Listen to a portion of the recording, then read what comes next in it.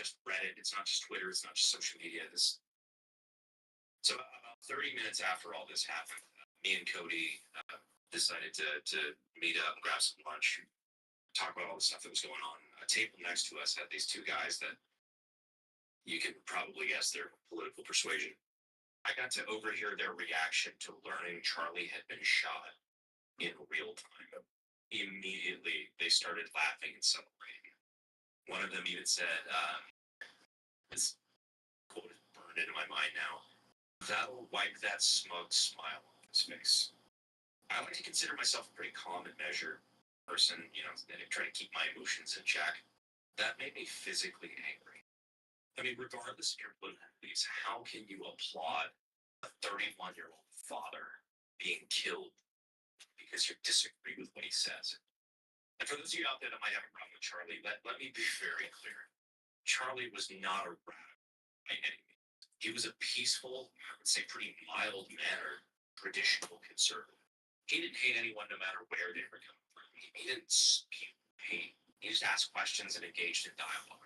You might not agree with what he said, and that's fine, but at no point was he trying to sow the seeds of hatred. And if you think otherwise, I'd be willing to bet you really haven't watched any of his stuff. And if you want to hate me or unsubscribe from me because of this video, you're more than welcome to. Honestly, I probably won't miss you because, frankly, if I was killed tomorrow, you'd probably be right there celebrating too.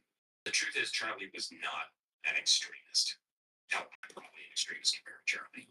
If anything, when it comes to the boundaries of the right wing, I would probably say he's a principled moderate. But what's become unfortunately clear to me over this last couple of days is that the radical left, or I don't know how to group those people together,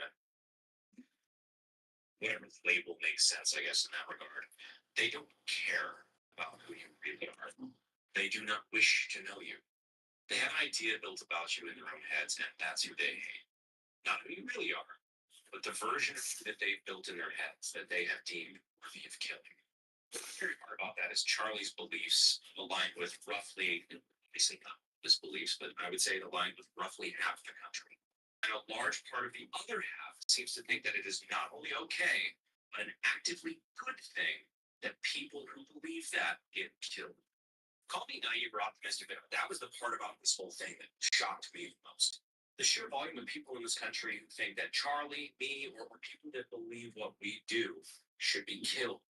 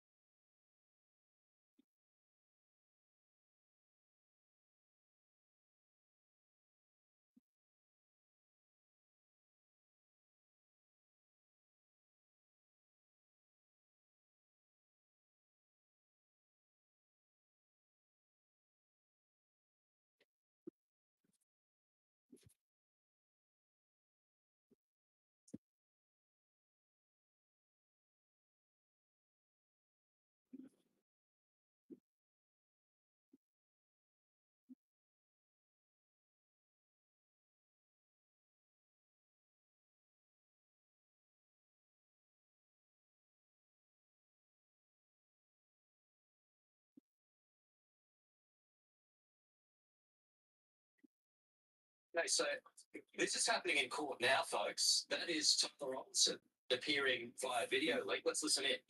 Very well. Thank you for being here. So, Mr. Robinson, you have a right to an attorney. Before one court can appoint an attorney to represent you. I have reviewed your declaration of financial status. Find that you are indigent. I provisionally appointed a Rule 8 qualified attorney to represent you in your case, Mr. Robinson. Along with the filing of their appearance of counsel, the assigned attorneys must file declarations with the court that outline their qualifications under Rule 8 and Rule 8. You know who stepped up and offered a $1 million reward for information leading to the arrest of Charlie Kirk's assassin? Bill Ackman. And just who do you think that $1 million will be paid out to the alleged killer's father? Netanyahu offered Turning Point $150 million. And Charlie Kirk refused the money. And I have independently, by the way, I've heard that from 4 people. After Charlie Kirk turned down the money, Netanyahu asked if he would come visit Jerusalem and give him the re-education tour. He refused that as well. All right, guys, welcome back to another Base Lore video. I'm the Lore Man. This is massive. Nick Fuentes just exposed a conspiracy so big, the mainstream media won't even whisper about it. Charlie Kirk being offered $150 million by Israel, by Benjamin Netanyahu, to push their agenda. He says no. He cancels his trip to Israel after feeling threatened, and a few weeks later, he's dead. I mean, that doesn't seem like a coincidence to me. That seems like power playing out in the shadow. This is the kind of truth that I would label a conspiracy theory just to keep it asleep. And to get back to things asking great questions. So I think it's fun for this subject there. So, reflex mandate of this rain. Patterns in your place to so hear about the guys actually from right from the environment. That one to now was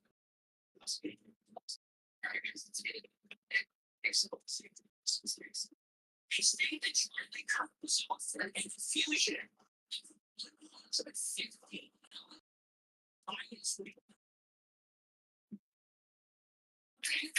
down to his excuse me, Charlie speech. Charlie USA has an annual budget and from Charlie 150 it's the big purpose and one purpose to shield for Israel. Charlie USA is already they're not even never in the times. Charlie has the text criticized people in the House of his slaves. Yes, criticized. The family of gospel. Jesus have opposed Israel in itself. He has have messages of the opposed Israel. Israel offered him $150 by Israel and they to be in their support for Israel and it will take over to support regimes to support their genocide and gospel. And Charlie Kirk refused the money. And I have independently confirmed that, by the way. I've heard that from 4 people. 4 people that I trust that are in the know. So this is coming from Candace Owens, a friend of Charlie Kirk. This is coming from Max Blumenthal, who purports to have a source.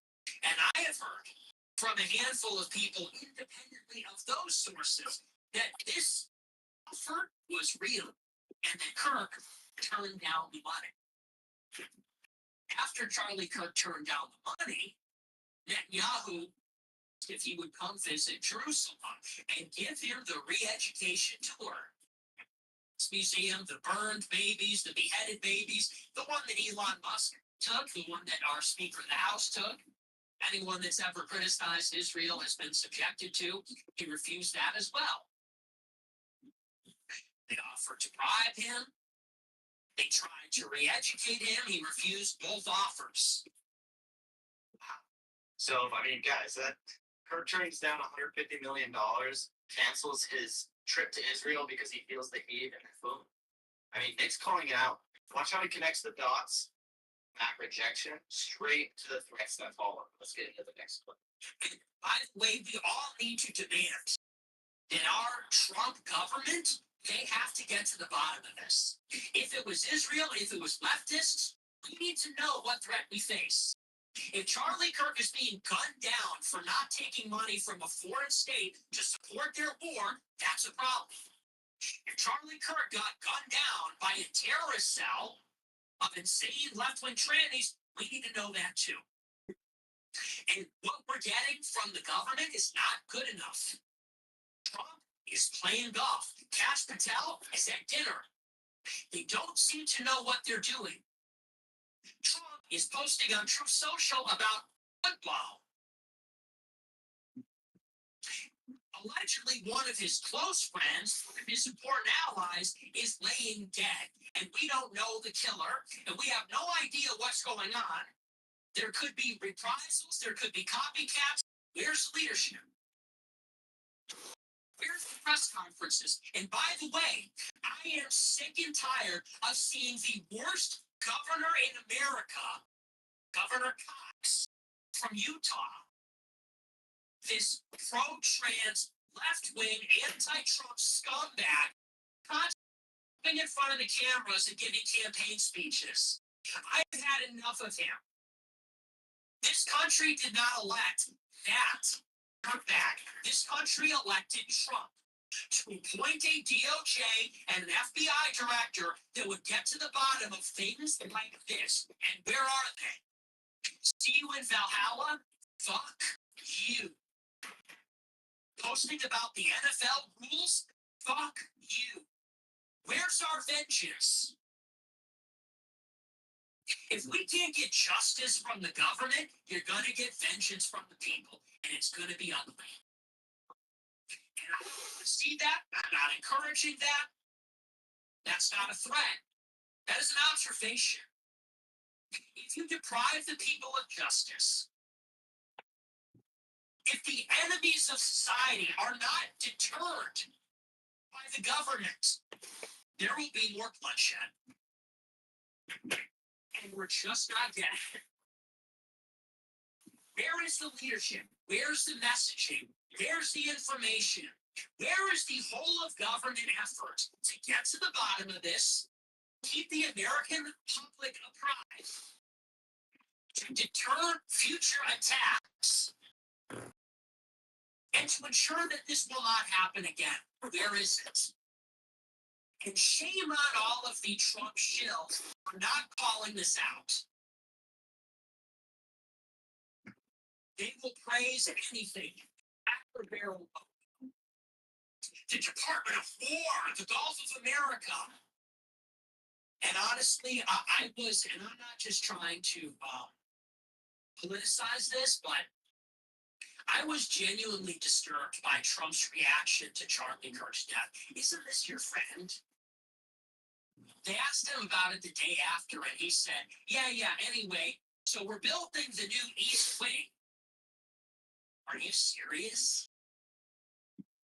You got shot. This is your 31-year-old friend who supported you for years. You know him by name. Your son is friends with him. It doesn't seem like he could be bothered. He didn't go to the memorial. He's golfing. He's dancing at a sports outing. He said he got the news about Charlie Kirk. Oh, and I was in the middle of building the beautiful new ballroom. Really, man? What a disaster. So, it's not actually my job or Candace Owens' job or Max Blumenthal or Dick. It's not our job to get to the bottom of arguably the worst political assassination in America in the century. It's the job of our elected leaders, our appointed leaders, the head of the FBI and DOJ.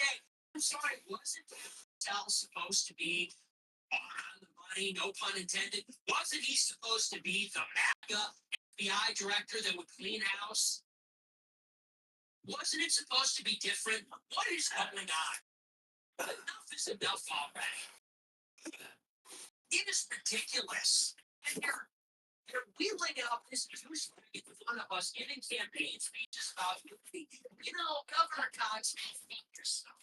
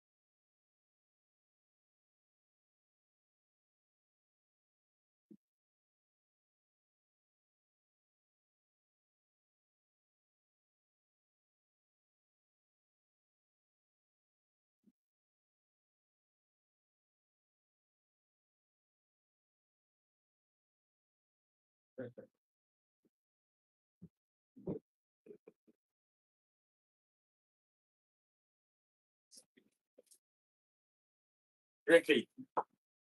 Damn, he's not even here, bro. Hold on.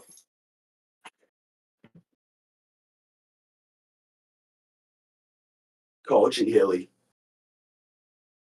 G Hilly, mobile.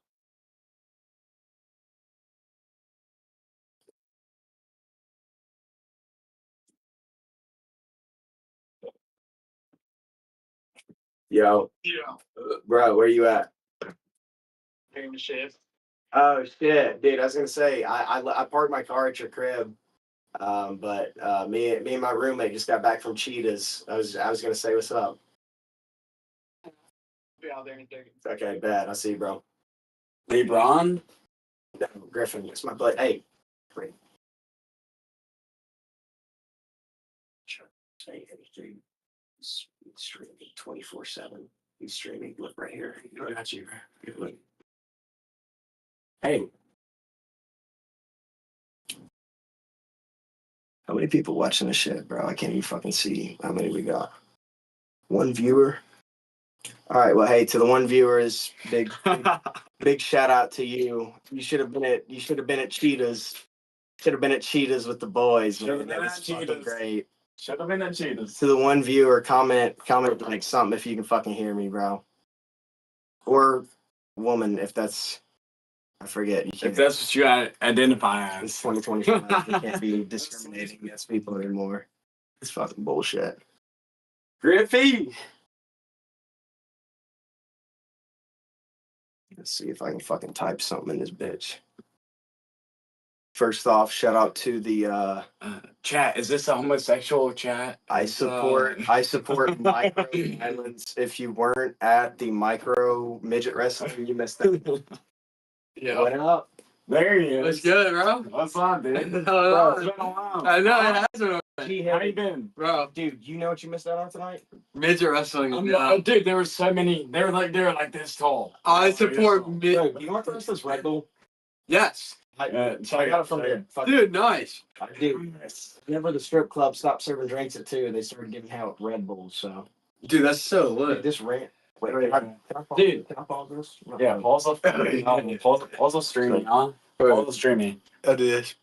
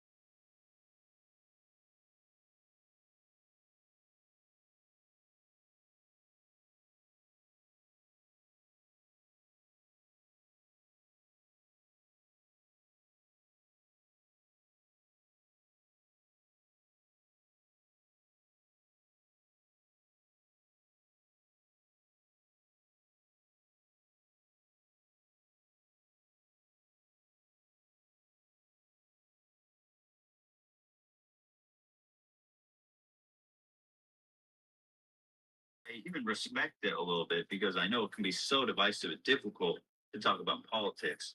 So it's cool that he did that, and I respect that. But towards the end of the video, he gets into this whole thing about how were we obligated to vote for Hillary, and he even goes as far as to telling people to ask their favorite creators on YouTube to get a spy and backbone and make sure that we all vote for Hillary. I want to end this by calling out all the big YouTubers. Some I know and some you viewers might know. See, making videos like this, they're not popular. They're not going to get you subscribers. They're not going to boost your view counts. But there is something much more valuable than subscribers or dollars. And that's better. Rub it the wrong way. That all changed after October 7th, when 4 days after the fact, on October 11th, Casey Neistat released a video with a one title. Right?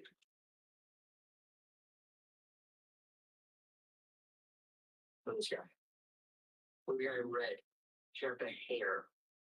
That's me in Israel in Jerusalem in 2005.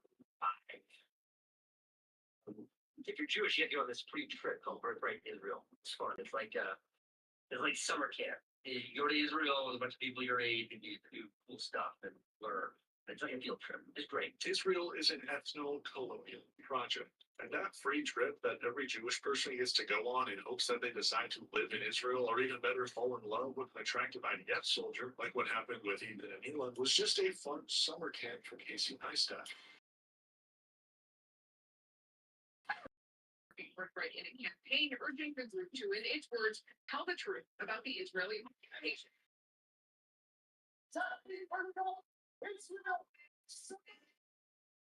Birthright is a program that was started in the 90s as a response to rising rates of intermarriage.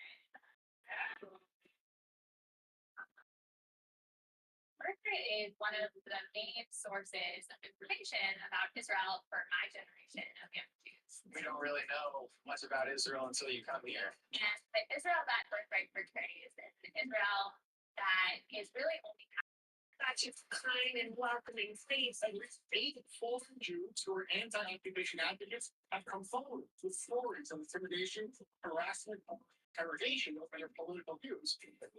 There's something unexplainable. The Israeli Arabs have described it as the racist laws that borders on apartheid. Birthright has an explicitly right-wing political agenda.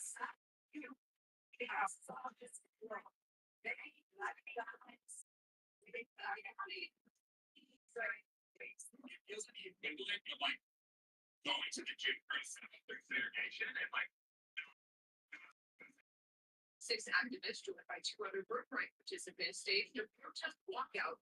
My name is Corinne Christie. My name is Rebecca Oliver. My name is Risa Nagel.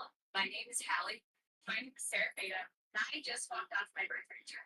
What it's really doing is hiding the application from young American Jews like myself. I couldn't just sit back. Asking questions, seeking after truth. It is a very strong part of my Jewish identity. What we are trying to do is to say to our community and to Birthright, we deserve the truth. If you're Jewish, you have to go on this free trip called Birthright Israel. It's fun. It's like summer camp. You go to Israel with a bunch of people your age and you do cool stuff and learn. It's like a field trip. It's great. It's like summer camp. It's like a field trip. It's great. Have you all seen the movie Zone of Interest? I think that comparison speaks for itself.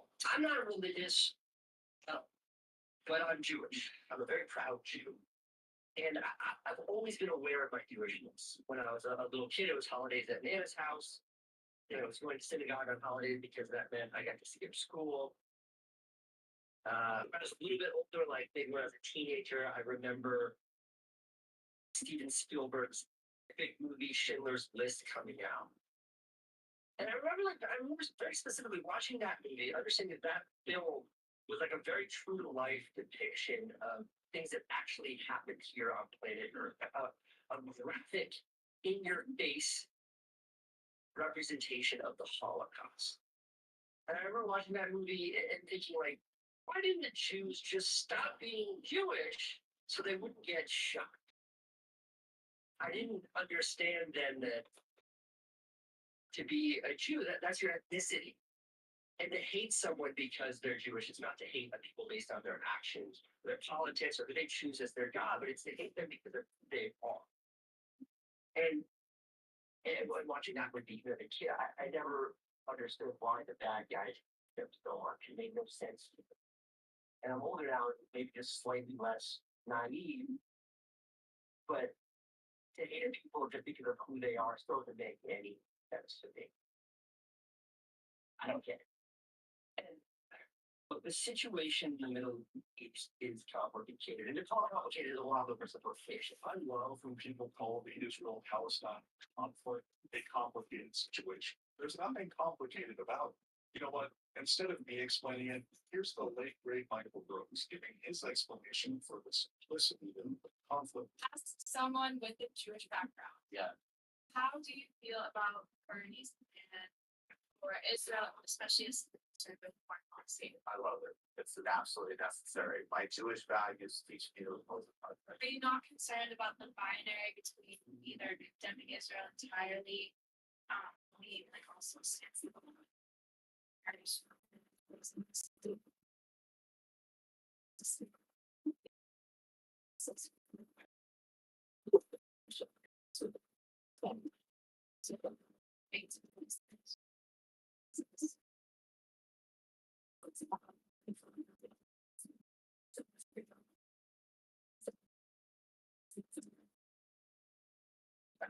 States.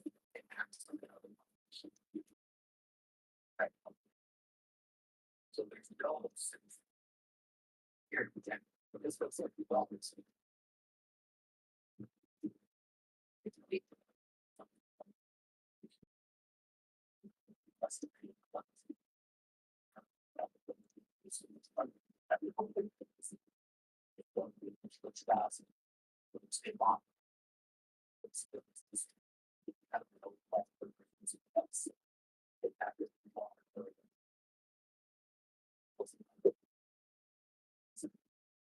Great, like the thought.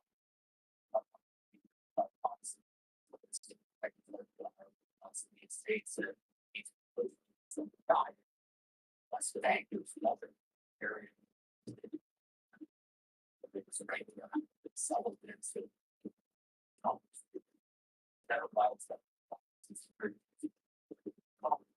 I think you're right. So there's nothing about it's the house that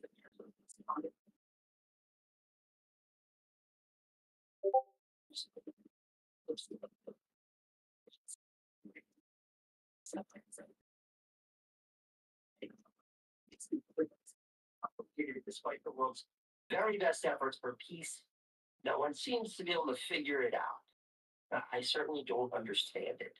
It is too complicated for me. I find it incredibly funny that this dude is married to a white South African. You'd think something as simple and straightforward as apartheid is too complicated to figure out a solution for.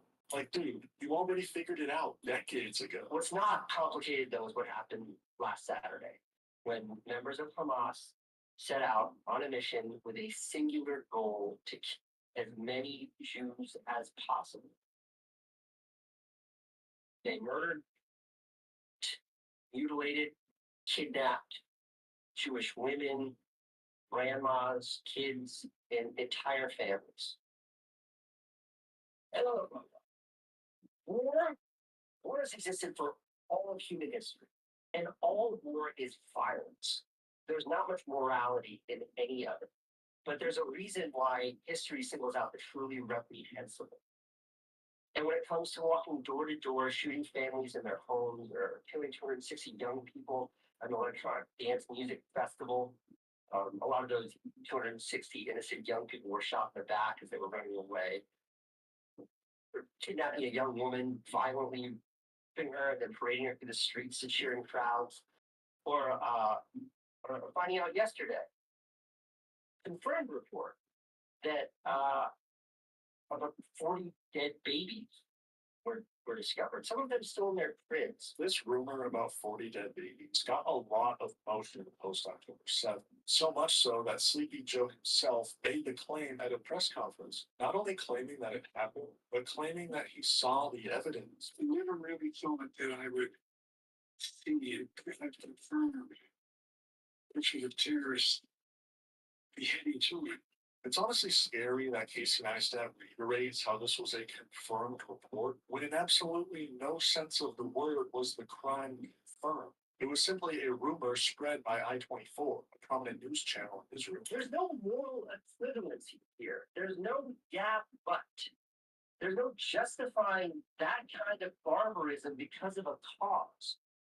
It is horror and demonic and the very worst that humans, any humans, are capable of. Yes, any violence against civilians is unacceptable. But without the analysis of the situation, the power structure at hand between an oppressed apartheid state and those being oppressed, the only conclusion that you can come to is these Arabs are anti-Semitic. I'm making this video not because I'm the best person to deliver this information. Read the news if you want to know what's going on. I do not have a deep understanding of the geopolitical situation in the Middle East or some naive answer to a conflict that is thousands of years old. And despite this awesome t-shirt that I have on,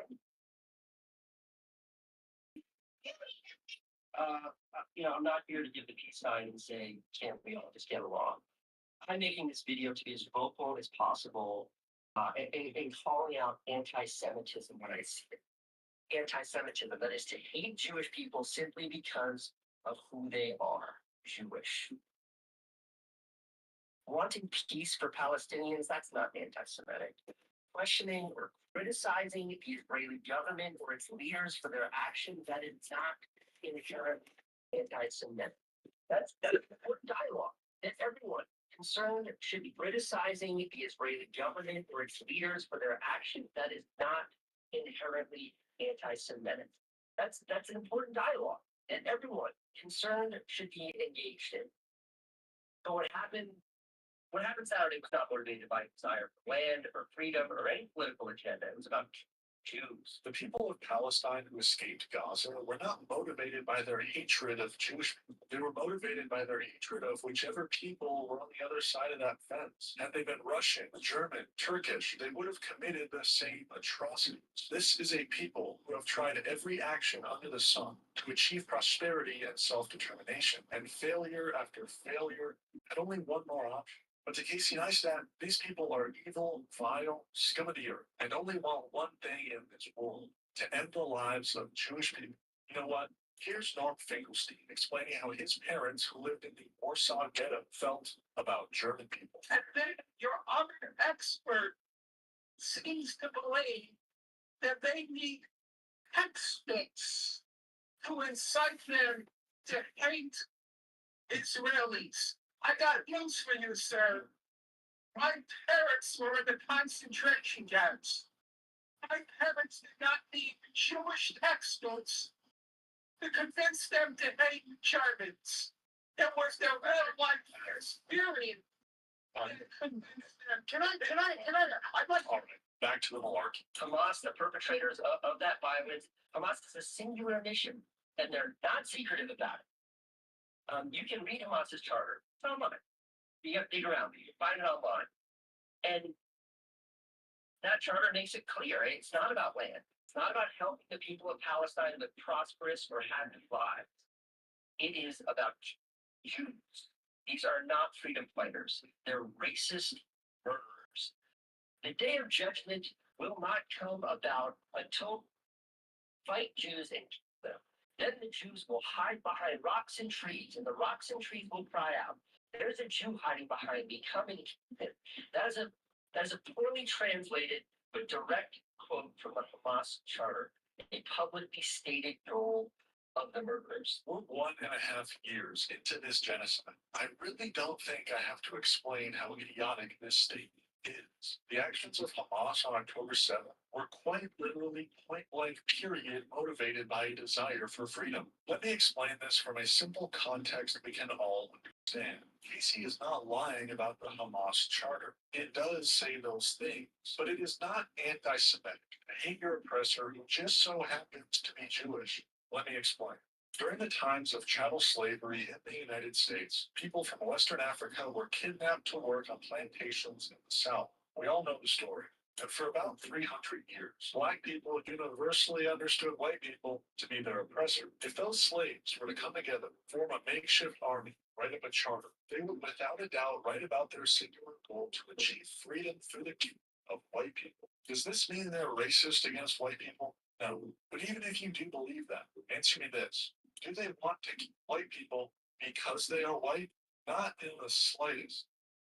They want to keep white people because they are being oppressed by white people. Were there white people in the US at the time who were completely against the concept of slavery? 100%. But the only white people slaves ever knew were the ones they were forced to work under for generations. I can't even believe I have to explain this. So when I see on social media, especially by posts by people that I know, attempts at justifying the acts of these savages by equivocating it. Did Bro really just use the word savages? The slaves who revolted during the Nat Turner Rebellion, who killed their slave master and his entire family, were they savages? I shouldn't even ask this question, because Casey would probably say yes. So-called activists rushing to say that there are reasons why it's okay that those families were murdered, or people can look at a video of a girl being pulled out of a truck with blood pouring from her pants after she'd been gagged, and say all resistance is justified. My question is, like, on what grounds do you make such claims? Have you no humanity? Can you not separate the desire for peace or land or whatever your goals might be from these heinous acts? Like, where do you have to go in your brain before you can stop seeing the murder of babies in their cribs as just that, murders of babies, and instead see it as just? It is incomprehensible to me. This dude is a millionaire living in the imperial core. Of course you don't understand. Okay, I can't watch any more of this garbage. I'm gonna give the floor to Hassan just to finish it up. The people who marched the day after the attacks don't give a sign that read, by any necessary. Really? Any means? Of course, there are innocent Palestinian victims out there who need support, who need a voice. But Hamas, the people who committed these barbaric acts, they're not serving those people. That's not their. I hate the liberal Zionist take of like, yeah, the innocent Palestinians deserve more than Hamas. It's like, okay, well then abolish the apartheid. Like the major actor here is Israel. Anyway, oh, Their mission is singular. It's to keep people because of who they are, because they're Jewish. yeah, totally. And look, I know a lot of folks are scared to speak up or speak out in support of their Jewish friends. But because it's a complicated situation, nobody wants to say the wrong thing. But know that Jewish friends exist like this. That's a no. Changing. Yes.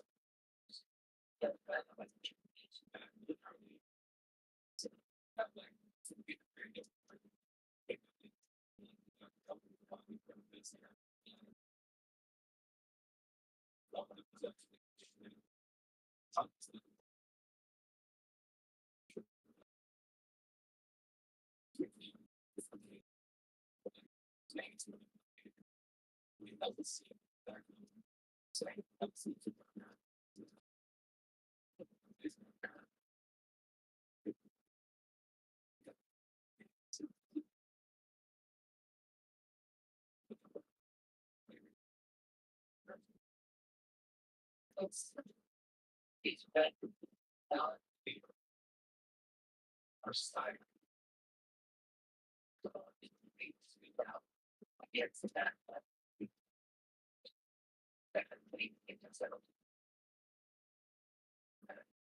Obviously,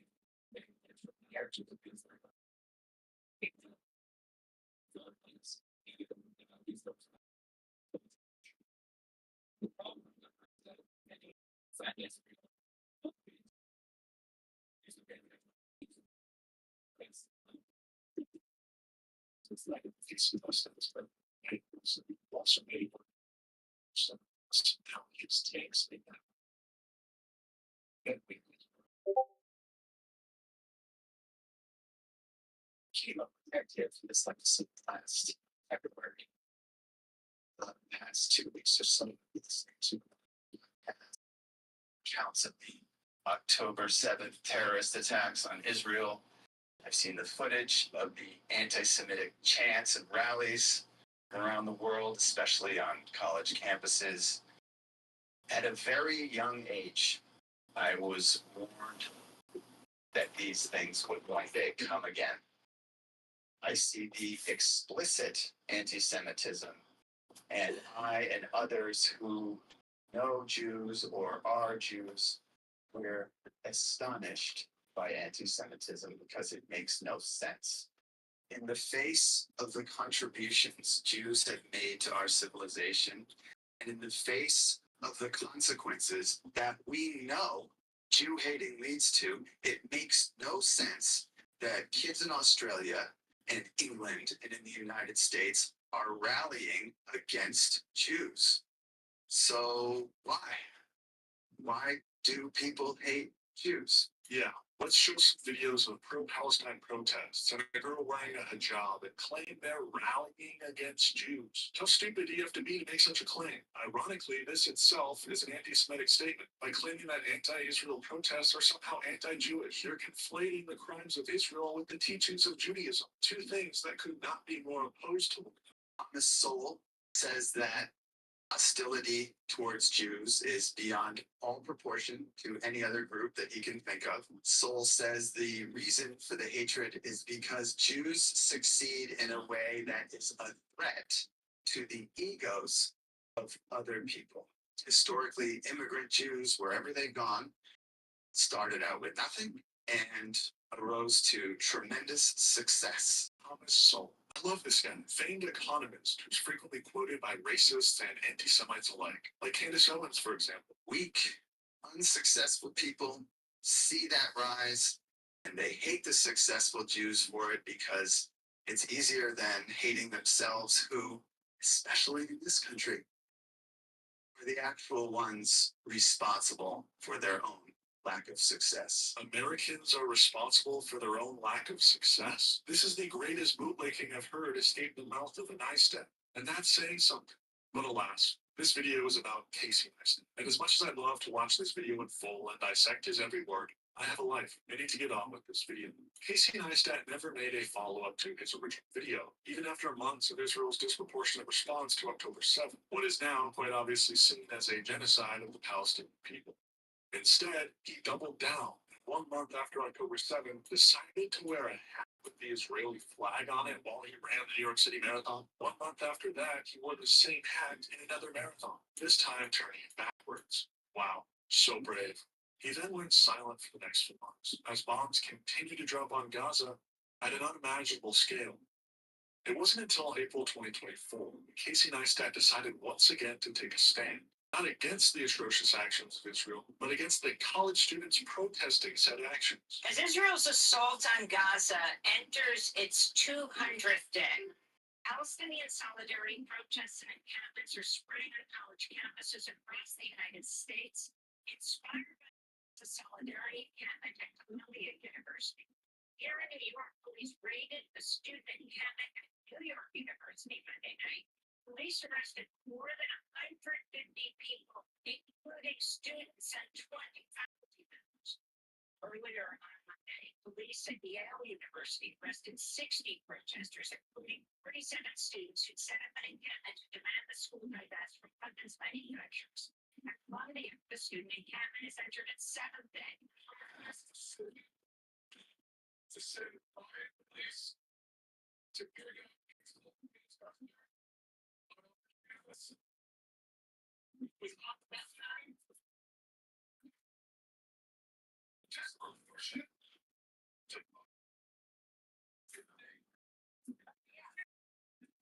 Student encampments are now in place at numerous other schools, including University of Michigan and Norfolk, University of California, University of Maryland, and Emerson.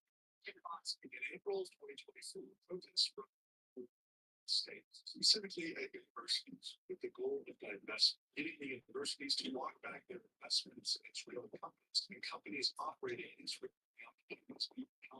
These weren't just any protests. The reason they became so controversial was due to their permanence in the form. Starting at Columbia University, students set up tents, medical stations, food stations, with the purpose of making this protest the final. After Columbia's encampment was subsequently shut down, students suspected that the camp returning in stronger and greater than before. These university encampments began appearing all across the states. I graduated from college just a few months ago, but I visited the University of Minnesota's encampment. The energy was great. Actually, the University of Minnesota encampment had a similar story.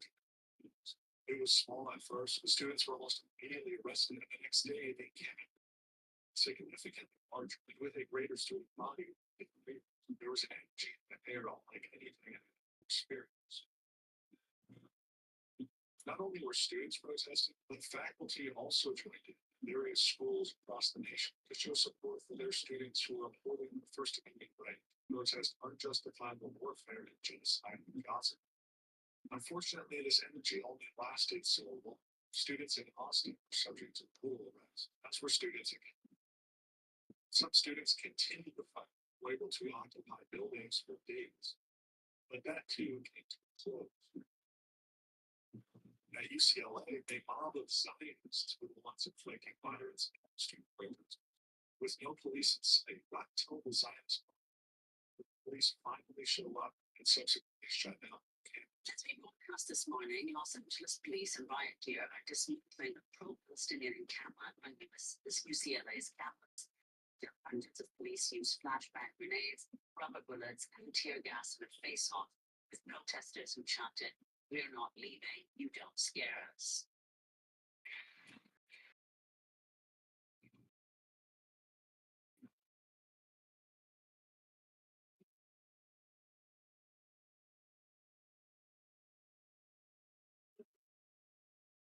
The police raided UCLA came a day after pro-Israel counter-protesters attacked the encampment with fireworks, metal rods, tear gas for hours late Tuesday night and into early Wednesday morning. These 15 people were injured. This is how UCLA's student newspaper, The Daily Bruin, described the violence instigated by counter-protesters in an editorial. It began with ear-piercing screams of wailing babies loudly emitting from speakers, counter-protesters tearing down the barricades, laser pointers flashing into the encampment, people in masks waving strobe lights, tear gas, pepper spray, violent beatings, fireworks sparked at the border of the encampment, raining down on tents, the individuals inside. The Daily Bruin wrote. The editorial noted Los Angeles police did not arrive until slightly after 1 a.m. Meanwhile, around 3:30 a.m. Wednesday morning, 4 UCLA student journalists were attacked by Israel counter-protesters on campus.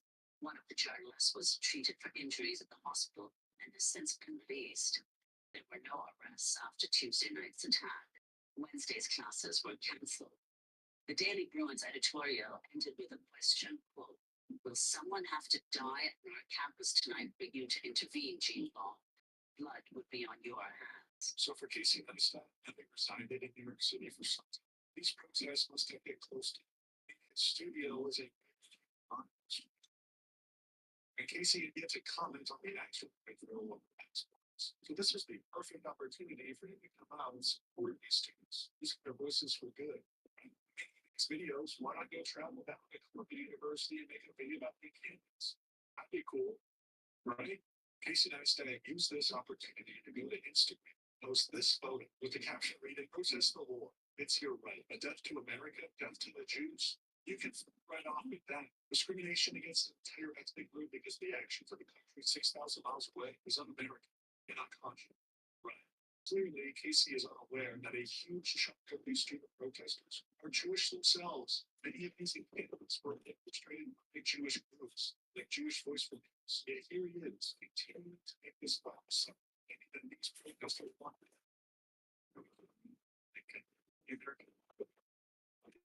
It's just the cherry. You are not based for this tape. We're simply demonstrating delusions of people who can fight Israel with Judaism. You are quite literally doing the thing. You are arguing things.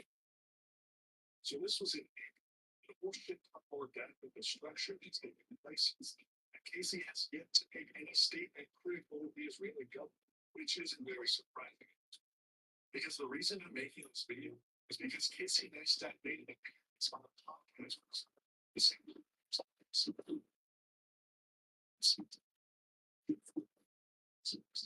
first place. It's the podcast thing.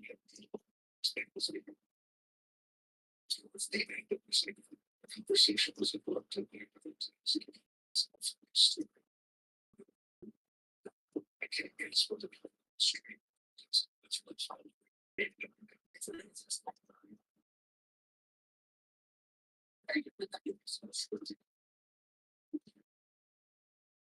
That's it. If you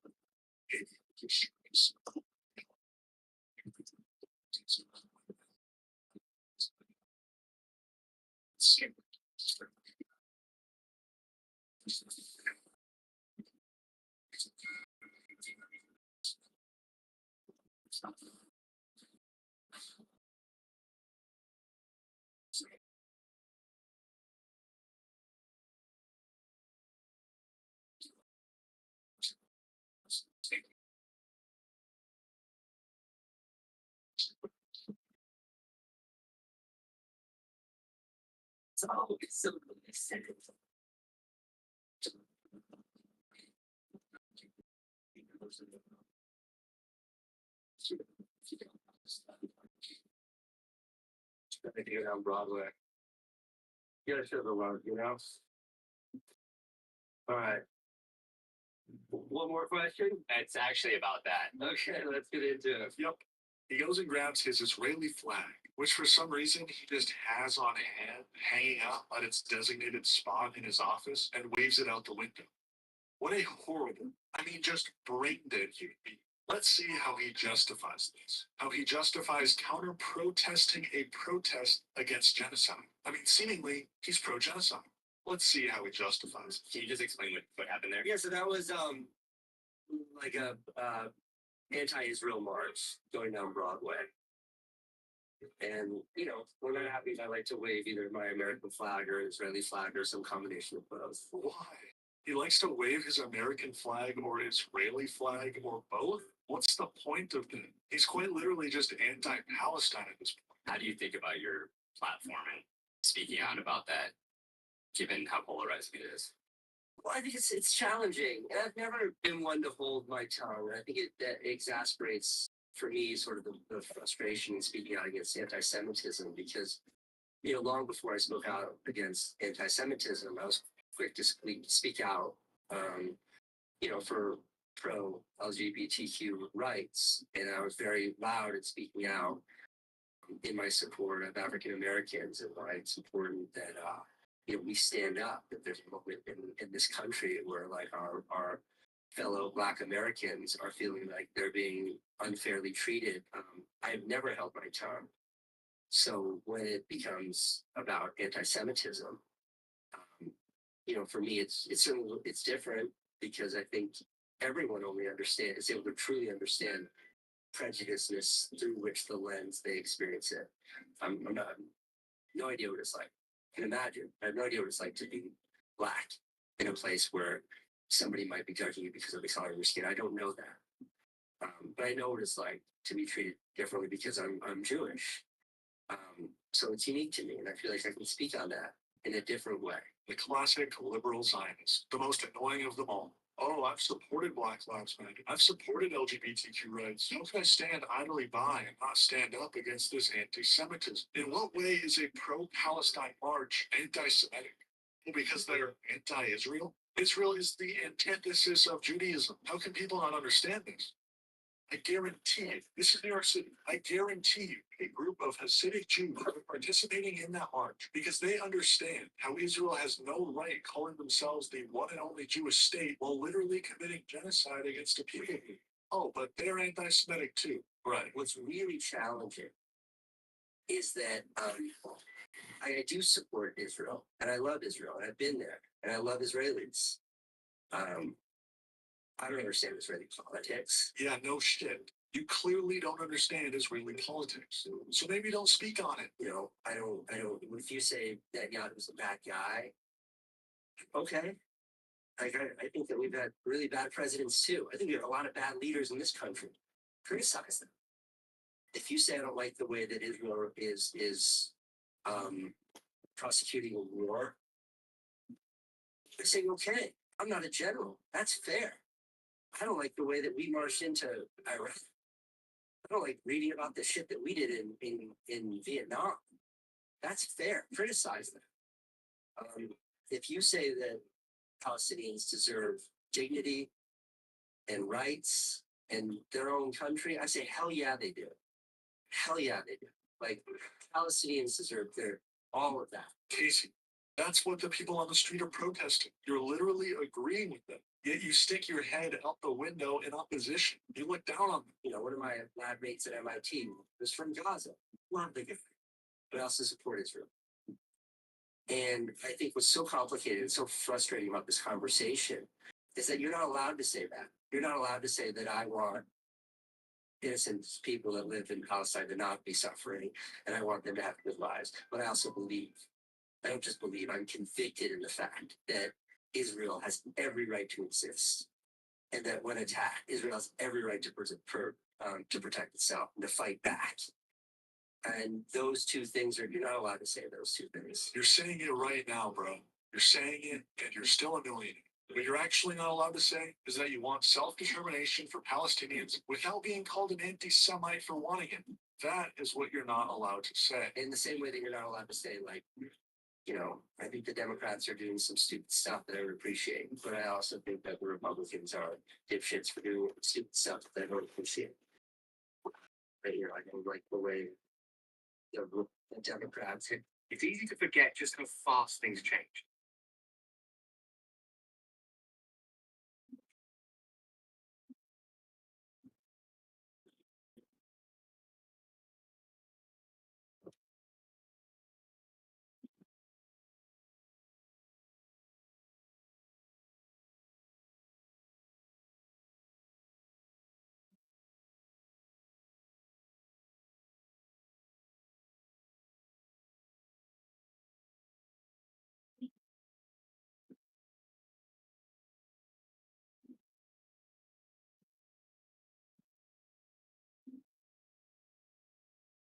This is Cecil spending $400 billion for only a nosebleed. $400 billion for the world's most expensive nosebleed.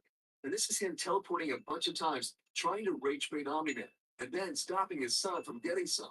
I was bored, so I went and watched the entire show to find out exactly how much the U.S. taxpayer money Cecil has cost the GDA. And just wait till you see the final number, because it is crazy. Before we start adding up the numbers, we need to first talk about what the GDA even is. The GDA means the Global Defense Agency. Think of it like Earth's own shield from Marvel, but way less fun and way more sneaky. They're a secret government organization that develops technology and defenses against any and all threats, even to my face. Their whole job is to guard the planet from threats that normal armies can't handle, like aliens, supervillains, giant monsters, and of course, the random Viltrumite trying to take over. They hire, set up, and basically order around hero teams like the Guardians of the Globe. And Cecil Stedman is the man at the very top of the Global Defense Agency.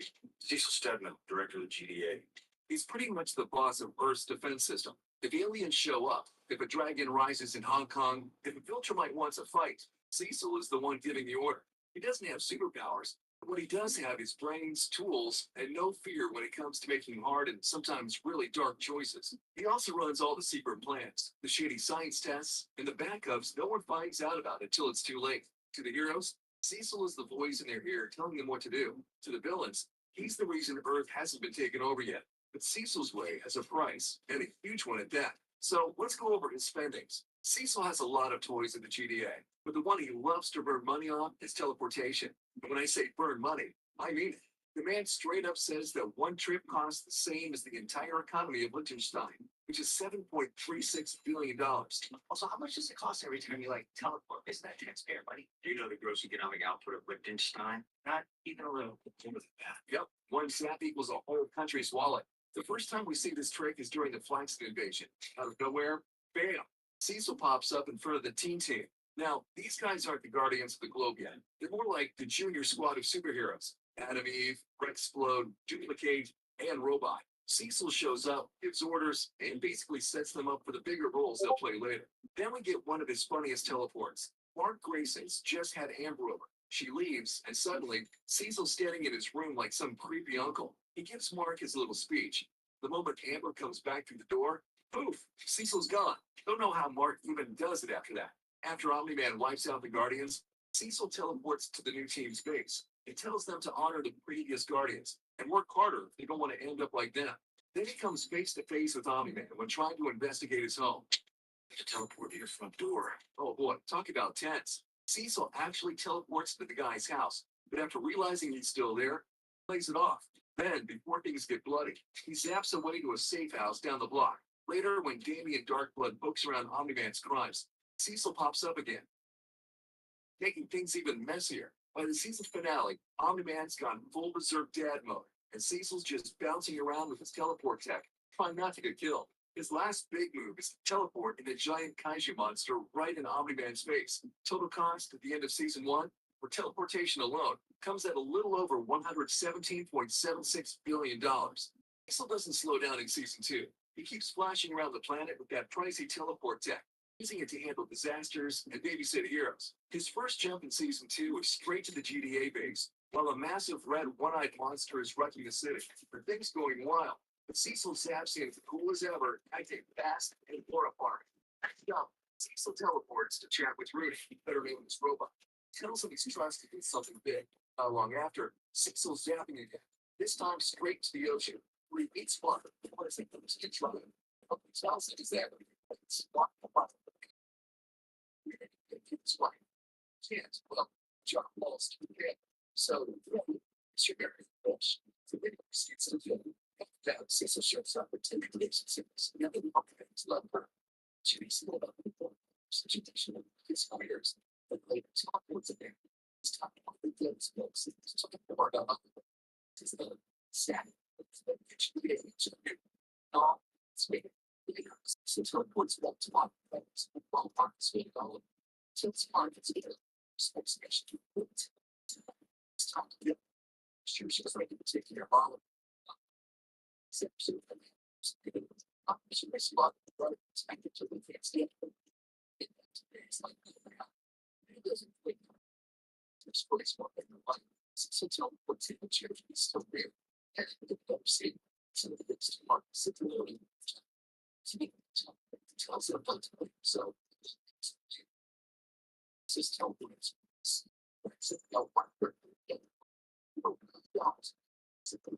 just cash the somebody tell it's more gun season 2. So upset it's teleport. It's time to change the radio threats of heroes and check serves jobs and running next part. That's not because one keeps thinking of you spenders, since several years ago, once all the you will spend actually 6 of 1 big roads and big instead of 2 like a 6 with the ups and sleep tell them to help with the walk there. Young saving service, I want to industry that's here. Since Cecil to the province himself, step up for Mark, and Cecil finally backs off. Then, boom, more drama. Oliver kills one of the Baller twins. And guess who teleports in to clean up the mess? Cecil, of course, because it's in his job description to show up after disasters and Orifar. And then comes the Invincible War. Things get absolutely nuts here. Multiple Invincible variants, chaos everywhere, and Cecil's teleporting heroes left and right to perfect spots. But that's not all. Cecil also rolls out multiple reanimate to try and take out the variants. But the real spotlight moment is Mark versus Angstrom leading. the dimension traveling headache himself. Cecil uses teleporting to keep Mark in the fight, as Levy keeps bending reality to his will. When it's over, Cecil and Mark stand in the middle of a wrecked city, and instead of celebrating, Cecil's already teleporting around, checking damage, organizing recovery, and realizing the work never ends. Oh, and before you think he's done, Cecil shows up again with a bunch of heroes to rescue Invincible and Adam Eve after their throwdown with Conquest. The cost of all this teleport joyriding is about $323.84 billion. Let's talk about one of Cecil's biggest toys, the Hammer. Basically, it's a giant space laser floating in orbit, designed to blast anything too strong for normal heroes. Sounds cool, right? Yeah, until you see it in action. We first see Cecil fire it in Season 1, Episode 7, when Omni-Man is going absolutely wild. The hammer charges up, fires straight at him, and the result is a nosebleed. That's it. All that power, all that cash, and Omni-Man just shrugs it off like nothing. Then, for fun, he crushes the entire satellite like it's a soda can. And get this, Cecil himself admits it cost $400 billion to build. $400 billion. For a single shot, that basically turned Omni-Man into a guy needing a tissue. Now we have the Reanimate. These are Cecil's zombie robots. Yeah, you heard that right. He literally makes T.A. Sinclair dig up corpses, strap on some machinery, and turn them into Frankenstein cyborg soldiers. Creepy and expensive as hell. These Reanimate have superhuman strength, durability, endurance, and reflexes that can even give some Invincible variants a run for their money. We never get an official number from the comics or show, but fans and common sense say the research alone would run anywhere from $500 million to $2 billion just to make the tech work. Then you've got the actual units, turning one dead guy into a fighting robot, about $10 million each, and Cecil's got 350 of them, which is like $3.5 billion for the Army itself. Add in the research bill, and you're looking at $5.5 billion total. And the best part is that most of them get trashed the second they're deployed. Truly money well spent. But Cecil doesn't just want to fight criminals. Sometimes he wants to fix them. Enter the Underground Correctional Facility, a secret prison where the GDA stores their most dangerous super criminals. No exact price tag is given, but let's be real. A hidden high-tech prison with cyber gear isn't going to be cheap. In the real world, high-security prisons already cost hundreds of millions, and that's without adding mad scientist gadgets. So we're talking $200 to $500 million to build, and then another $300 million per year for staff, guards, and experimental tech. That means in the very first year alone, Cecil drops somewhere around $800 million just to keep a bunch of supervillains stuck underground until he needs them. And then there's one of Cecil's nastiest tricks, the White Room, a top secret high security chamber at the Pentagon. From the outside, it just looks like a boring, empty white space. But in reality, it's a giant trap built to mess with Viltrumites. And to make it worse, Cecil pairs it with the sonic implant. Then, he secretly planted a device inside Invincible's head. Press a button, and Mark Grayson drops to the floor screaming in pain. It's cold, but hey, it's classic Cecil, prepared for anything. As for costs, nothing is ever given. But let's estimate, a place like the White Room would easily run $1 billion. The sonic implant adds another $200 million between the science, surgery, and the tech itself. So the total is probably $1.2 billion. A $1 billion project just to keep one teenager on a leash. Next up, Cecil's biggest pet project is a kaiju program. Remember that giant monster called Hail Mary that fought and got wrecked by Omni-Man early on? Cecil wasn't done with it. Nope. Brought it back, genetically modified it, took out its pain center, and turned it into a rage-fueled nightmare beast. This time, Hail Mary actually hurt Omni-Man and managed to distract him long enough for Cecil to try other plans. But let's talk about the cost, because turning Godzilla into a weapon isn't exactly cheap. Capturing and transporting it is approximately $500 million. Taking account genetic changes and brain surgery, that's another $2 billion. Cybernetic control systems and maintenance, we'll add in another billion. Altogether, the kaiju program costs close to $3.5 billion per use. And even with all that cash, Omni-Man still manages to defeat it fairly quickly. Now, let's talk about Cecil's favorite person/project, Donald the Cybercop. Royal Donald gets blown to bits in Season 1, but Cecil's not done with him yet. Nope, he rebuilds the guy to a full-on cyborg. Under the suit and tie, Donald's basically a walking tank with a human brain. Of course, canon doesn't tell us what it costs, but think about it. Saving what's left of him, building a new body out of super advanced machines, and making it function like a normal person, that's not a cheap rebuild. A fair guess is $50 to $200 million just to rebuild him the first time. And Donald's been revived a total of 39 times, so that makes it $7.8 billion on the high end. Then there's Immortal's Resurrection. Every time Omni-Man rips him in half or takes his head off, Cecil just has his team stitch the body back together. Immortal's own healing power does the rest. Honestly, it's the cheapest thing on Cecil's budget because it's basically free. No machines, no lab work, just transportation and cleanup. At most, maybe $10 million for moving and setup. But considering how useless Immortal is, it's all just throwaway money at the end. Should have given the unkillable power to Inglorious King Whipsblood. So one of Cecil's sneakiest tricks is the block, the GDA's underground prison. Think of it as Area 51's scarier cousin. This thing was made for Lock and Conquest, one of the strongest Viltrumite warriors. After staging his death, Cecil secretly kept him away in the block, so the GDA could squeeze him for info on the Viltrum Empire and come up with defenses. Now, let's talk specs, because the block is no joke. It sits 6 miles underground in the Mojave Desert, wrapped inside a 400-ton tungsten steel alloy cage. So if we talk about cost, a supermax like this would run $2 billion just to build. Beyond the big flashy moves, the GDA burns money just staying active. Cecil's got spy satellites circling the world, secret bases, command rooms, high-tech labs, and thousands of workers on the payroll, hazard pay included. A satellite network alone could cost $15 billion, mobile command hubs under $500 billion, and yearly staff, supplies, and secret operations cash around $3 billion. Altogether, that's a yearly budget of $18.5 billion just to keep the lights on and the secrets hidden. So, adding everything up, teleportation across seasons 1 through 3, the Hammer Laser, the Reanimate Army, the Kaiju Program, Donald's Rebuilds, the White Room, and Sonic Implant, Immortals 2 revivals, General GDA operations, and now the plot. Cecil's spending comes to about $1.075 trillion. Probably one of the highest of any fictional character. But hey, thanks to the taxpayer money of all the poor souls that get squashed every 2 seconds of Invincible, the GBA and Cecil basically have infinite funds to burn. Thanks for watching. Don't forget to like and subscribe to the channel and ring the notification bell so you don't miss the next upload. That said, see you in the next one.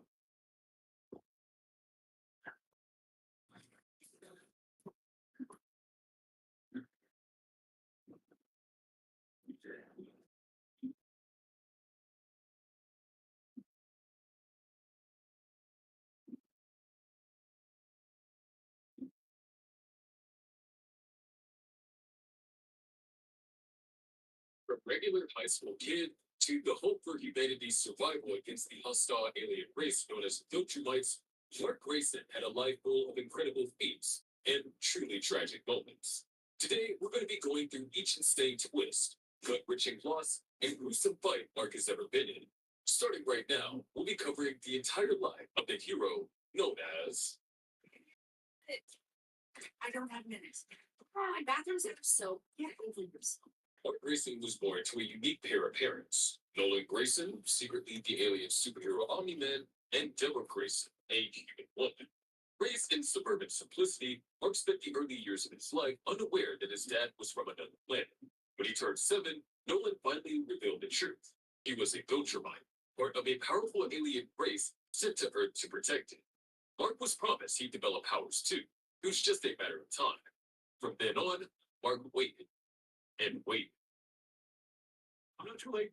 I'm gonna shut up. That's okay. Come here first. Make me get the spray bottle. Let's get you out of that costume. Boundaries, people. Bathroom doors are closed for a reason, and parents should never ever talk about sex in front of their kids. Everything changed during his senior year of high school. While working a part-time job, he casually launched a trash bag into orbit.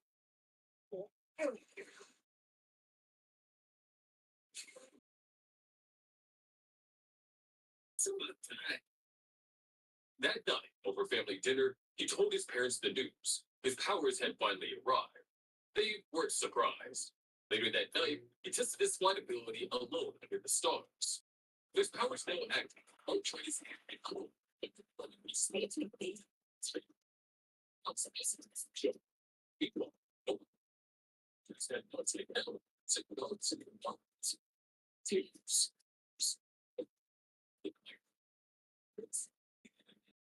Inspiration shot. He did even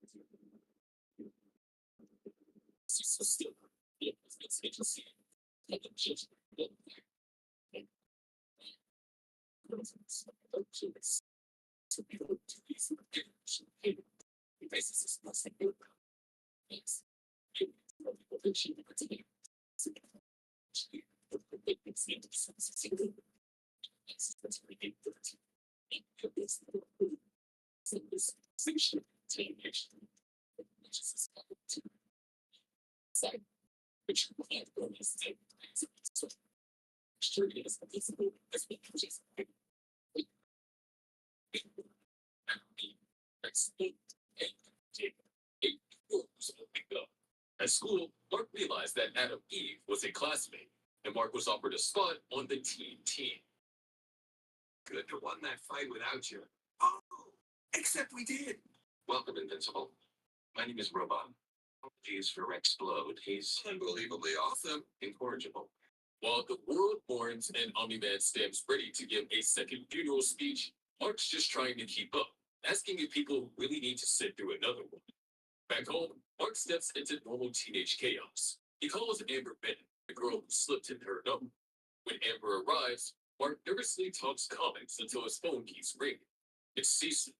Spy style, Cecil appears from Mark's phone and pushes him to accept the responsibilities of a real hero. Mark agrees, gets a comm device, and ditches his date to head for Mount Rushmore. Flying alongside Adam Eve, Mark faces Doc Seisman, a madman with explosive gauntlets who nearly brings Mount Rushmore down.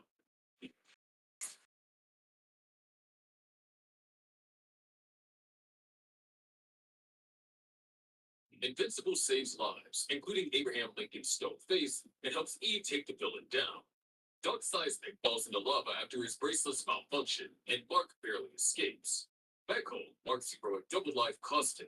Amber is aimed, but later Mark kisses her, and someone watches their intimacy with a heavy heart.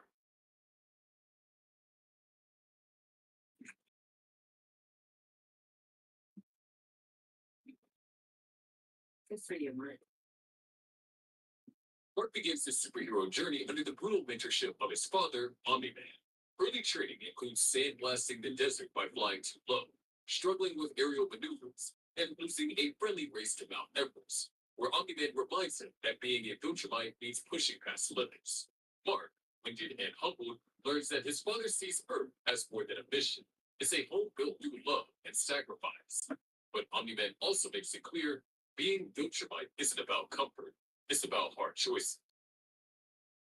Well, if I could do that, leave everything behind. Keeping the universe safe. Living up to our people's heritage. It takes sacrifice, Mark. That's what I'm trying to teach you. When NASA plans a manned mission to Mars, Omni-Man declines to offer to oversee it, claiming Earth and Mark even more. Mark steps up instead, despite school, a blooming romance with Amber, and zero clue how far Mars is. With Cecil's blessing and Debbie's hesitant support, Mark joins the mission, not realizing it's also a test. Cecil needs to know if Mark's heart is in the right place. Once on Mars, the mission goes sideways fast. The astronauts are captured by the Martians, who warn that alien parasites called sequids pose a galactic threat. Mark escapes with the astronauts, not realizing one's been replaced by a shape-shifting Martian to keep the sequids at bay. Or so they thought, because the real astronaut is now possessed, and the Martian surface is about to erupt in chaos. Back home, Mark shrugs it off like it was a regular field trip.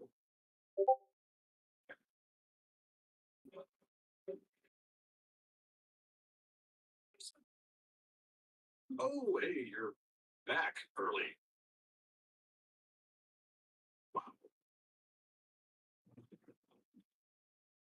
How's Mars? by the looks of it, less eventful than whatever was happening here. We'd love to hear more over dinner, sweetie. Juggling high school and late night battles proves disastrous. Mark ruins dates with Amber, misses school, and quits his part-time job after getting yelled at, again for being late. Yet when it counts, Mark steps up, stopping an asteroid, catching a collapsing building mid-fight, and even volunteering at a soup kitchen. His most brutal challenge comes alongside Titan, a hardened street-level criminal trying to take down his boss, She-Man.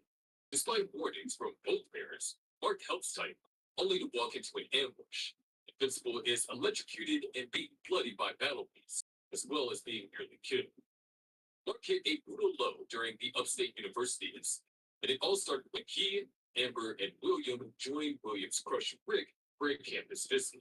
Unknown to them, Mad Genius D.A. Sinclair has been abducting students, including the arrogant Doug Cheston, and converting them into cyborgs.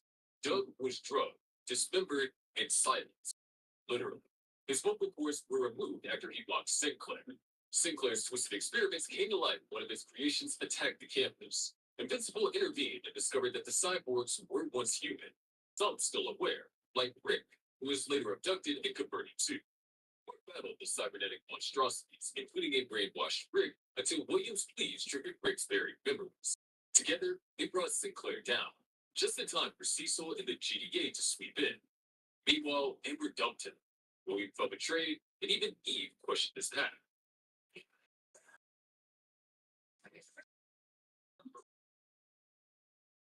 Mark is not just heartbroken, he questions everything.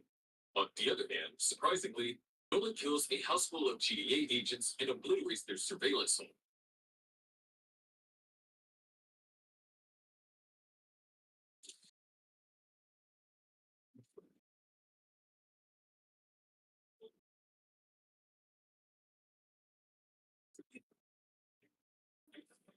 $400 billion, the world's most expensive house, quickly escalating everything.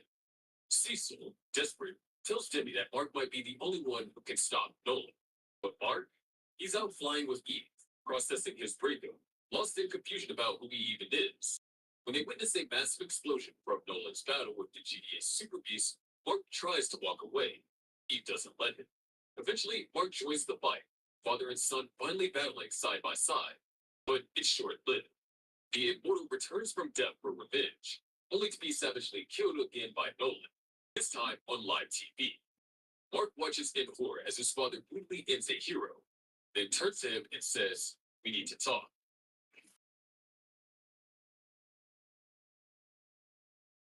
Mark.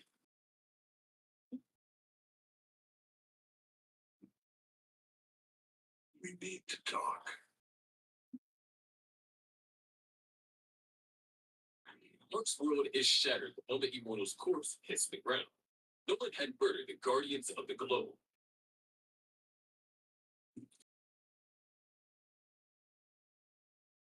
Mark, we need to talk.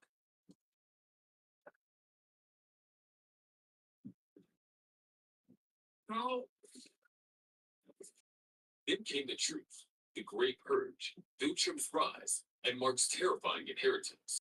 Nolan revealed that Viltrumites are a brutal race, forged through genocide and conquest. Their strategy shifted over time, from direct domination to subtle infiltration. Earth, just another target. And Nolan, the advanced agent. Mark, only important now because he showed Viltrumite potential. Mark projected it all. Nolan's cold dismissal of humanity, calling Debbie a pet, pushed him over the edge. He vowed to protect Earth, and Nolan responded with violence. The battle that followed was less of a fight in or of a slaughter. Mark tried reasoning, saving lives, and Nolan showed him just how little that meant to him. From crushing a rescue pilot's skull to using Mark's body to tear through a speeding train full of passengers, Nolan demonstrated the Viltrumite ideal, survival of the strongest at any cost.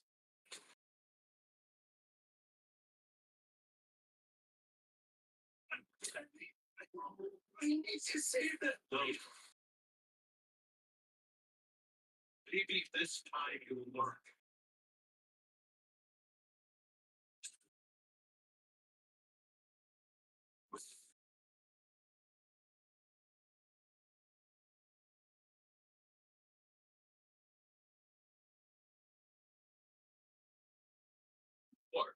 broken and bloody, clung to his humanity.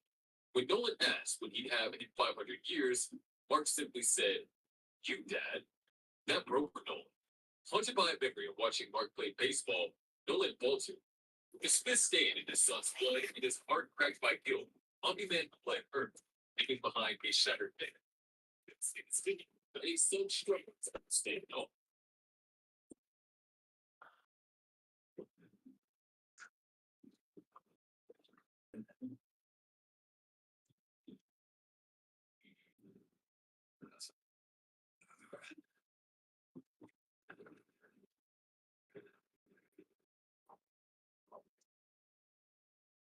When Alan the alien returned with dire warnings of Bunchmar retaliation, Mark realized Earth's safety depended on him.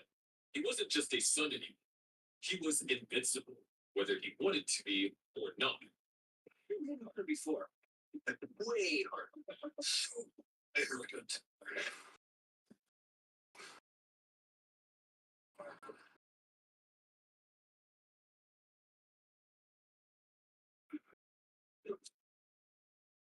In an alternate universe, Immortal accuses Mark and his father of crimes against humanity. During the in-air battle, Immortal has fallen from something very enemy. It is the research the suspect. Next week, the message is clear. Personal assistance is taken.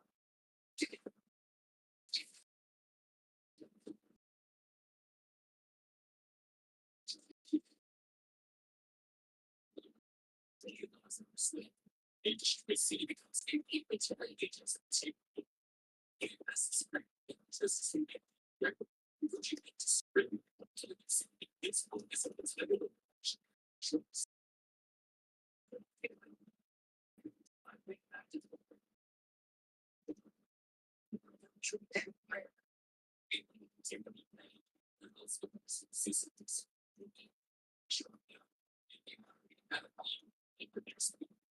it's too late. You'll be saved. It's a glitch of the ship. The system is that each process, but she's very flexible. Speech.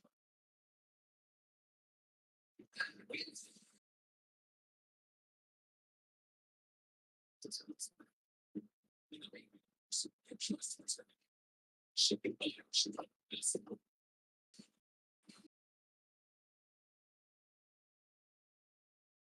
It's able to go to every shape. So the character beings, space. She is supposed to make a dance with the transfer. You can be small, and making this it's eventually this person.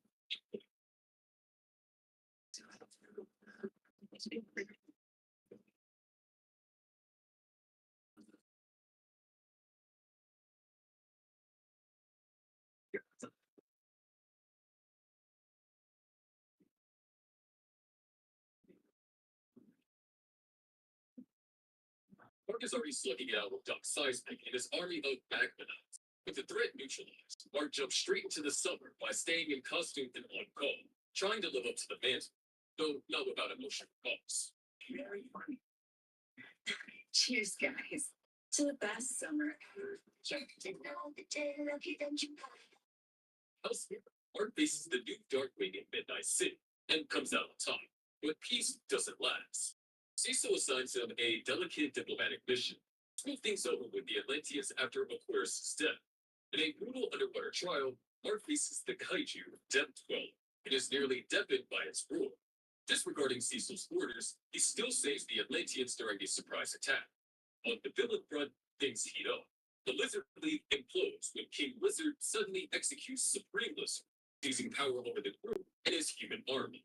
And in an alternate timeline, a blood-scarred Angstrom Levy interrogates a captured evil version of Mark, gathering intel to annihilate all his alternative selves.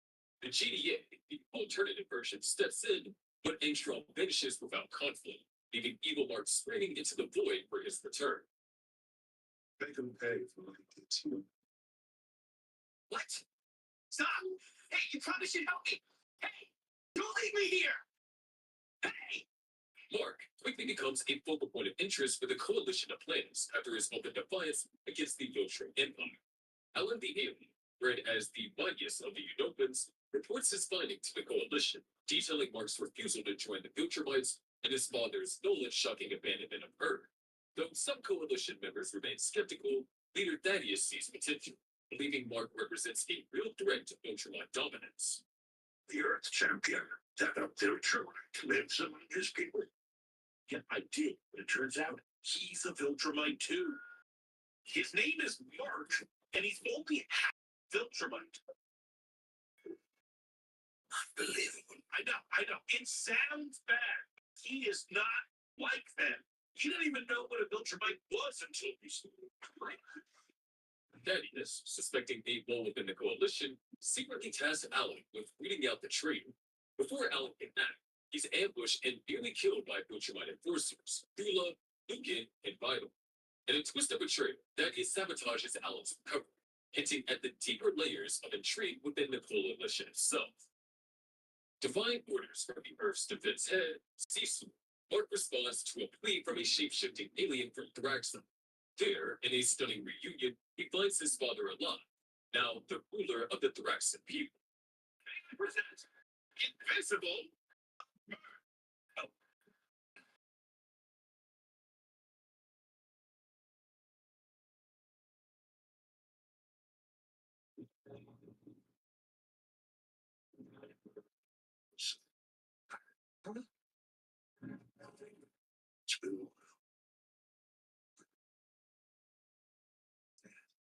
Mark finds himself face to face with his estranged father.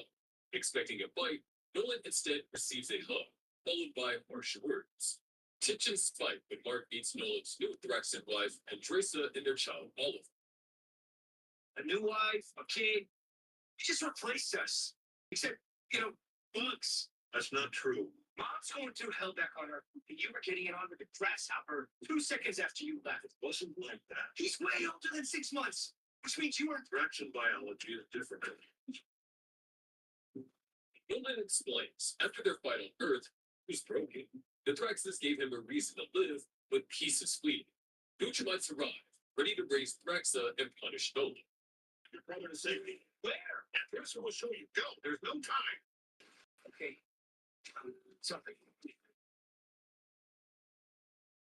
As chaos unfolds, Mark shelters Andresa and the child, clashing with the brutal Lucan, who defeats him effortlessly. Nolan steps in, kills Lucan, or so he thinks, and reaffirms his guilt over Earth. But Mark's idealism clashes with Nolan's pragmatism, and the debate turns to blows when Thraxon bodies pile up. Different. Stop holding back, or you're going to get us both killed. Not holding back. Yes, you are. She's trying to kill you, Mark. If you're not trying to kill her, you're going to die. Don't think. You need to fight like a Viltrumite. No. Don't kill me. If you don't do this, we're all dead. You, me, your brother, and every single person on this planet. When I took them. Mark bullets Thula as the brutal fight rages on. Nolan slams Vital's skull with a double punch that stops his head nearly to death. Thula stabs Mark from behind, but Nolan saves him by shattering her jaw. Just when it seems over, a surviving Lucan ambushes Nolan, shattering his spine with a flying kick. It's time to kill somebody. It's done.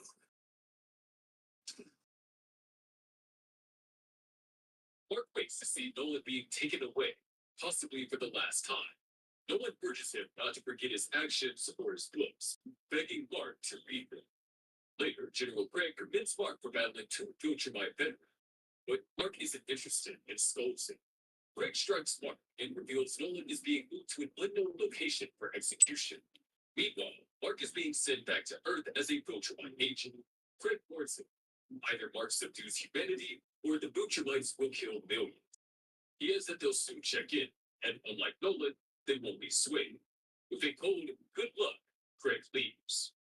After Nolan is taken away by the Viltrumites for his betrayal, a battered Mark Grayson is left on Thraxon, staring at the ruins of a nearly extinct civilization. Surrounded by survivors and a growing Oliver, Mark finds a glimmer of hope. None of this would If your father had been here, I wouldn't have son. If you hadn't been here, we both would have died. Threats and lives are short compared to yours. Our culture doesn't decide away. We only look forward. The next day, Mark, dressed in a Thraxan toga, helps rebuild the city. An elderly Thraxan named Dulsa encourages him to return to Earth. Back on Earth, Debbie comes home to find Mark and Oliver waiting. She's bitter, tired of Nolan's messes, and tired of picking up the pieces. Mark explains everything: Oliver's accelerating growth, Nolan's fate, and his own guilt. I can't just abandon him. In a brutal confrontation on Mars, Mark takes charge after Eve's shield shatters and the Guardians struggle against the mind-controlling Sequence. The Martian Emperor demands Shapesmith's execution for his role in the Sequent outbreak. Mark refuses. The team flees in a stolen Martian ship, and in classic Invincible fashion, Mark exits the ship mid-flight, single-handedly dismantling Martian pursuers in space. Back aboard, he hugs him. It's amazing. Thanks. Yeah, well, I trained with the best, right? On the other hand, Duplicate's death sends shockwaves through the Guardians. Mark attempts her funeral, quietly grappling with the burden of constant loss. Kate Shaw was a fearless warrior. Though her powers came from a family curse, she believed they were a gift to help those around her. That was Kate's real power. Despite that, he finds slivers of normalcy visiting Rex in the hospital, talking with Eve, and trying to patch things up with Amber. Back at HQ, the Guardians of the Globe are falling apart.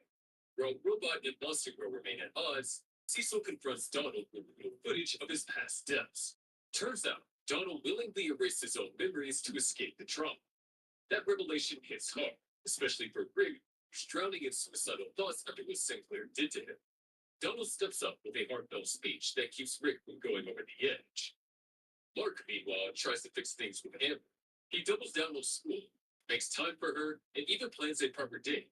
That's when Anissa, an elite Viltrumite, shows up. She threatens Amber, claiming the Viltrumites will save humanity, whether Earth likes it or not. She helps Mark fight off a sea monster, then challenges him to a duel showdown. Be with us. I'll meet you above us in the sky. Hey, Greg. I realize I will return there and everyone dies. Beginning with her.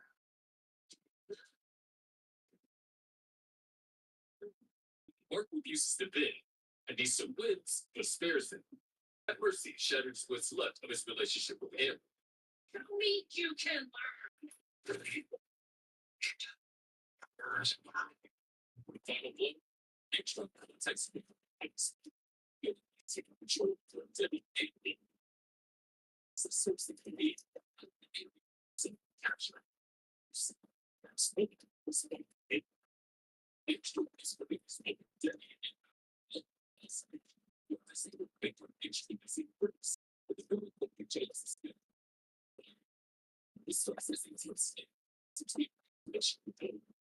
extra tables about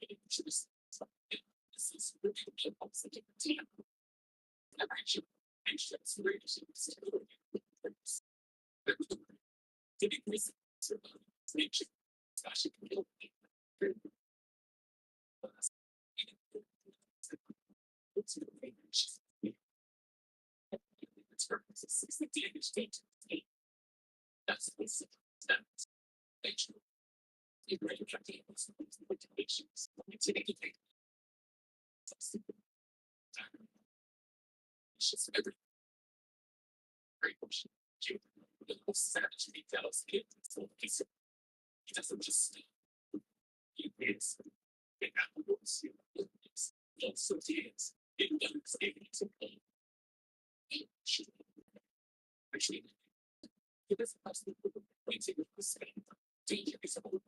It's the things it is just the question remains. Great. Over the last 90 days, Marks has undergone intense, no-nonsense training under Cecil's direct oversight.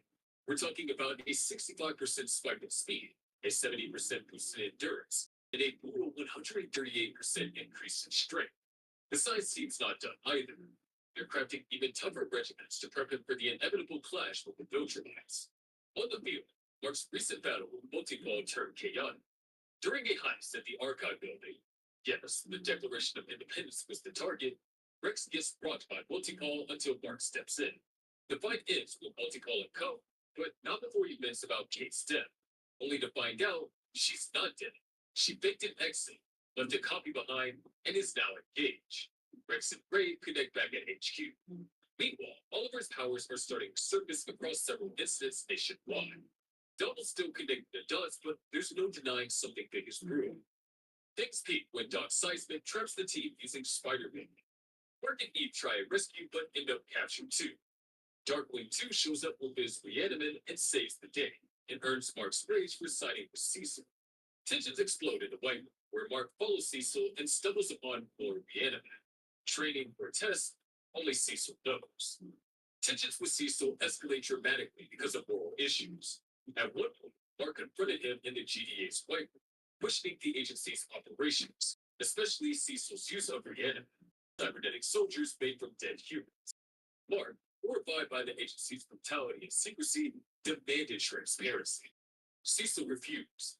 The argument turned violent as Mark tore through Reaniman units, forcing Cecil to unleash a secret weapon, a high-frequency sonic device implanted in Mark's skull during a hospital stay. The sound crippled Mark midair and brought him crashing to the ground.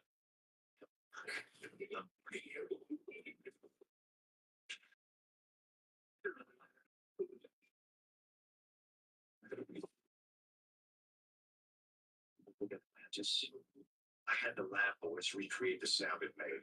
Turns out we could transmit it to your earpiece. Not that earpiece. The one we implanted when we're in our hospital. The one too deep to reach. So be reason. Despite Cecil's claims that he believed in Mark, the act shattered any trust between them. Mark fled to the Guardians of the Globe for help, begging Rudy to remove the implant. Cecil followed, demanding Mark's surrender. When negotiations failed, Cecil again triggered the device. The Guardians, witnessing Mark's agony, turned on Cecil's Reaniman. Rex destroyed the controller, but the pain didn't stop. A deadbed switch kept the frequency active until Rudy disabled it manually. In rage, Mark obliterated the remaining Reaniman. Meanwhile, GDA fallout spread. Several Guardians quit, disgusted by Cecil's use of Reaniman and the bomb he implanted in Mark's head. Rudy, Monster Girl, Rex, and the others walked out, citing broken trust. Back at the GDA, Cecil tried to rebuild, reinstating Darkwing and promising triumphs for replacement. But he couldn't dodge the question, what now with Invincible?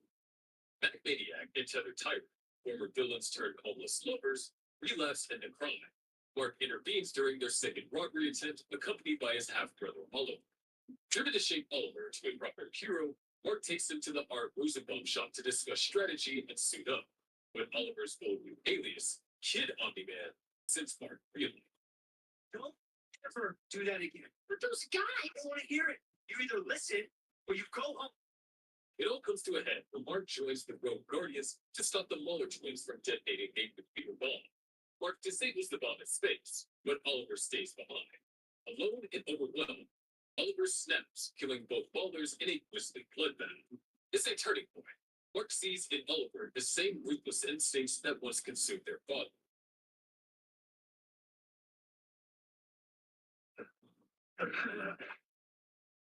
I didn't mean it. It was an accident. I didn't mean to kill them. I saved you guys. They're just stunned.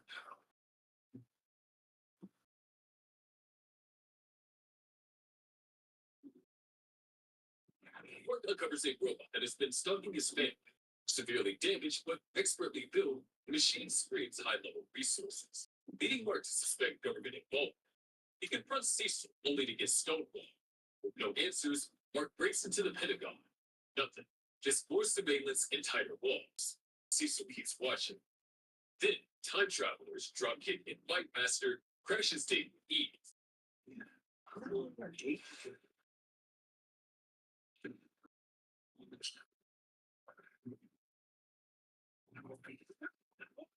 Where the hell did you take? Told you, the future. Take me back now. The duo, best known for stealing the Declaration of Independence, emerge from a portal in Paris. They beg for help. Mark says no, until he's forcibly dragged into a future timeline where America has collapsed. The country is now a totalitarian state ruled by an order. A once great leader turned dictator. Forced into rebellion, Mark faces Immortal in a brutal showdown. It ends with Mark decapitating him.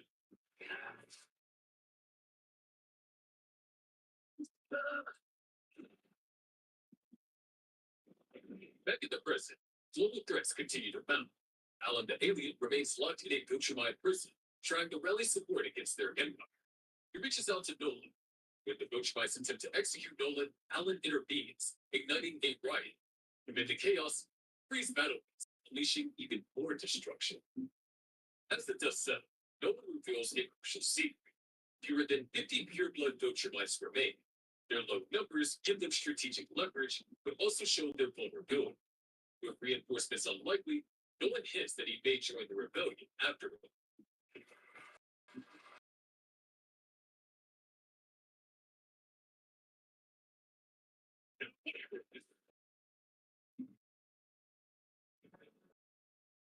Good to see you, man. Eve launches Invincible Inc., a new business venture under his superhero persona.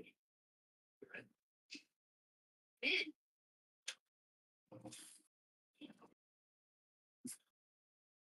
Mark's drawn into a bigger storm when Titan requests his help. The issue? Celia wants his assassin back, Multiball.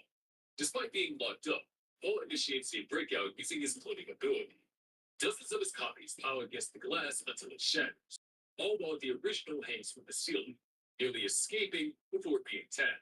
Kate later visits Paul, and their fractured sibling bond is explored in a flashback, one where their unchecked powers drove their father insane.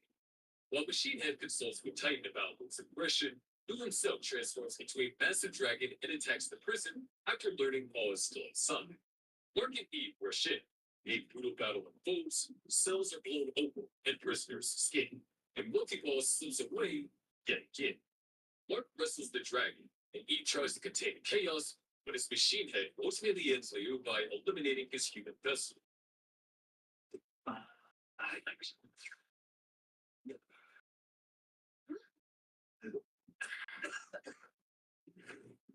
Titan survives and Misuyu doesn't, and Multiball, still out there, vanished into the wind. With the order shaken, Titan steps away, and Machine Head takes the reins.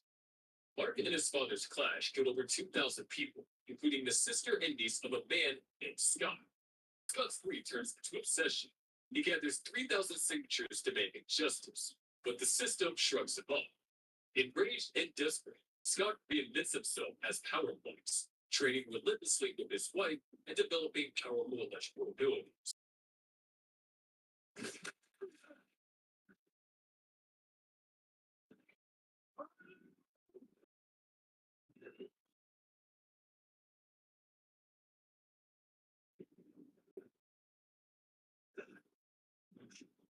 By day, he's a Pentagon researcher. By night, he stalks Mark, waiting for his moment.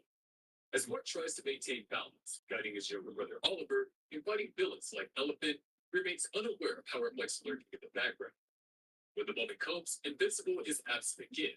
He steps in and defeats Powerplex handily. The Guardians arrest him, but he escapes shortly after. Things spiral with Scott, in a final act of desperation, kidnaps a civilian to bait Mark.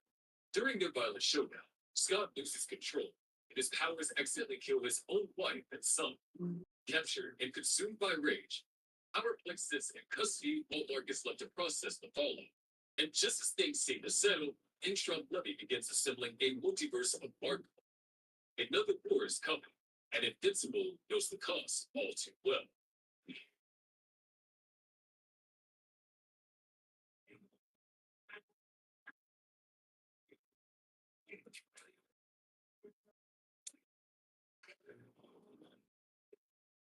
This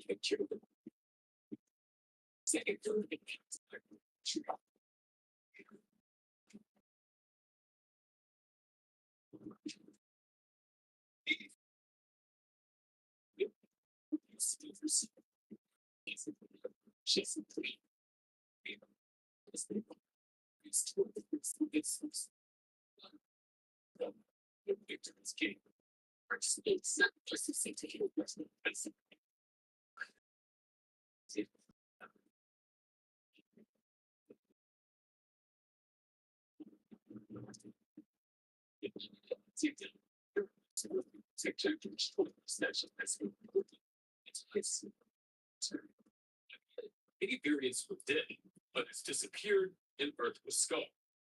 By day 3 of the Multiverse of War, there had already been lost multiple versions of themselves. The Chaos left only 8 alternative Invincibles alive: Sinister, Viltrum, Mohawk, Maskless, Target, Prisoner, Omni, and Dark. They hovered over the ruins of destroyed cities, summoned by Angstrom Levy to regroup at the Grayson House. Omni Invincible, resenting returning home. Dark Invincible, though, was nostalgic, claiming he still cherished the memories tied to the house. Mohawk Mark lost patience, snapping about Angstrom's delay, right before the villain arrived with his usual flair. Angstrom praised the destruction the Invincibles caused, saying they left a lasting scar on Mark's world. But things turned. When Angstrom ordered them to retrieve the main Invincible, Sinister Mark led the resistance, arguing the planet already cost them too many of their own. Mohawk Mark mocked the dead, calling them weak. Dark Mark brought up the deal. He was promised Denny from the main dimension. I came here to find Mom and bring her back with me. So, I think she did. Sinister Mark warned Angstrom that if he didn't deliver on those promises, they'd kill him. Before the material could fully ignite, Angstrom opened multiple portals. His drones ambushed the Invincible variants, tackling and banishing them to the Wasteland dimension, where he had once trapped the original one.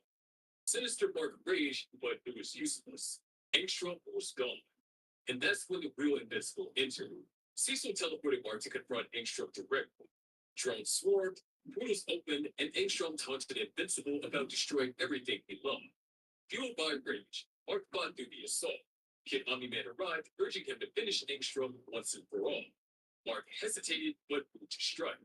At the last second, Angstrom escaped through a portal, though not without cost, as Mark severed his arm.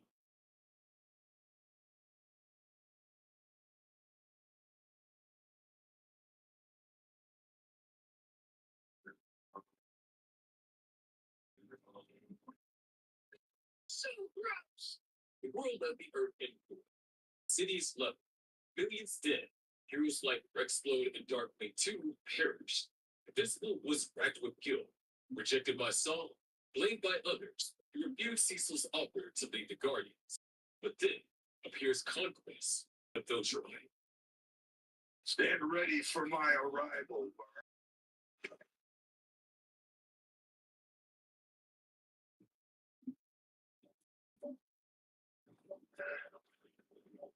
You were given orders. You were given time. You were given more leeway than most, and yet I find this planet unprepared for the arrival of our filter empire. This is a good time. The fight kicked off in the city, leveling streets, buildings, and anyone caught in the crossfire. Mark gave it his all, but Conquest had centuries of experience and no restraint. The clash wasn't just fist and blood, it was destruction on a massive scale.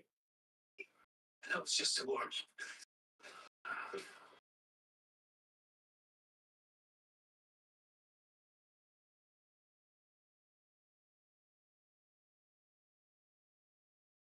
Mark's younger brother Oliver rushed into the chaos to help, but it wasn't enough.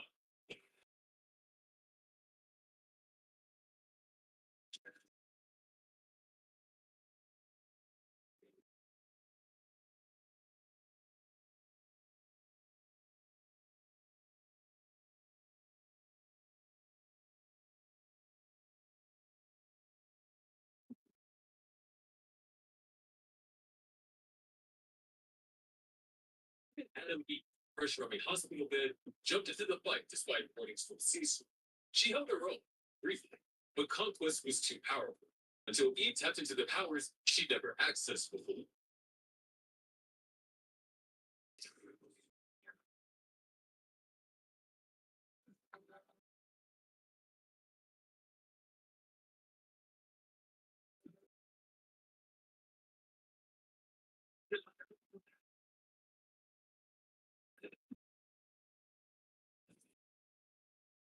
One massive energy blast tore through Conquest's skin, giving Mark the opening he needed to end it with a vicious headbutt. Enjoy yourself. Still having fun? Answer me. The good with the bad.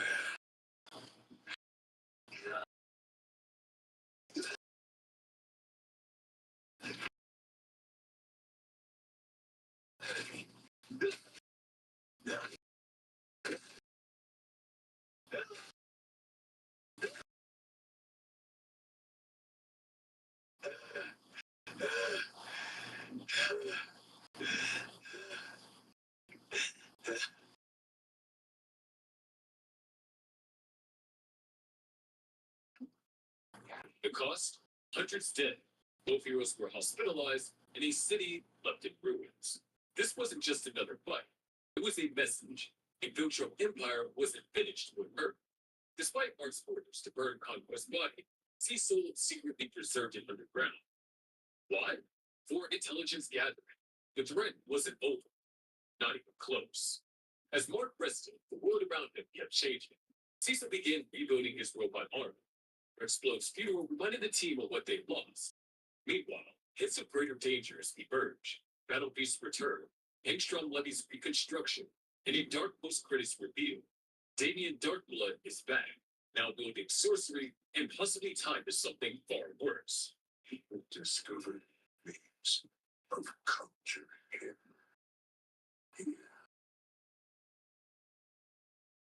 Mark Grayson may have survived Conquest, but what's coming next could be even deadly. Mark, Nolan, Oliver, and the newly recruited Tech Jacket join Alan the Alien on a mission to meet the coalition of planets. On their way, they're ambushed by 3 Viltrumites, the not-so-dead Conquest, Lucan, and a third unnamed warrior. A brutal fight breaks out. Oliver runs out of breath mid-battle and crash lands on a nearby planet. Conquest follows him, and just as Conquest is about to finish Oliver, Mark intervenes. What follows is one of the bloodiest fights of Mark's life. He kills Conquest, this time for real, but nearly dies in the process. Nolan and Oliver find his barely breathing body. Nolan tells Oliver that Mark will survive, but it will take months to recover. And while Mark heals, the Viltrumite war officially begins. When Mark finally wakes up, Nolan informs him that he was the one who defeated Conquest. Now recovered, the family joins the battle to defend Telstria, the Coalition's headquarters, from a Viltrumite attack. Suspicion brews. There's a traitor among them. Danius, the Coalition leader, rallies forces for a direct assault on Viltrum itself. They take the fight to the Viltrumite homeworld. There, Thula, a powerful female Viltrumite, slashes Danius. Battle Beast, Formerly Machine Head's bodyguard, now an anti-Viltrumite berserker, steps in and engages Thule. Emperor Threat arrives with reinforcements. Space Racer shows up too, along with Ragnar Reese, designed to fight Viltrumites. Mark and Oliver join the fray. Mark confronts Thrag, but is easily overpowered. Oliver tries to help, but ends up getting his jaw shattered and Mark torn off. Furious, Mark attacks again. Then Mark, Nolan, and Thaddeus charge the planet's core. Space Racer fires his ultimate weapon. The planet explodes.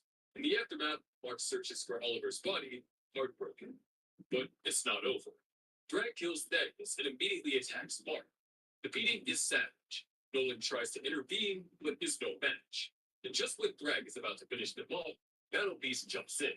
Still, Thrag overpowers him and resumes his assault. Omni-Man saves Mark, but only briefly. Thrag catches up, grabs Mark by the neck. Nolan intervenes again, and this time, Thrag impales him. Craig, another Viltrumite watching the fight, pushes why Thrag hasn't killed them. Thrag surprises everyone as he spares them. Mark and Nolan are rescued and brought back to tell Scream, as Mark wakes up under Alan's watch. Alan, now the leader of the coalition, updates Mark.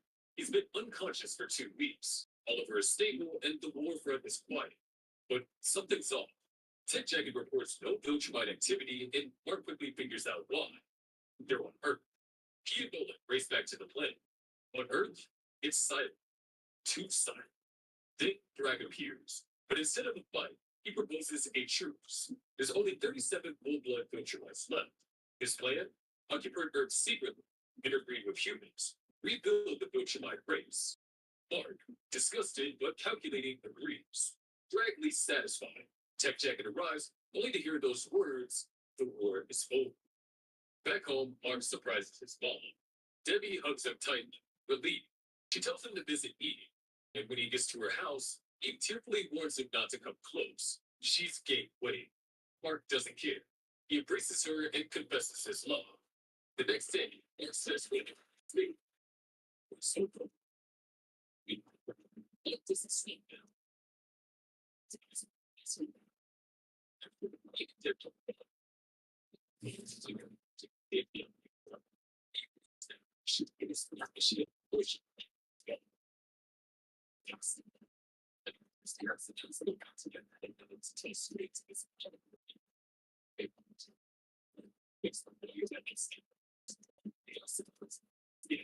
Something that the Washington surprises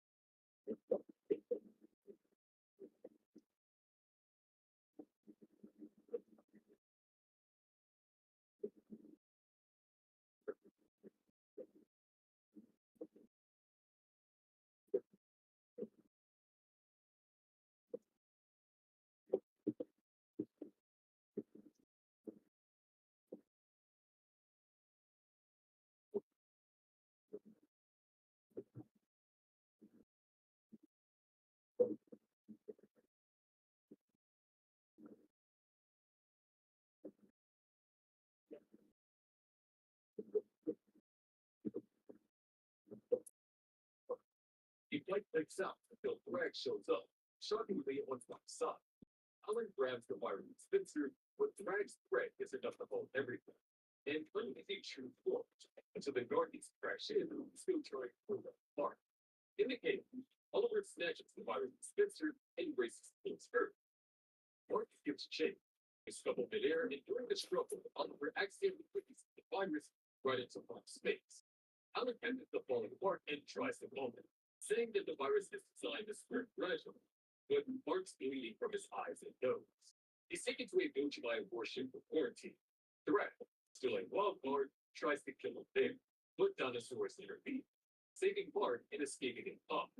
Mark reached the bond that dinosaurs risked everything for it. He realized the dinosaur food quite like empathy to what is pure life, something even Oliver is.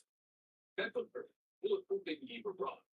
Alan and Oliver try to take down dinosaurs, but Mark intervenes and accidentally punches out, only to discover the virus had weakened. His invulnerability might be gone for good. After surgery at the Pentagon, Cecil confirms that Mark may never be invincible again.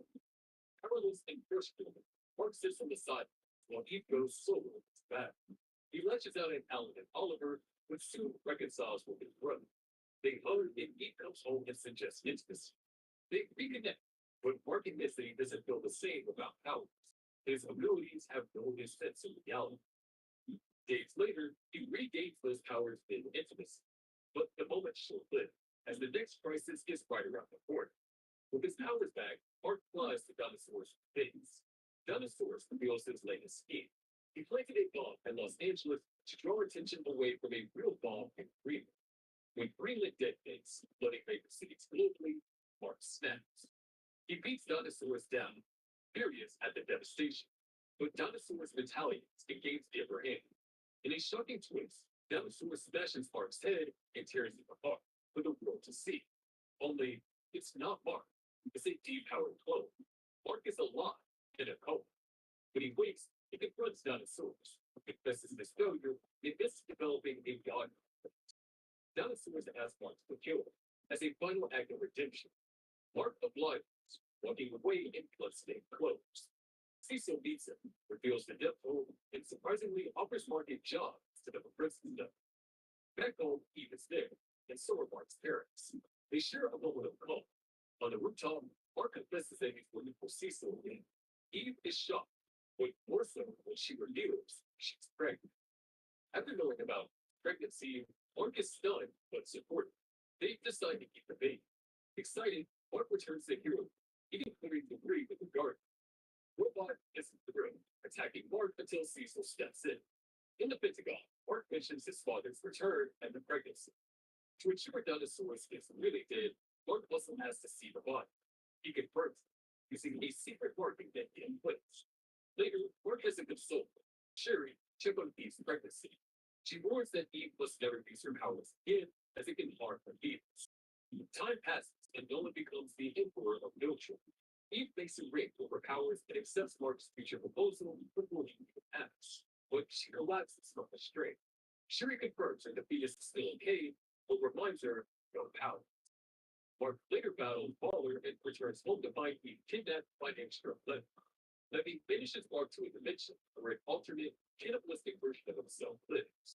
Mark is almost devoured when saved by Mohawk Mark, another variant. They return home, but Levy, changed by a conversation with Eve, surrenders. He opens a portal back to Mohawk Mark's world, and as the variant drags Levy with him, Mark begins tracking Levy down in the road. Back home, Mark finds his own room transformed into a baby. He visits the room with Nolan and shares the pregnancy news. At dinner with Nolan and Deborah, everything feels almost normal until it instantly appears. A new crisis brews. Mark heads off on a mission, but is pulled into a Magnemite invasion. Dr. Scythe attacks, but the monster is killed by Cecil. Mark confronts her, noticing she's watching him kill the Marcus. She confesses that she was watching him, kisses him, and then vanishes. Back home, Eve pleads with Mark to forgive Angstrom, but robots contact him with a portal. Mark, ignoring Eve's protests, heads off to the alternate reality. There, they meet a twisted version of Conquest, who leads them to Mohawk Mark, now torturing Angstrom. Suddenly, Robot turns. He kills Mohawk Mark, murders Angstrom, and leaves Mark stranded in a dimension. Mark hates being Mohawk Mark, cuts his hair, and convinces the Goofites to let him go. He finds an alternate robot involved. They agree to help him return home by creating a clone decoy. Months pass. The plan works, but a monstrous alternate monster girl ruins him.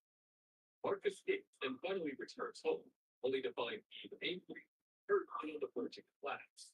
She's not wearing the ring anymore. She tells Mark it's over. He abandoned her. She almost lost their child. Mark tries to explain, but she's done. She tells him to leave. Flies off, heartbroken, declaring his love into the sky. Elisa appears, but she demands that Mark fulfill his rose cartoon. He refuses and she attacks. What follows is a brutal, horrifying scene as Anissa breaks Mark. He's left traumatized, broken, and alone.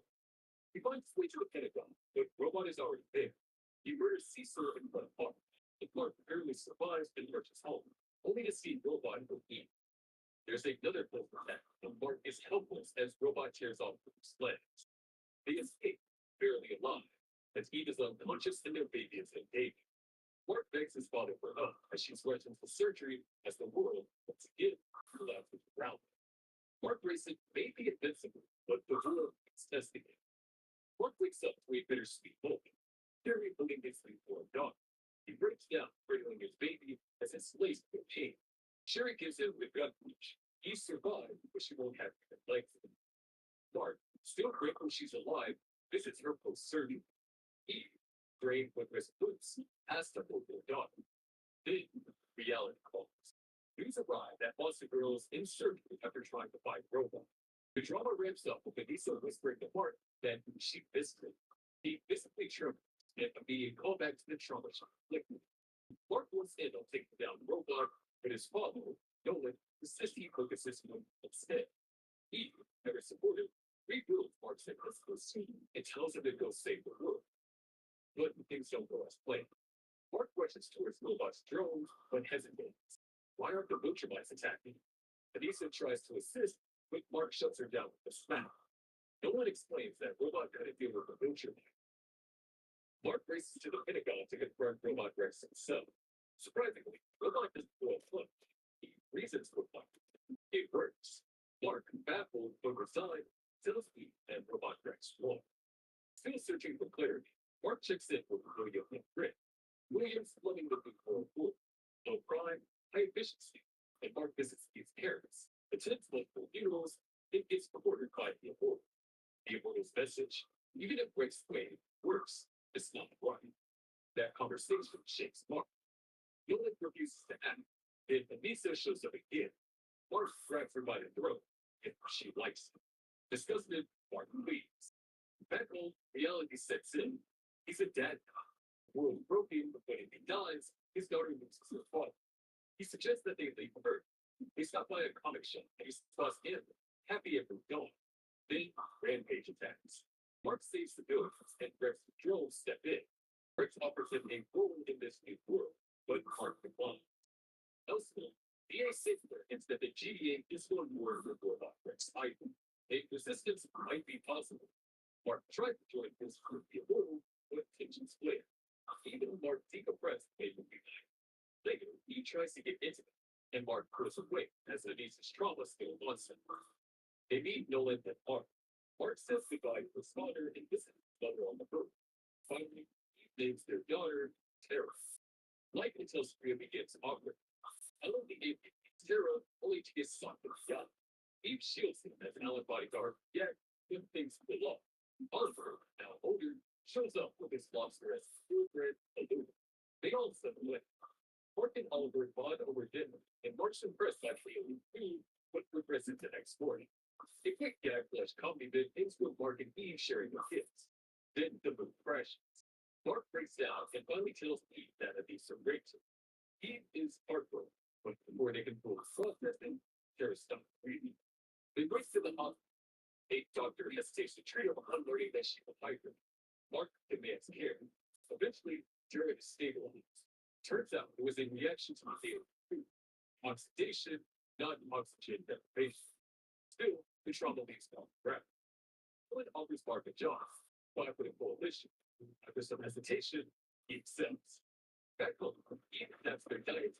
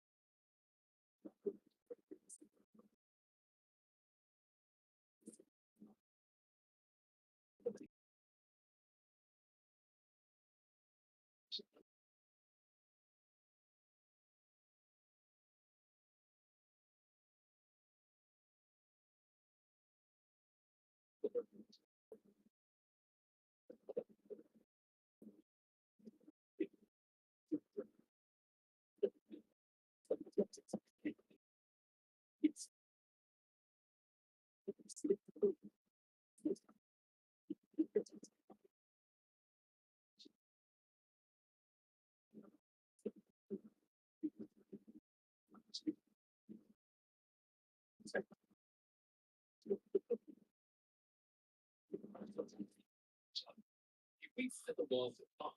She forgives him and he comforts him. They visit Alan, Nolan, and even Robot Rex. Rex, shockingly, has brought peace, even winning over villains. Only Ostagra and Odax oppose him, and Mark still doesn't trust him. He reveals that she had a bleed while he was gone. Mark understands, but it still stings. They try to resume normalcy, but soon they get ambushed by Mulan in person. Frog's hybrid Rex and Ultramite twins, and the only documented version of Silver. The twin target Terra. Mulan makes the first move, directing Terra, which pushes Mark into full attack mode. Eve grabs her and takes flight, but Ursula intercepts them in the air. Mark quickly disables Mulan and races to help, punching Ursula away. Eve urges Mark to take Terra since he can fly fast. As they flee, Terra begins to struggle to breathe at high speeds, forcing Mark to slow down. The hesitation gives Mulan a chance, and he seizes Terra and drops her. Panic, Mark rips free and races to fight, only to come across Eve battling Ursula. He slams Ursula to the ground. Eve believes that Terra is still alive. Together, they capture Uni. They find Terra, shaken but alive, next to Oliver's lifeless body and a waiting Bragg. Mark begs Bragg to spare his daughter. Bragg mocks him, claiming humans don't kill. In a shocking turn, Martin kills Mulan on the spot. Enraged, Bragg rips Martin. Ursula injures Eve, and the twins think that we're dead. But Eve moves up a miracle, healing them both. Seeing Oliver's corpse, Mark snaps. He declares he's done for evil. It's time to take down Bragg for good. Think Eve backs. This war just got personal. After uncovering Bragg's horrifying heart of hybrid Gilchumite offspring, Heartbreak and its allies return to the coalition of Earth. The message is clear. They're about to face the most dangerous threat the universe has ever seen. Knowing what lies ahead, Mark and Eve get big, solidifying their bond before heading to a war that could make everything. This is the war for an all-out final conquest. Earth's greatest heroes, the coalition, of the loyal Gilchumite rally behind Nolan and Clark, take on Bragg and his 1,000-strong force of Hill. The war is over. Both sides suffer massive losses, but Bragg doesn't care. He sees his children as tools, not people. His obsession with revenge against Nolan and Mark blinds him to everything else. Eventually, his own children realize this and turn on him, abandoning their tyrannical father and his moment of madness. In the climatic battle, Bragg wordly proves Nolan, forcing Mark to face his greatest enemy alone on the surface of the sun. In a brutal showdown, Mark emerges victorious, finally killing Bragg and saving the universe.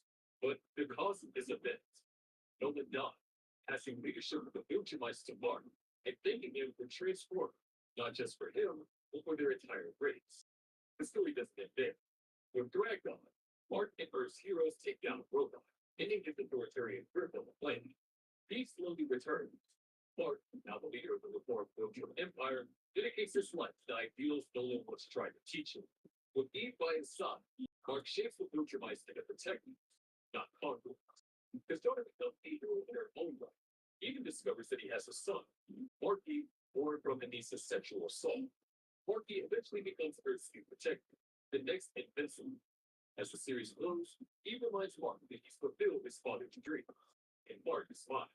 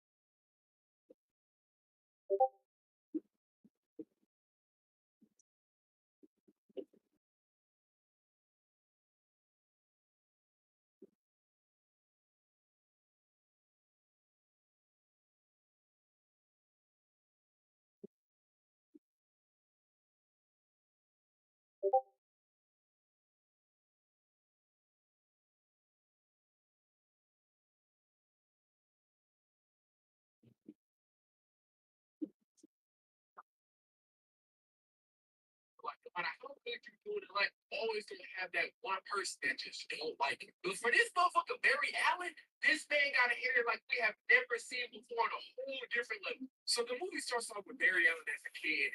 Hot ass fucking god damn. And look, I don't give a fuck what nobody say. That's a good ass thing right there. So they stuck in the middle of God knows, just trying to find any type of service from somebody. So then little Barry goes on his way home looking happy as hell. This man out here kicking leaves and dragging the sticks from the fence. That's how you know he had a good attitude. But unfortunately, we're not even 1 minute into this movie, and this is all the happiness that you're gonna get because from here on out, it's nothing but depression. So as far as the first thing that this boy sees when he goes, his mama just laid out dead. Like, I don't know what it is about DC, but these kids' backstories is just sad as hell. So we fast forward and Barry's now a grown ass man, and he's visiting his mama's grave, and he blames himself for her death, talking about, man, if I was just a little bit faster, I could have saved her. Like, bro, what the fuck would that have done if you would have just came home and got your ass shot or stabbed right by her ass? So then he gets a notification that some shit is going down at the Flash Museum, which, by the way, how the fuck do you have your own museum and you're not even dead yet? Like, dog. What the hell do I gotta do to get my home museum while I'm still alive?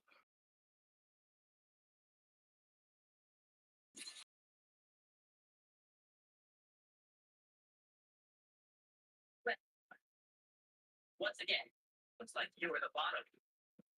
Take the top. Okay. What did this nigga just say? It's like you were the bottom. Take the top. Oh, yeah, get this freaking ass motherfucker up out of here. So all the Flash's haters team up to try to get this man and take him down, which, by the way, you telling me it's motherfuckers to get blamed, man? Like, y'all could have did the Lindsay bullshit. Hey, turn, look, it's gonna be worth though. But sadly, it doesn't matter how great you are, how fast you are, or how strong you are. There's only so much shit you can do when you can jump off 5 motherfuckers and he gets caught in the trap. And then the Flash's biggest op of all time was like, I knew using these morons to put you off your guard. Hey! They're motivated by greed. They lack the commitment, the absolute focus to kill me, erase you. I'm gonna bring the shrine to your ego down on your head, along with 10 square blocks of Central City, and everyone around. But you know what? You gotta hate somebody not just want to off their ass, but to just straight up erase them like dog. That's some next level hatred. What? What are you talking about? We didn't bring any bombs. Oh, but I did. It's me you want, Paul. You don't have to kill thousands of innocents to bring me down. No, I don't. But I choose to. Knowing it will make your last moments goodbye. What is wrong with this nigga? Dog, you gotta be to know that you ain't gotta kill somebody, but you shoot them anyway, just to spite another nigga. Ladies and gentlemen, we are witnessing the Michael Jordan, the Michael Jacksons, the Tom Brady's, the Tiger Woods of here right now. Like, if somebody is doing all of this just to get me up off of this earth, you got it. You got it. Just make it wait. So then the reverse Flash reveals that he pretty much plans on blowing up everything in the city. And this motherfucker's so crazy that he plants a bomb on all 5 of these dudes without them even noticing. So Flash like, man, fuck all that shit. If I'm gonna die, bro, you finna die right with me. So he does some broken ass shit and transfer this gooey substance onto Reverse Flash. Yeah, you got no choice, Stone. Disarm the bombs, or you blow up with us. Very well. If it means shattering your golden throne in history, like you're doing forever in the city's darkest hour. I like price to pay. There is no motherfucker alive that can out hate this dude right here. How do you out hate this hate? This man is willing to put his life on the line if it means ending the black. That is pure hatred right there. Like, bro, this is the straight definition of a fucking crash out, bro. Like, you can't do shit like this. Why did the nigga the top the motherfucking Justice League pull up with this spaceship? Oh my fucking gosh, Superman. Who the fuck is this?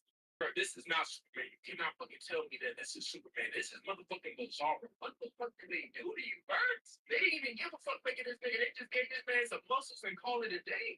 Everybody pulls up and they all trying to figure out, well, how the fuck are we supposed to stop these bombs? One of them uses a little snitch lasso to try to see if there's even a possibility of stopping the bomb. The Reverse Flash, like, well, fortunately, you can't stop the bomb. Y'all just gonna get blown up together. So they conjure up this plan to take all 5 of these things along with the bomb as far out as possible to try to disarm. Which I ain't even gonna lie to y'all, the list that these heroes are going through to save these villains is just beyond. Like, if I got 5 on me, bro, I'm taking all 5 of these dudes as far up into the atmosphere and let their ass blow up. Like, fuck all they trying to save them shit, bro. They get blown up shit. Natural selection. Fortunately, though, everybody finds a way to disarm each of the bombs. And Flash does something that I can't even articulate what the fuck this man does. Like, he takes super speed to a whole nother fucking level. This man is some shit. He Kamehameha attack and disarmed the last bomb. And even after this man lost and is in handcuffs, he still finds a way to hate on the Flash, talking about, oh, my boy now enjoying little victories. You can't save everybody. Like, bro, your name is Stone. Like, shut the fuck up. So the Flash gets pissed off and he just starts running to blow off steam. But this motherfucker starts running so fast, he just disappears and then wakes up in the office. Then he turns on the TV only to find out that the guys that he just took care of already out fighting again. So he's like, I bet. Let me go with the ass again.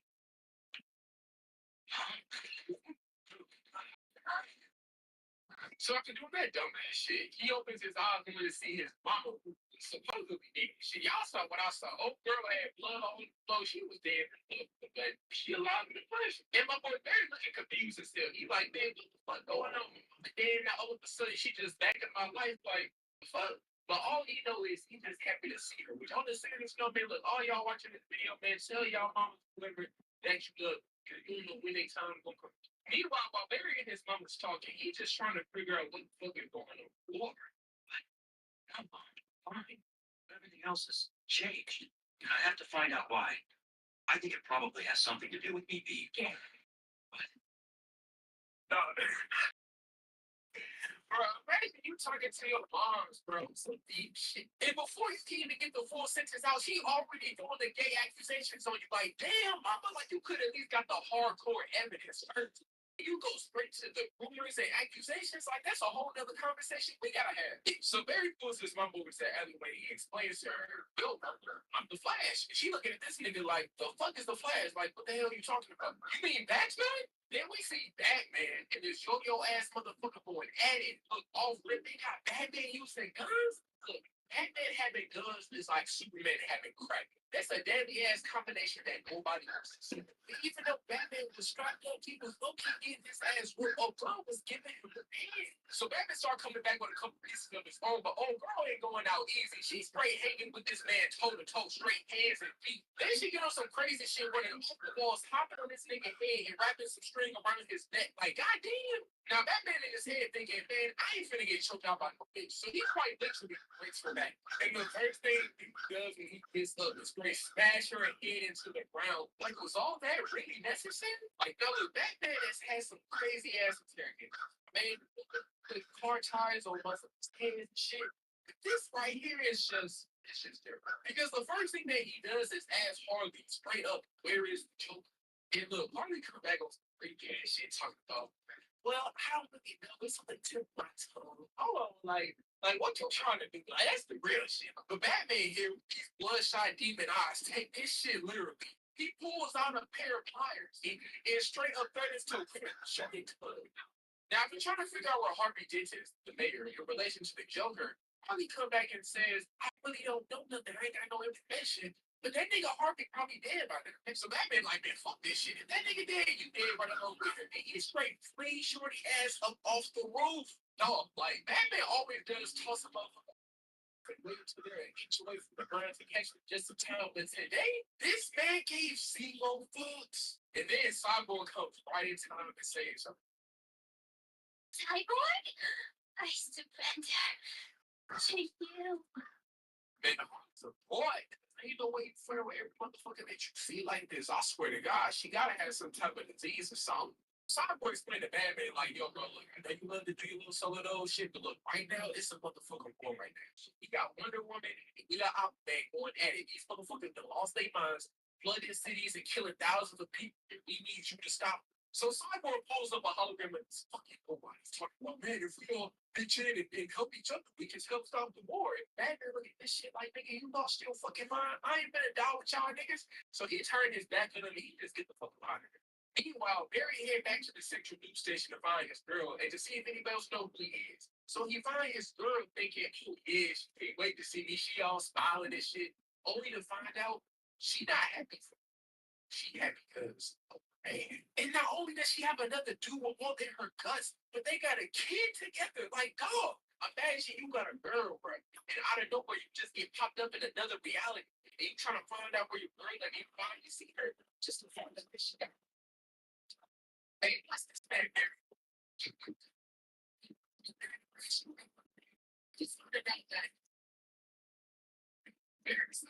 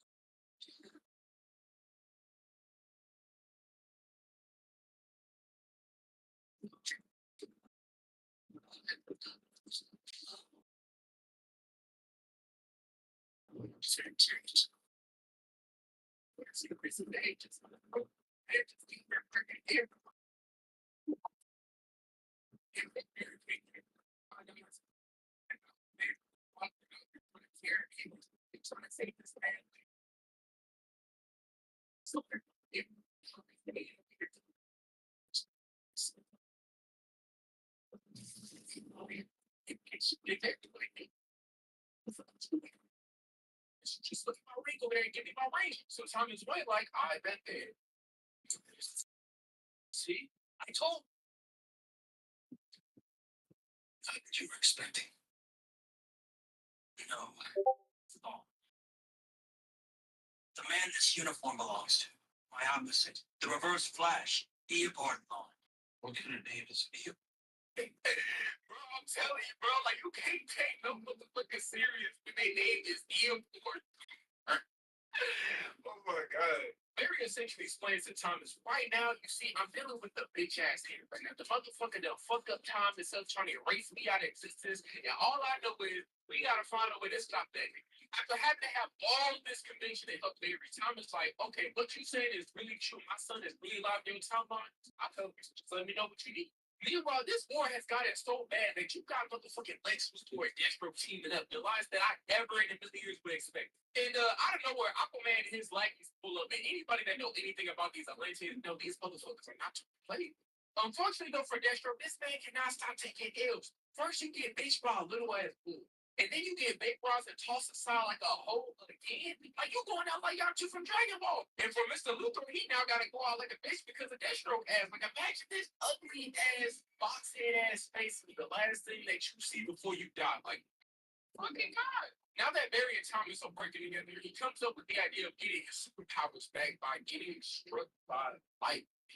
Even though that this sounds like a terrible idea, you have to keep in mind that the world of superheroes, anytime that a catastrophic event happens, there's a 10 out of 10 chance that you're gonna get some superpowers along with it. Thomas get Barry all connected, making sure everything good, waiting for this big ass lightning to strike. And Lord and behold, lightning struck. Unfortunately, lightning did not just strike because after getting struck by lightning, he got burnt the fuck up. But just imagine this. You get strapped down to a chair with the intentions of getting superpowers. You not only get struck by lightning, but then you get burnt alive to damn near death.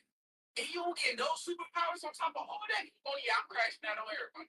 Cyborg starts talking with Barack Obama about the conflicts of the world and shit. And Barack over here talking about, well, Cyborg, I really fuck with you, but you know, Lex Luthor, Deathstroke, they all dead, bro. And Batman ain't really fuck with you. So we gonna have to do what the fuck we gotta do. Cyborg starts pleading with Barack over here talking about, President, please don't send the military. They're just gonna get fucked up. They already know our location. And Barack talking about, well, son, as a nation, that's just a chance that we have to take. After a long ass time of waiting, we get some backstory of how the fuck this war even started in the first place. And then Beef Neck over here was like, man, I'm tired of my girl. He starts fucking Wonder Woman. Now look, I'm gonna keep it all the way 100. I don't blame Aquaman now one bit. I would have done the same thing. Wonder Woman is bad than a motherfucker. May not agree, but I definitely understand. Now here's the thing: if you gonna cheat, at least be smart about this shit. So Shorty walks in and see tongue all in each other, and momentarily she crashes out. And this is where Shorty fucks up because instead of going to Aquaman and confronting him about the cheat, her ass goes straight to Wonder Woman. Don't say shit to her and already tries to kill her. And well, since Wonder Woman is fucking Wonder Woman, the female Superman, she decapitates Shorty head off like it's nothing. I just don't understand why the fuck would you do that? Motherfuckers get cheated on, and instead of going to, their spouse, the one that went out and cheat, they want to go after the side piece, like, bro. But this is where everything just goes south because Aquaman and his people find out, and then next thing you know, it's a whole fucking war. And when you really think about it, this whole entire war is Aquaman's fault because now that his girl dead, he wants to fucking go to war for her. Like, where was this energy when she was alive? You was sticking your tongue in Wonder Woman's mouth like it wasn't no tomorrow. But now that she dead, you want to claim her like she was yours. Like, man, get the fuck out of here. Then we see Bruce's parents in the alleyway on that terrible night. And unfortunately, Bruce isn't the one that gets to live. He's the one that gets shot. And Bruce's mom is the Joker. Like, what the fuck? I see why Thomas is so bad all the time. Shit, I'll be angry too. Barry wakes up looking like goddamn Anakin Skywalker when he was burning Mustafar. And he tells Thomas, yo, I'm remembering everything from this timeline, but I'm forgetting everything from that timeline. We gotta hurry this shit up. So Thomas looking at him like, okay, what the fuck we supposed to do? This man sits up on some G shit and looks at him and says, hey, what the fuck you think? We try it again. And that's exactly what the fuck they do. They try that shit again and look, Barry a real ass nigga. Because ain't no way I'm finna get struck by lightning twice to try to save humanity. Look, after I got struck that one time, I'm good. It's been nice to know y'all nigga. Flash gets struck by lightning again. And he enters what I like to call the soul. But in the process of this, Thomas gets blown away by this force, speed force, lightning shit, whatever fuck we call it. He gets blown away by it. He's sent out the window with these sharp ass spikes just conveniently sit right there on. So Barry gets on his ice scan shit. He going right to the motherfucker. He's showing all the shit going fast as fuck. He's trying to prove himself. Hey, I still got it like that. Meanwhile, back at the mansion, Barry recovering from his injuries after getting struck by lightning twice. He gets his little super suit back, and Tommy's like, hey, yo, bro, why don't you go for a quick run? See how you feel. In the process of running, Flash tries to garner up enough speed using the speed force to try to break the time barrier. Then he realizes, like, fuck, man, I'm like something Shaq right now. I'm just not in my prime. Subsequently, Barry and Thomas meet back together to figure out why the fuck Barry can't use the full speed force because without it, he can't go back in time. Then Barry comes to the conclusion that since he can only use a fraction of the speed force, there's somebody out there that's blocking his access to fully use it. That's when he comes to the conclusion, yo, Thomas, I think I know who it is. It's gotta be that dicky ass nigga Thor. So Flash comes up with the idea that since he can't fully use the speed force, that only leaves one person. Superman. They go to the same meteor crash site that's in Flash's timeline to figure out where the fuck Superman is at. And that's when Thomas calls Cyborg up because he knows Cyborg worked fucking fast, man. He's working with the government officials, and they asked trying to cover up this meteor crash like it wasn't no aliens exist. And Thomas like, no, nigga, no aliens exist, and you gonna lead us straight to them. But as y'all know, nothing in life comes free. So Thomas decides to join Cyborg's little revolutionary cause at the price. He takes the damn team, starting with the Flash. They hack into the military to try to find Superman, and unfortunately, this timeline, Cyborg really picked up a big bitch. So he kind of going hesitant, like, I don't know, guys. This seems kind of dangerous. But Cyborg goes along with them anyway. He tells Thomas, he's like, yo, man, I don't know what changed your mind, but look, I'm glad that you're here, man. But you were outside. Thomas looking at this man like, you know, shut your soft ass up, nigga. We got a motherfucking mission to do, man. Focus. After going through like 20,000 doors, they find Superman. And, oh my fucking God, they turn him into a motherfucking crackhead, bro. In the other timeline, he looks like the fucking Rock, but in this timeline, he looks like a crackhead. They carry Superman out trying to get this man some goddamn sunlight because God knows he needs it. This man is looking terrible. Look, they make it outside to the sun only to get ambushed by the Vegas, of course. So Cyborg is trying to play with them like, y'all, they knew the kid had to torture this innocent dude for no reason. Like, did we work something out? But of course, these niggas ain't trying to hear shit because momentarily after these niggas just start pulling out the straps and blind their ass up. And then this thing pulls out an RPG. I'm provoked, like, God damn, nigga, what the fuck they do to make you that mad? But they try to backdoor Cyborg and blow this man up with the RPG at point blank range, which takes a crazy amount of hatred to do such a thing. But thanks to the sun, it reminds Clark who the fuck he is. He starts barbecuing niggas with his eyes. The Flash ends up having a seizure due to his memory starting to collapse, and he wakes up in where the fuck house this is. Cyborg then tells everybody because the president's such a dumbass that both their attacks on him are scary and the Atlantis both that thing. And because of that, there's probably going to be this great big ass war in Washington, D.C. We're awesome. And then this nigga Thomas like, you know what? On that note, tell y'all little ones y'all love them, but I'm gonna do it's been nice on y'all. You know, y'all be easy, you know. At this point, the Flash thinking everybody shit. You like, look, man, y'all get down like some bitches next time. Superheroes where I'm from. I don't care. We gonna be the strongest motherfucker to ever live. We gonna fight that fight. So as long as I'm here, we not gonna do none of that bitch made shit. They look at each other like, you know what? Fuck it, let's do this shit. Well, Aquaman and Wonder Woman get ready for World War III. Everybody else in the planet get ready to land. But before they can even do that, the Atlanteans already what they did, shooting them out the sky and shit. So they like, you know what? Fuck this bitch shit. It's everything for themselves. Now at this point, we just trying to get this bitch. It's bloodlust, killing each other, stabbing each other. Aquaman and Wonder Woman at each other's necks, just trading blow for blow, out for blood. It's the motherfucking fight of the century. So Wonder Woman says, fuck fighting bears. So she dive bombs straight into Aquaman and takes this nigga out. And right as Wonder Woman's getting ready to end this nigga, Aquaman's like, this man turns into a WWE specialist. Because tell me why he hits Wonder Woman with the most disrespectful combo I've ever seen from this man. He takes his head, trips over Wonder Woman, and he hits her with the drop elbow into her back, not only cracking her spine, but then he hits her with the most unnecessary punch. Like, dog, you don't even have to do that, right? You just tell that shit was personal. But then if you don't think that's enough, he takes her goofy ass, turns into the Hulk, smashes her, and then tosses her goofy ass all the way across the room. And then out of nowhere, the Flash just starts fuck out, and then the whole thing out. That man, shit, even hopeless kids, aka Shazam. So while Shazam or Captain Marvel fighting Wonder Woman, everybody just started gaining up.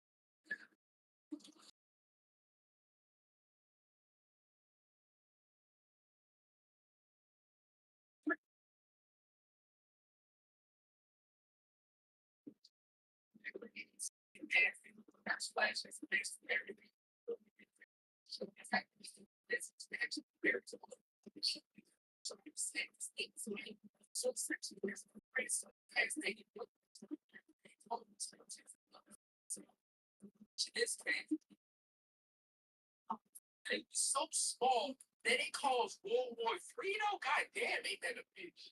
I just wanted to save her. Hero. How noble. Oh, wait. You didn't stop JFK from getting assassinated. Make sure Hitler stayed in art school. Your mommy. But just when things can't get fucked up enough for this nigga, this man is forced to watch all his allies die one by one. First, they kill off my nigga Simon. Then one woman gets the little orphans to turn back to themselves. So, like, you know, battle's over, right? They're fucking kids. No, Wonder Woman takes it upon herself to kill a fucking child. But it isn't over yet because at this point, Wonder Woman, like, you know what? I'm gonna kill everybody. So she kills Aquaman. And while this man is done, he's like, you know what?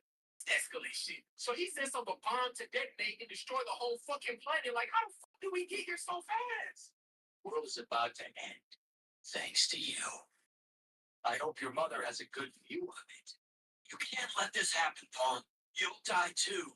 As you say in this era, totally worth it. Bro, this man is the definition of a straight bitch. I've never seen somebody willing to crash out so hard like this nigga throw. This man is going to blow not only himself up, but other people along with him. He's going to fuck up time periods.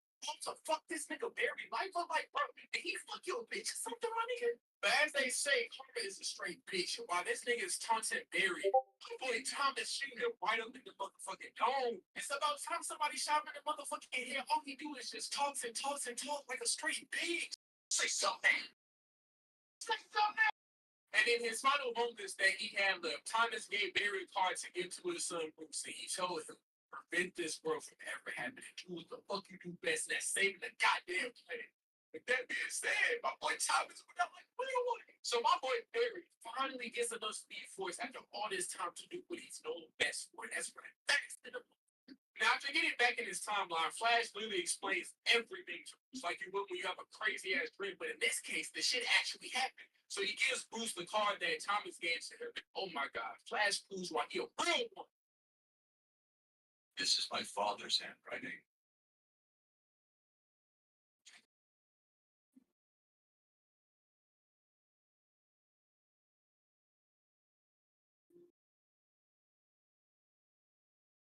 You're one hell of a messenger. Thank you. And then this man get on his light skin shit again, and he start running fast as fuck for no reason. This motherfucker just randomly decides, yeah, let me just start running on buildings and jumping across buildings like I'm the fucking Hulk. Like, bro, we get it, you're fucking fast. Yeah, light skin ass nigga.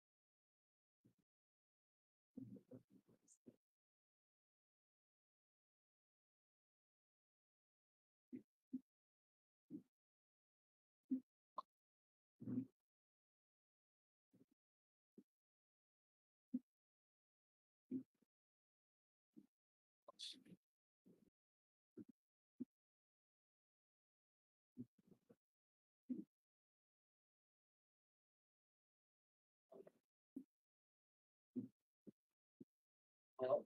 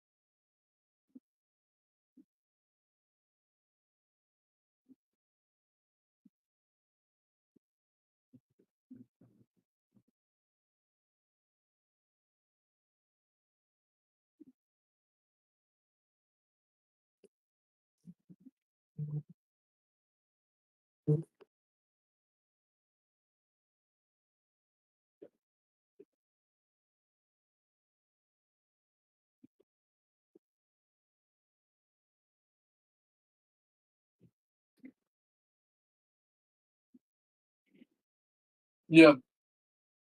Hello, good morning. This is Chris from Metro Region with Griffin.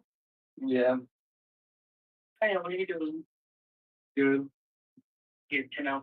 The reason of this call, we would like just to check in ahead of open enrollment that starts on November 1st. We would like just to make sure that you're getting the most out of your current plan.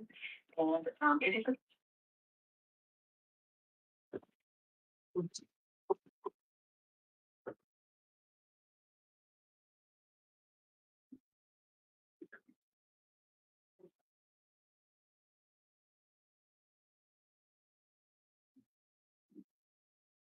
What the fascination is with people at the beach, like they just gotta crowd around so much. Like, do people really just like need to get in the water that much, man? Like, just go take a fucking shower, dude. Like, like So they offered to give him all this money. He declined. Because he knew the money came with strings attached. That was a double or nothing. Look, the Zionists gave him all this money thus far. He's having doubts. Well, we've aside those doubts by dropping literally a pallet of cash. Double or nothing. Will you work for us? Yes or no? Said no. They said, come to Israel, flee with me. Charlie Kirk said no. Now he's dead. So they offered to give him all this money. He declined. Because he knew the money came with strings attached. That was a double or nothing. Look, the Zionists gave him all this money thus far. He's having doubts. Well, we've aside those doubts by dropping literally a pallet of cash. Double or nothing. Will you work for us? Yes or no? Said no. They said, come to Israel, flee with me. Charlie Kirk said no. Now he's dead. So they offered to give him all this money. He declined. Because he knew the money came with strings attached. That was a double or nothing. Look, the Zionists gave him all this money thus far. He's having doubts. Well, we've aside those doubts by dropping literally a pallet of cash. Double or nothing. Will you work for us? Yes or no? Said no. They said, come to Israel, flee with me. Charlie Kirk said no. Now he's dead. So they offered to give him all this money. Candace Owens was dropping bombs tonight on her most recent episode. Why are they lying about Charlie Kirk? Revealing that Bill Ackman, one of Charlie's biggest donors, gave the FBI $1 billion for a reward to whoever identified the shooter. And now that money is going to the alleged shooter's dad. Watch this. Not clear to me is that the story that we were told was that Tyler Robinson allegedly, after speaking with the pastor, his dad turned him in Bill Ackman from $1 million, right? Thanks, Bill. He really cared about Charlie. That money is now going to the father of this child, who, after prayer and speaking to a pastor, they're saying, okay, well, he turned himself in. That we were told he turned himself in. Now we're being told that actually he hasn't confessed. So I'm just wondering, how do you turn yourself in without confessing? Because if I say my kid did it, that's enough for an arrest. Mike Robinson was being called the father of justice, and we were told that he was involved in law enforcement. But now we know that's actually not true at all. In fact, Robinson operates a family-owned construction company. The Washington County Sheriff's Office even had to issue a statement to clarify, saying Deputy Matt Robinson is not connected or related to the individual apprehended last night. But of course, the media wanted you to think that he was. Now, Candace Owens made many other claims about Bill Ackman on this episode, and he has taken to Twitter to vehemently deny all. He hasn't denied this. I mean, it's totally normal, right? For just a good dad to turn in his son and then get $1 million. As always, I want to hear what you think about this down below. Candace Owens was dropping her.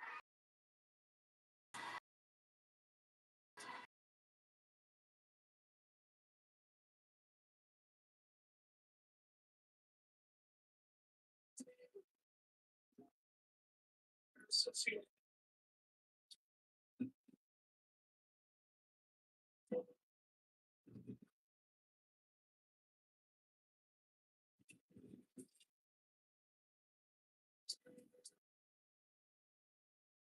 This song is really gonna challenge your coordination.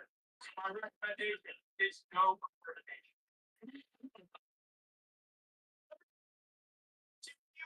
If it speaks to you.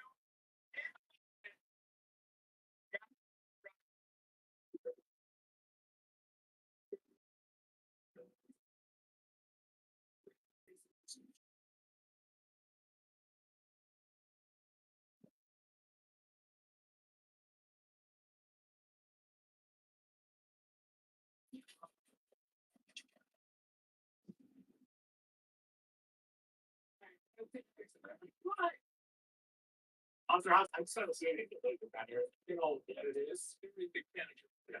So I think. I was here, you know, I will. You, that's gross.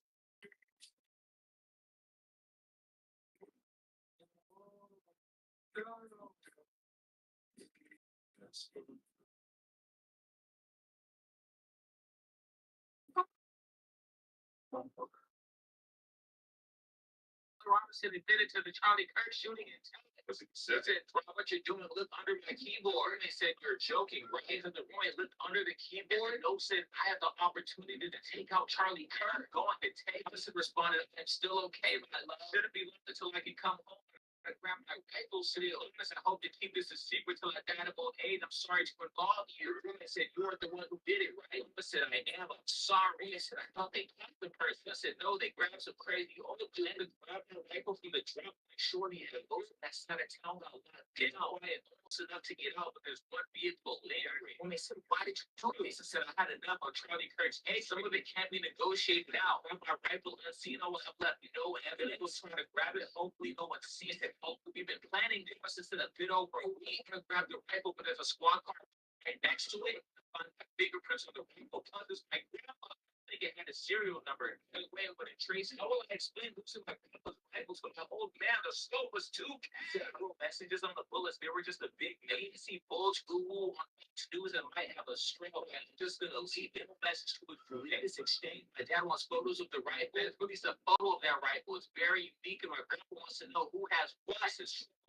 My dad is a diehard. I'm gonna turn myself in willingly because he keeps calling me. I'm not answering. All I worry about, love. Don't take any interviews or make any comments. Please ask me questions. Ask the lawyer and stay silent. Also reported that the man is a biological male and also trans. I don't believe those messages at all. No one's even seen this roommate. Sad love story. Those reactions are saying this sounds like a boomer of it. 2-year-old person was car is illegal. Ella Robinson is in court for aggravated murder. State attorney says that he's prosecuted. He can get the dick. So maybe supposed to get a less per se. You know, worse one because they can make it more simple.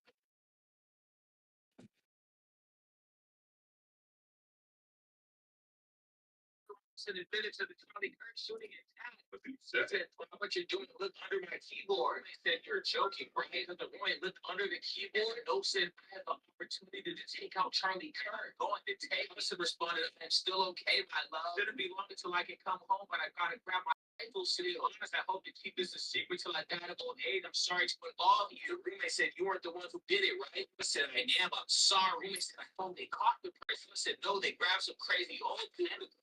People feel it dropped and shoot the guy. Some of the kids are very good. They said,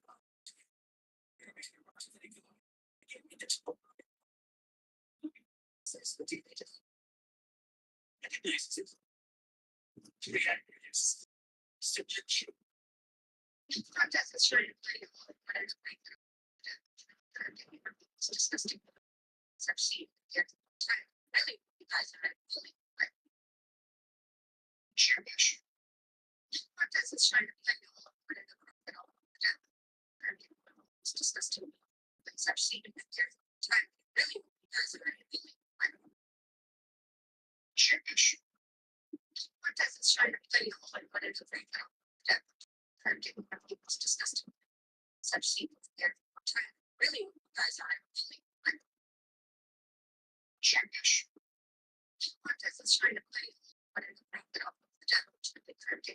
it's disgusting. Such scene. Really, you guys are like Champish. I'm just trying to play all and put it.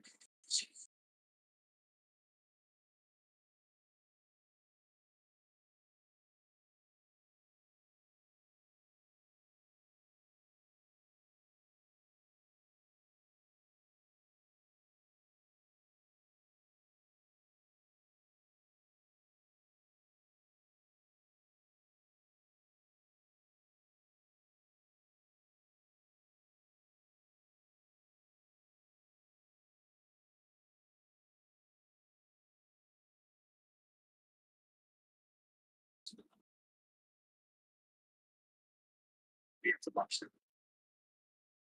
And I'll see you in Valhalla. Who put that? Was it New Chelsea? Yeah, that was a banger. One last thing. We have to watch now. And I'll see you in. Yeah, I'll get something to drink. Yeah. What kind of you Water's good. Got a water? I don't think drink beer too. I'll do Coors Light. Where's it? Just one. Unless you wanted one too, like I gave you one. Just one, yeah. $4, okay. Dolphin's pretty cool, right? Yeah. Yeah. Bad. Please take my sport. Yeah. Cool. They do it pretty nice. Pretty nice. Yeah. Thanks. Yeah. Maybe I could get your like Snapchat if you. No. Yeah. And thank you for the course. It's great though. Thanks. Promise you rejected, man. It's great. At least I got a rainbow. Yeah. At least we got a rainbow. We got a rainbow. Let's make some money. It's a rainbow. Gotta hit that. Or against the floor stand. No, but you're crazy. Well,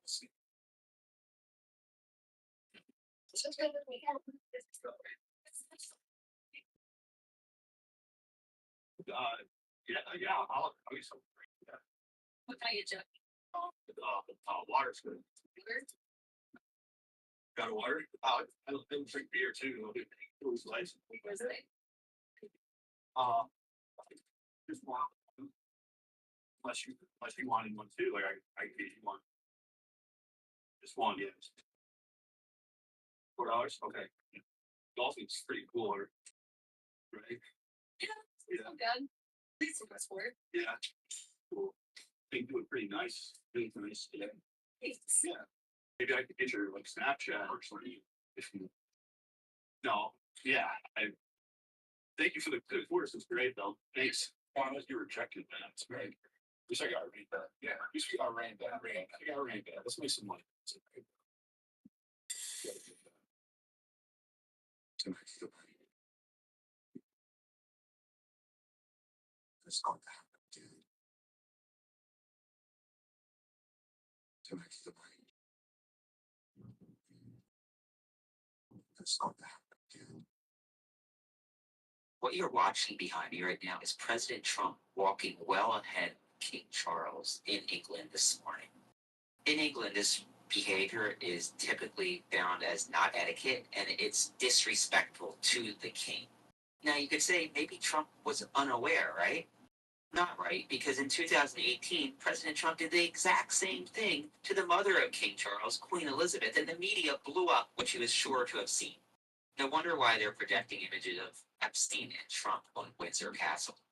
What you're watching behind me right now is... Bro, this shit taking me out, bro. They about to fuck Gumball up, right? They about to fuck, watch this. Watch that one pop up. W-Mans. Watch this shit. Watch this. But this ain't the funny part. This ain't the funny part. Look what he did to him. They laughing at him, right? They clowning his ass. What's this shit? What's this shit? What's this shit? What's this shit, bro? Watch this shit.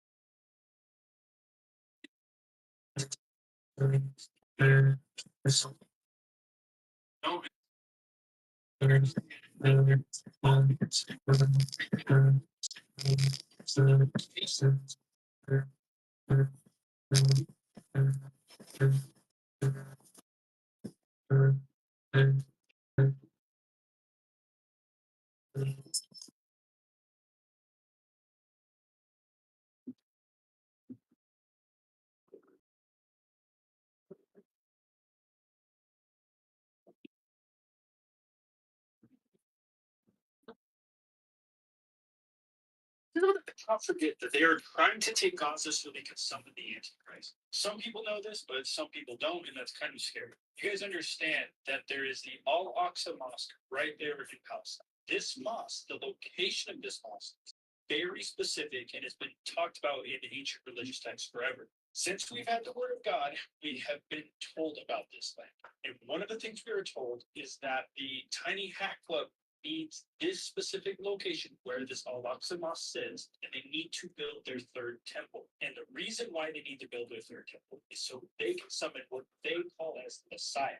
Now, in Christianity, that is called the Antichrist. In Islam, it's called the Dajjal or the Antichrist. People every single day are claiming that this war is over like a tourist attraction or oil or import-export or money of any kind. All of this is false. Either they're just not informed or they're lying to distract you. This was prophesied thousands of years ago. And what is told to us that will happen next is that the Christians and Muslims will stand together against the Antichrist, that Jesus will return along with Islamic figures and they will fight back against the Antichrist. And for the Christians who, for some reason, are against Palestine, you need to understand that these individuals in the Tiny Hat Club have fought some of the oldest churches to ever exist. Christian churches, not Islamic mosques, but Christian churches. These people are not your friends. They are using you like a puppet. They're manipulating your emotions and lying to you like they've always done. This war is so much bigger than money and so much bigger than land. There is ancient texts thousands of years ago that have talked about this and warned us about this moment. Forget that they are trying to take Gaza so they can summon the Antichrist. Some people know this, but some people don't, and it's kind of scary. You guys understand that there is the Al Aqsa Mosque right there in Palestine. This mosque, the location of this mosque, is very specific and has been talked about in ancient religious texts forever. Since we've had the word of God, we have been told about this thing. And one of the things we were told is that the Tiny Hat Club needs this specific location where this Al-Aqsa Mosque sits, and they need to build their third temple. And the reason why they need to build their third temple is so they can summon what they call as the Messiah. Now, in Christianity, that is called the Antichrist. In Islam, it's called the Dajjal or the Antichrist. People every single day are claiming that this war is over like a tourist attraction or oil or import-export or money of any kind. All of this is false. Either they are just not informed or they are lying to distract you. This was prophesied thousands of years ago. And what is told to us that will happen next is that the Christians and Muslims will stand together and fight against the Antichrist. And Jesus will return along with Islamic figures, and they will fight back against the Antichrist. And for the Christians who, for some reason, are against Palestine, you need to understand that these individuals in the Tiny Hat Club have bombed some of the oldest churches to ever exist. Christian churches, not Islamic mosques, but Christian churches. These people are not your friends. They are using you like a puppet. They're manipulating your emotions and lying to you like they know you've done. This war is so much bigger than money and so much bigger than land. There is ancient texts thousands of years ago that have talked about this. Or the slaves.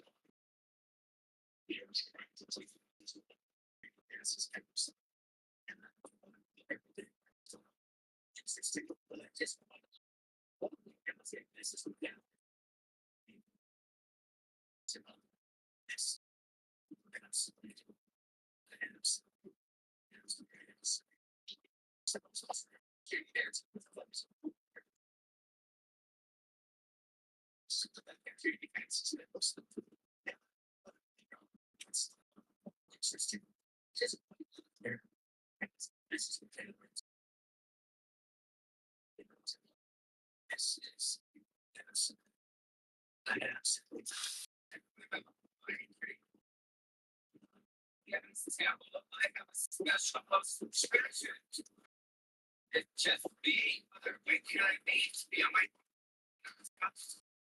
the same. Yes, Pinocchio. It's like bye. Well, I say.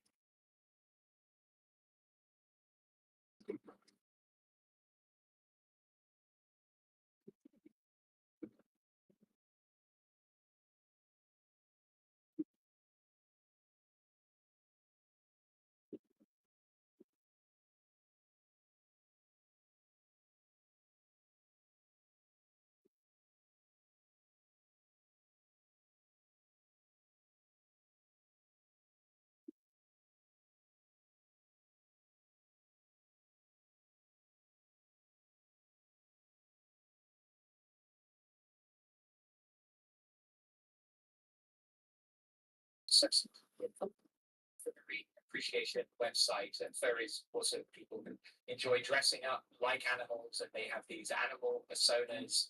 And in this case, it seems like it was a sexual thing for Tyler, and an account associated with him on the gaming platform Steam purchased a game called Furry Shades of Gay. And let me just read you the description for that game.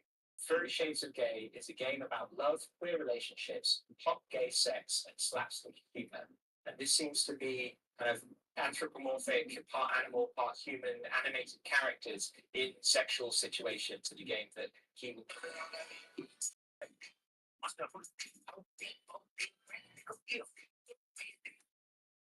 Call that ambulance for Charlie Kirk, who will get shot at Utah University the 10th of September 2025 by a fruity ass white kid who got snitched on by his dad.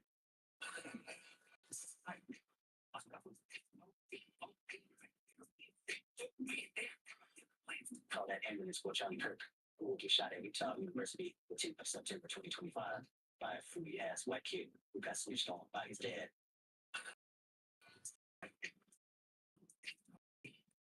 Anyway, like any set of ideas, Islam is like a religion. Any set of ideas, it serves Christian. Why is Christian? I said, I found it wanting, I found it lacking. Everywhere there is Islam, you'll find it. Everywhere there is Islam, you will find it.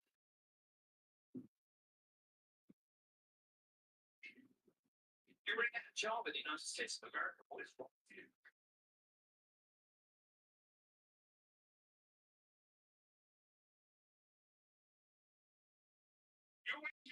You ain't ever done it, bro. No, I don't believe me. What the fuck? You ain't Jewish if you ain't ever done it, bro. No, that's the they don't believe me. You ain't Jewish if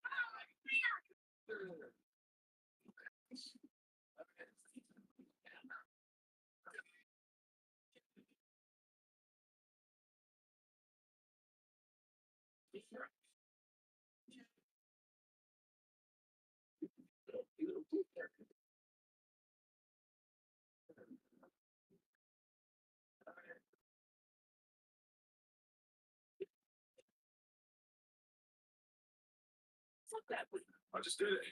What do I do now? That's me when I see big booty Latinas. Hey, fine. Stop October 33rd. Yes, right.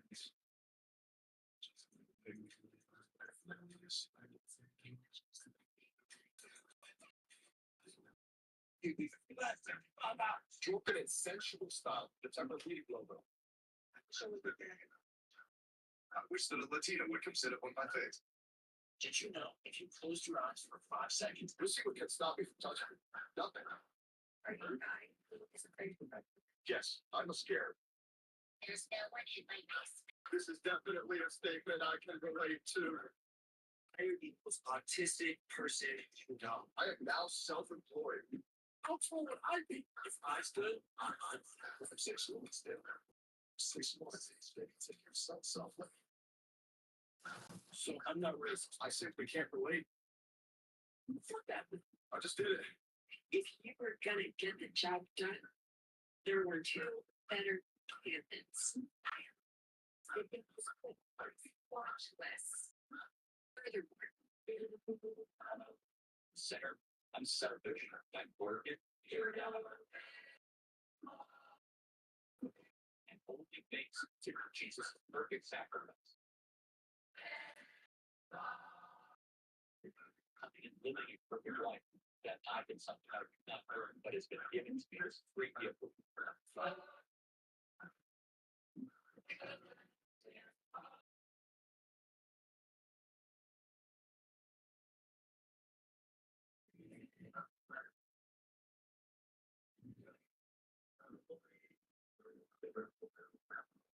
Sinner, I'm selfish, I'm broken, you know. And only thanks to Jesus' perfect sacrifice.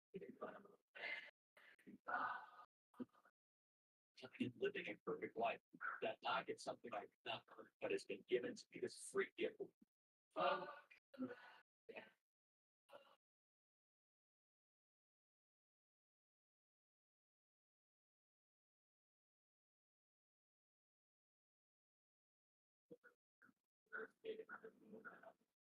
Sinner, I personally go with blue. Blue's my favorite color. It closest to black. Wouldn't black be your favorite color then? Well, no, there's no black wire. You know, I'm starting to think.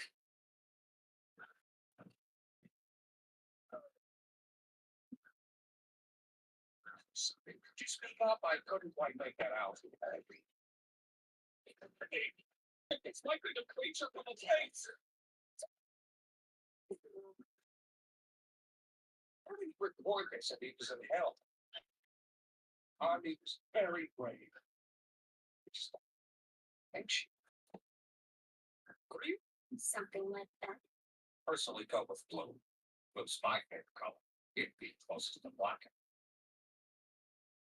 Wouldn't black be your favorite color then? Well, no, there's no black wire. You know, I'm starting to think.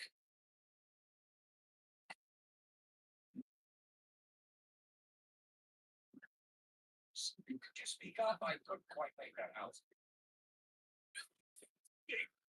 This might be the creature of the tapes. How did he record this if he was in hell? He was very brave. It's anxious. Something like that. Personally go with blue. Blue's my favorite color. It'd be closest to black.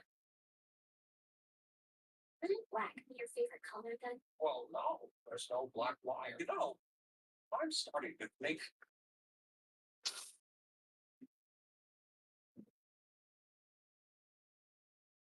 Could you speak up? I couldn't quite make that out.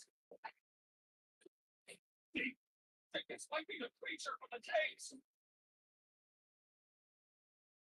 How did he record this if he was in hell? He was very.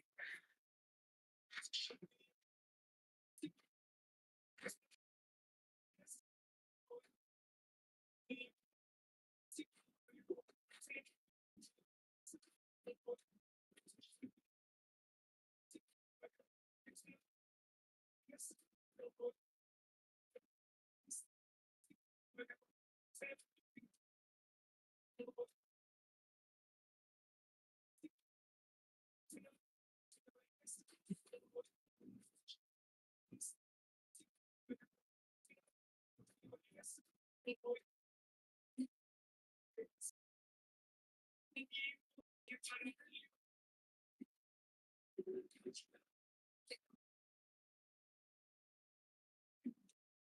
are chairs there.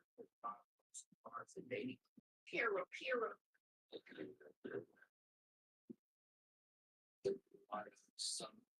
Yeah, you always get that VIP concert, baby.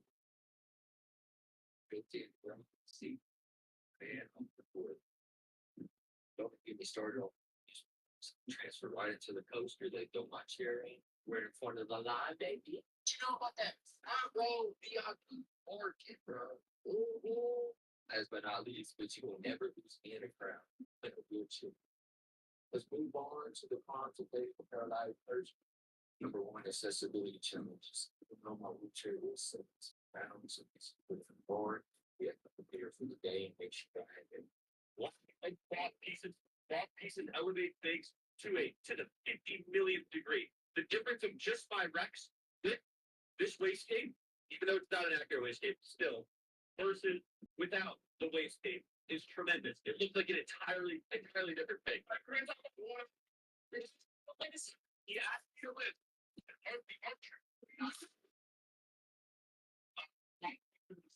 Oversized. Number 3, printing detail. Printing detail is going down. That is insane. You're saying I'm cursing. Wait. Printing is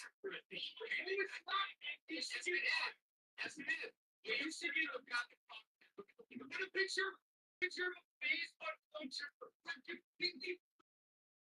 It's not better than every that's coming out. And Stone just said it's good. I said you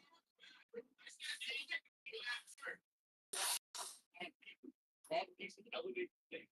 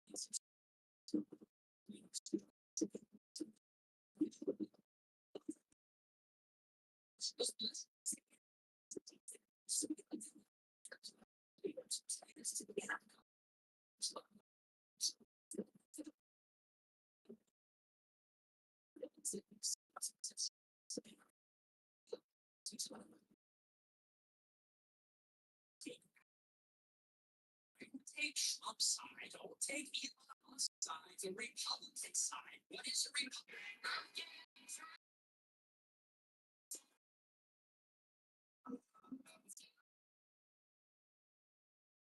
2 weeks building first saw that perfect ratio to build the laws. Got torches from the long there's something love the laughing stock. Spends every day trying to cut down the biggest tree on the island. He's obsessed.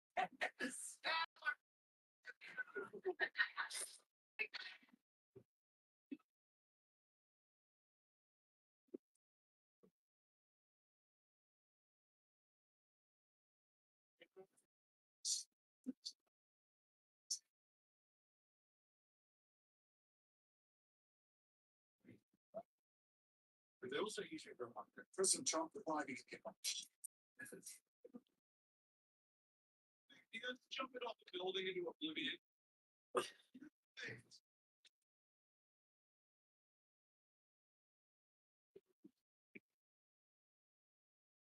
guys jumping off the building into oblivion. Perfect.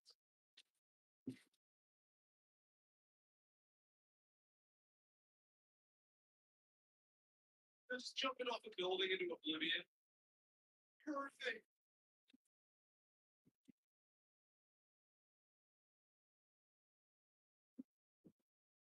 Just jumping off a building into oblivion. Perfect. How dare we speak Merry Christmas? How dare we? Merry Christmas, everybody.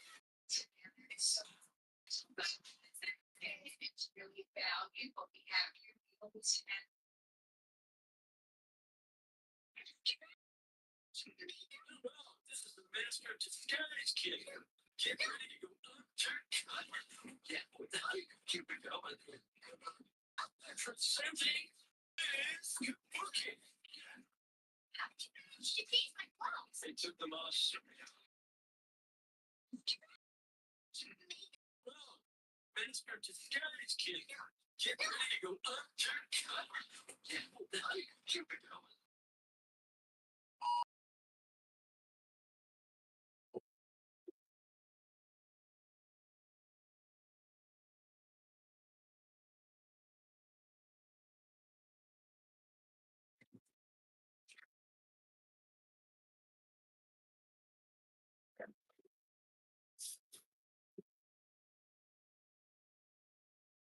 They come.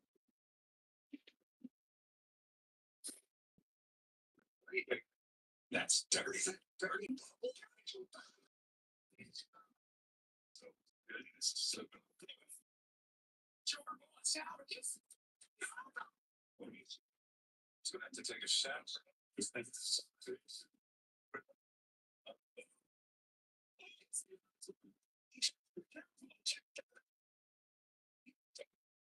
Down. The sun's no, it's not. The clay.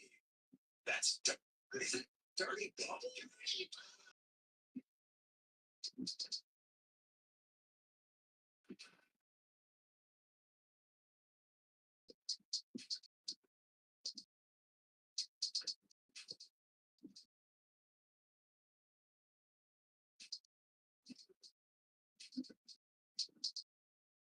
Kawasaki just built the world's first.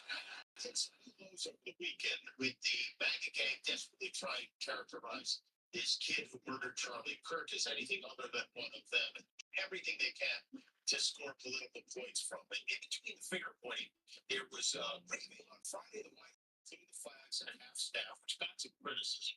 But on a human level, you can see how the president is taking this. Charlie Kirk, they asked her personally, how are you? They answer, they very good. There you see what the drugs. They just started construction of the new home, which is something they've been trying to get us, for about 150 years. It's going to be beauty. Yes. He's at the full stage of brief construction.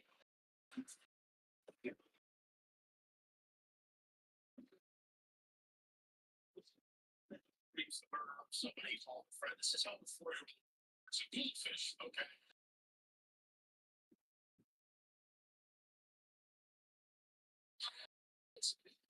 Weekend with the bag of gang definitely trying to characterize this kid who murdered Charlie Kirk as anything other than one of them, and put everything they can to score political points from. And in between the finger pointing, there was grieving.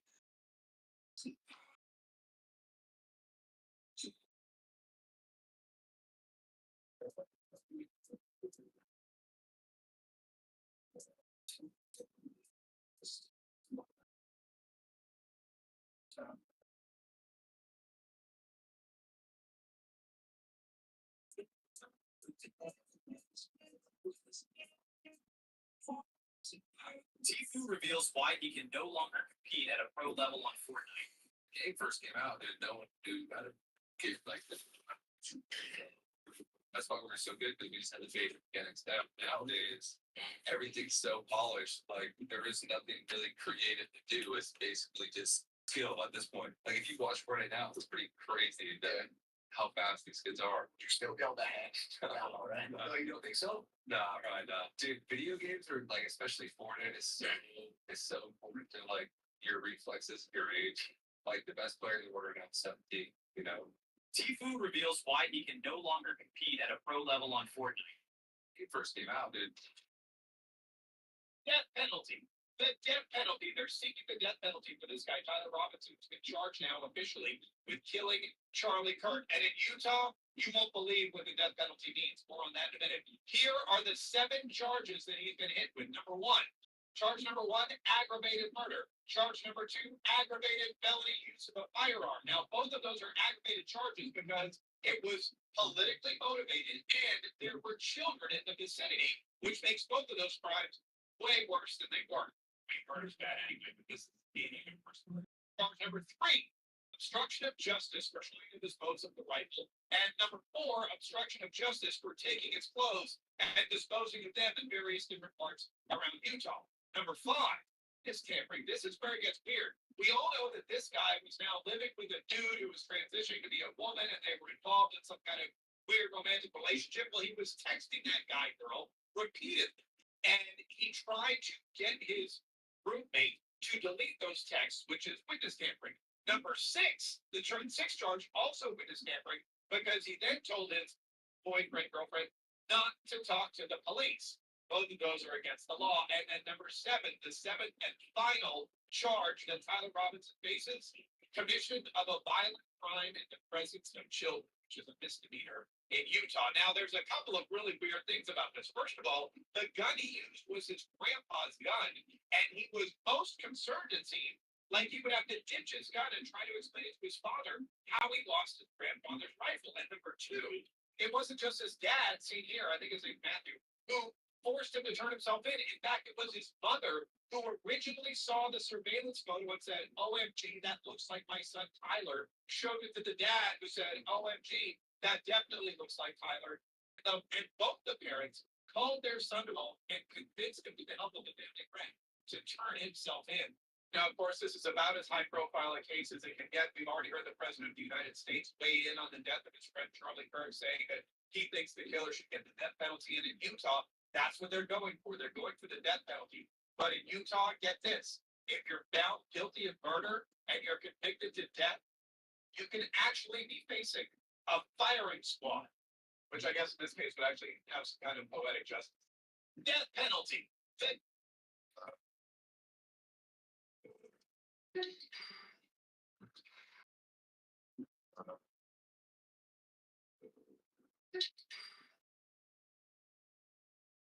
Look all these violent criminals, throw them in the fucking wood chipper, and be done with it. That's what he's gonna have. You got these fucking parents saying this shit like it's not human. It's yes, these people are not criminal members of society. They conduct violence and will. They are never been held accountable. Get the fucking violent criminals, and that's fucking 10 of them who've done shit like this. Line them up with a White House line, throw them in the fucking wood chipper. Brian will sell himself in a motherfucking hour.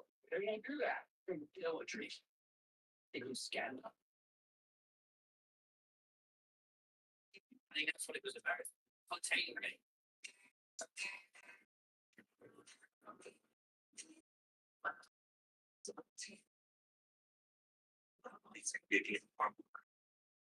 Because this guy's okay.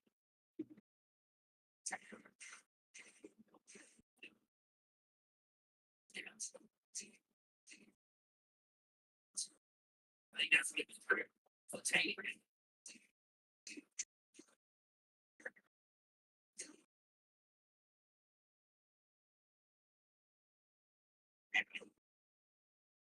Because this guy's okay.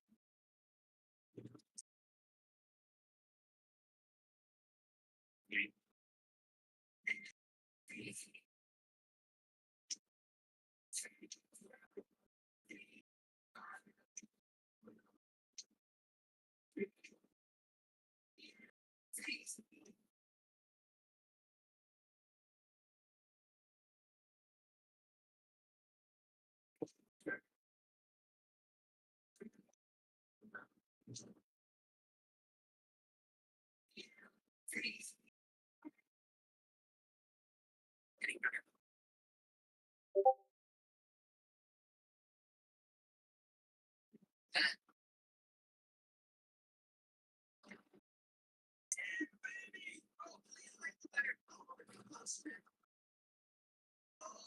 we did it. Yes, sir. Yeah. Getting better though.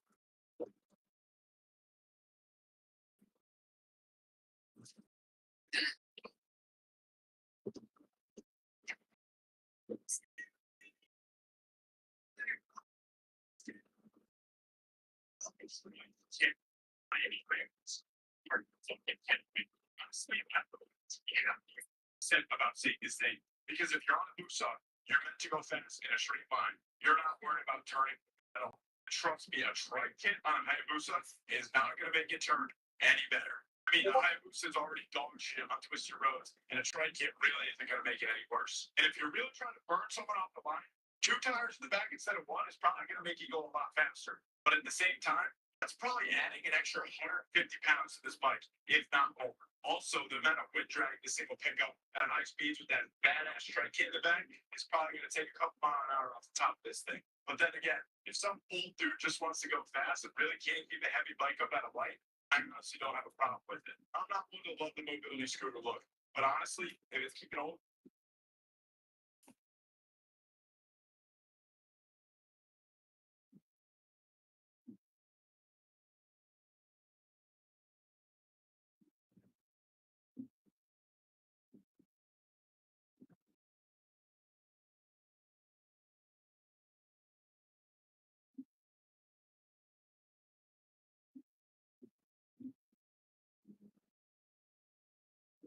Or they just made a huge mistake in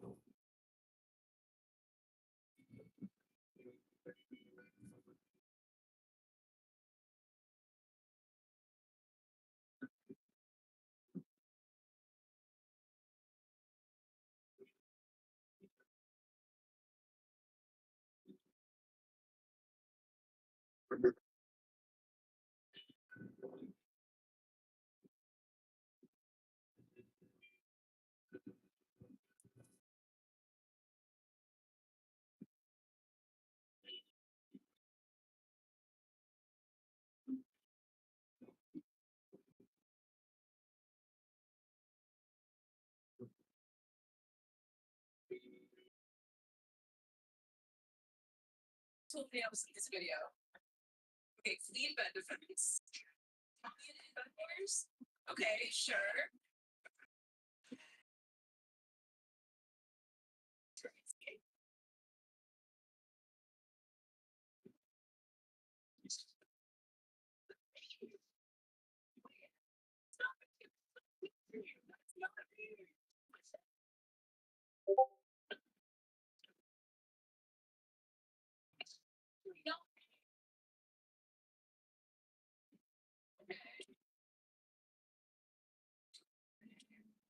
Okay, that was cool. That was cool. I can't even lie. What the heck? Here.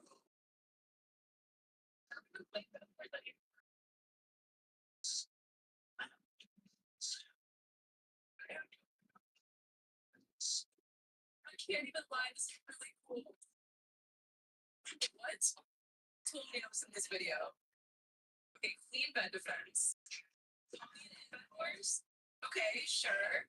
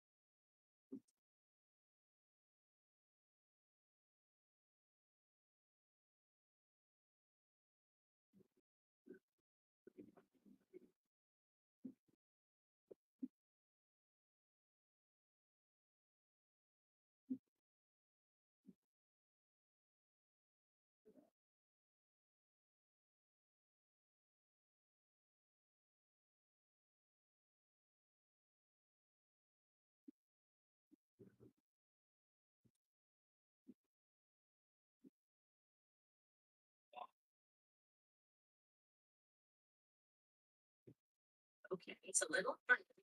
No reason to panic. Oh God, that's Daddy. He's home early. Let's get some spices in here and fix this. Okay, he's inside the house. Let's hope this meeting went well. God! Oh, boy. That's you weren't there. Okay, kids, put your heads down. Put your heads down and don't try to stand between me and your father. It'll just make it worse. Okay. Don't do it. Oh my God. Just when you thought like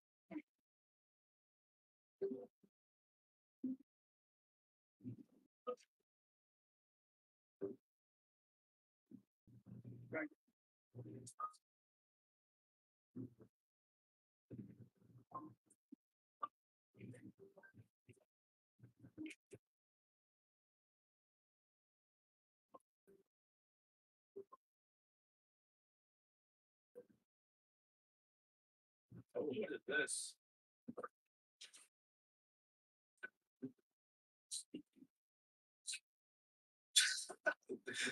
Oh, yo, you guys think I can drop into that and jump up to that tower?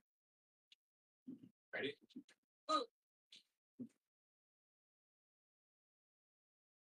There's no way. Maybe I can't like.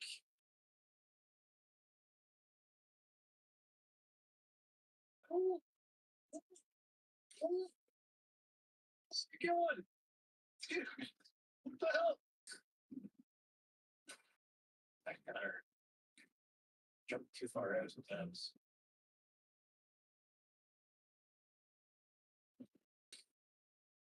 Great. I made it. Yeah. Oh, what is I do really want to Singing for one.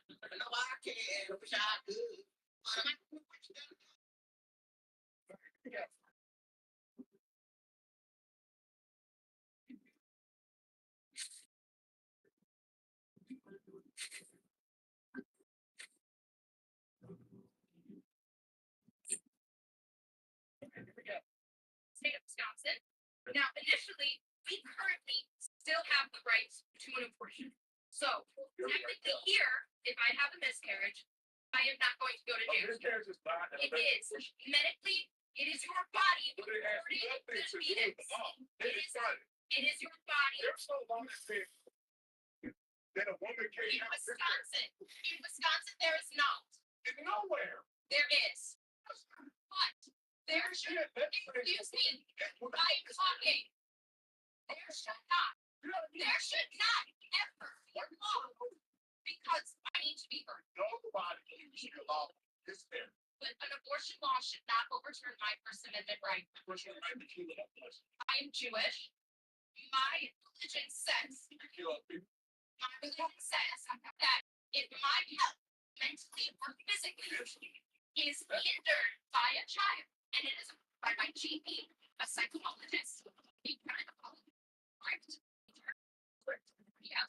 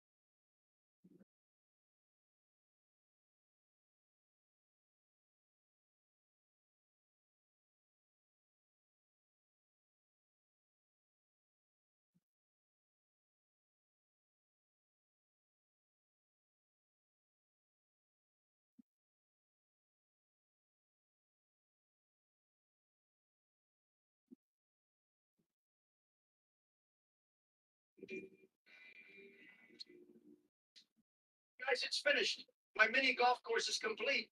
Mini golf? That sounds fun. Donald, how on earth did you make a mini golf course in Minecraft? You see, Obama, I placed packed ice under carpets. You can throw an item and it will slide across. That's actually pretty smart. Can I play around? Sure thing. It's 6 diamonds a game. 6 diamonds? Who on earth would spend that? I just found 7 diamonds when mining, so I'll give you 6 of them, Donald. See, Obama? Sleepy Joe knows a good deal when he sees one. Soon everyone will be flocking to my course. All right, here you go, Donald. Now watch this. Easy, Holman. What the heck? Let me try. There's no way Sleepy Joe is going to beat me in my own game. What? It wasn't even raining. Guys, it's finished.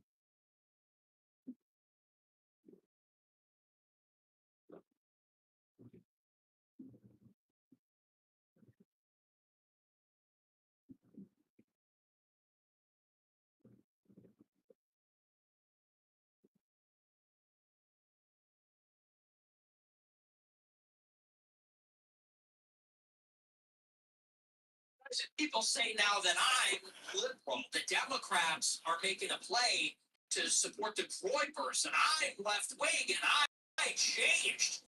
I did not change. You changed. Leave the right. The right. This is how many babies it takes to pull an alligator.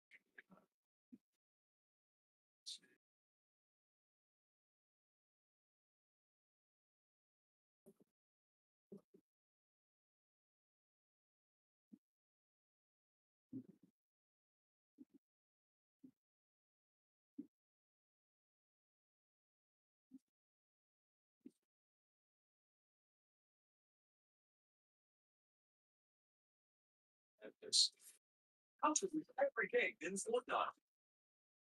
Yes, clearly.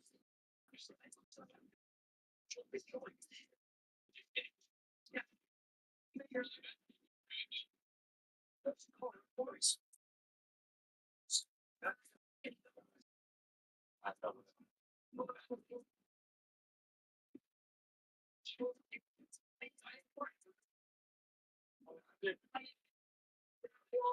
So the fact that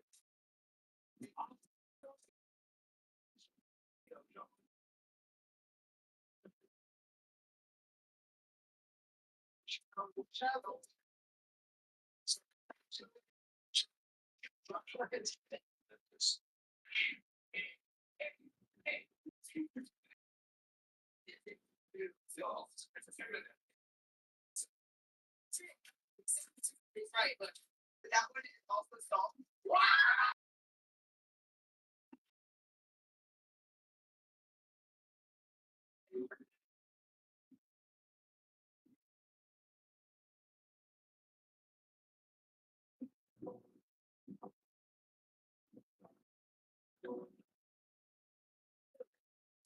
guys say no. You know, it's so light. Control what I do in my life. Get nothing up from your millennials.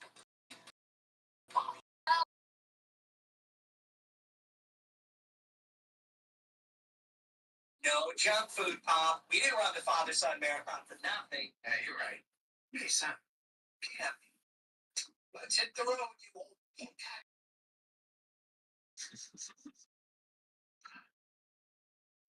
Hey, Dad, a healthy snack. Cottage cheese.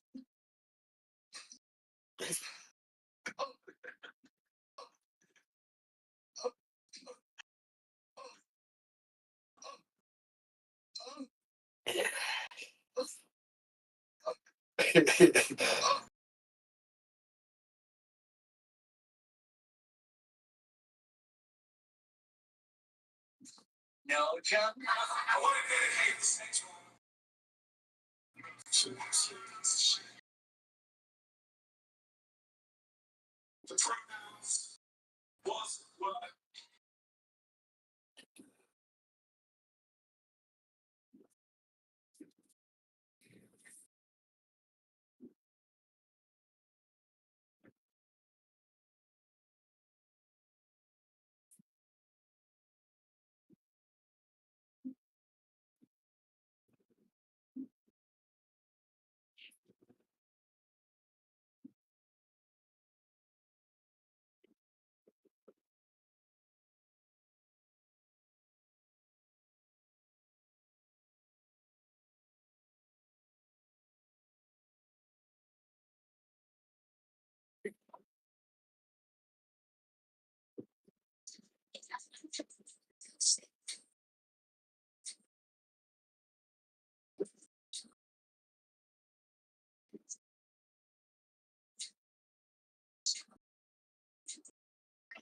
Just give me a minute. Every minute, you take any necessary steps with some time is the topic. Wow, that comes from so easy. I didn't even see you make it. Okay, sleep it. Did you bring this piece of equipment?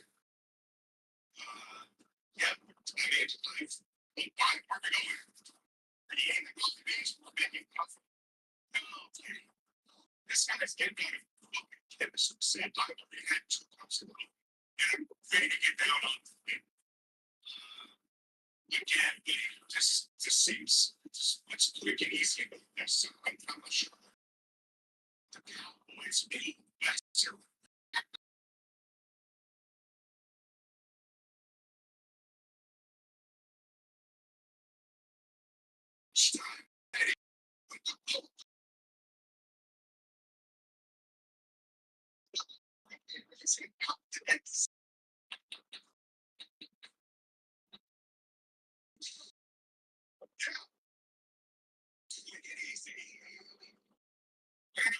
Just give me a minute. We gotta finish your damn thing. You take any necessary steps with you. Time is the moment. But we're gonna turn it into Huntrix. Yay!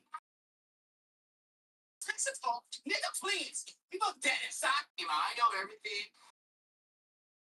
We've got a good today, folks. And our racers are speeding down the Emerald Circuit today. Speaking of Emerald, he's currently at the front of the pack along with Netherite. Quartz and Lapis following close behind. Here comes the first turn. Let's see how the placements change. Emerald and Netherite taking it a bit wide. Lapis taking a very tight line, but it's too slow on the exit. Quartz shooting through. Oh, so too fast on the exit. Iron takes the best line as in first place. Quartz and Redstone following close behind. Red's driving well, currently leading the pack. Things tend to get hectic here. Red's turning the second straight, and this means the ice balls are coming. Racing right up until this time period. There it is. A crowd of boys gets stuck in the ice, but through goes Emerald. Emerald waited patiently in the back and found a perfect time to cut through. But Quartz and Redstone blaze past Emerald. Wait, they got too reckless. They slow down. Emerald goes for an overtake, and he speeds past them, securing P1. Absolutely phenomenal driving by Emerald. He's shown why this is his home base. Iron trailing behind, but Emerald has a huge gap on Emerald.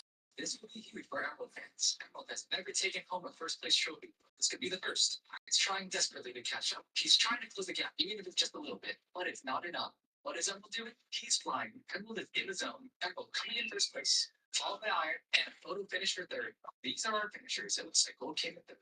Here's the podium, folks. Emerald showed us why this is called the Emerald Circuit today. Stay tuned for next week's race. My name's John, and despite how upset I seem sometimes, I have no intention or desire to take my own life. And that was not this fucking plane. So a private jet took off in 20 minutes, maybe less, after Charlie Kirk was shot yesterday. Okay? Yo, babe, what movie should we watch? Hello, let's pick a movie. Babe, I thought we were watching a movie. I understand it. How are you talking to your controller? Yo, babe, hurry up, we're gonna be late. I'm not ready yet. I need like 45 more minutes.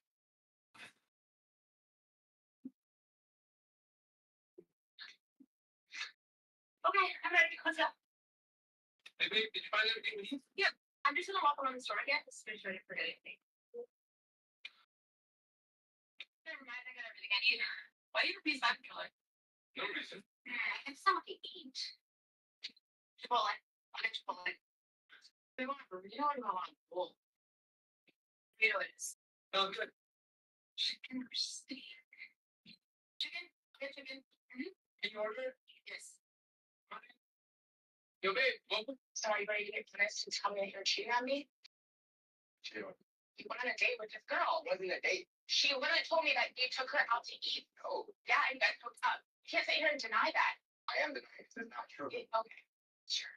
Sorry, you're saying she's fine? I'm saying she's fine. Let's find out. Okay.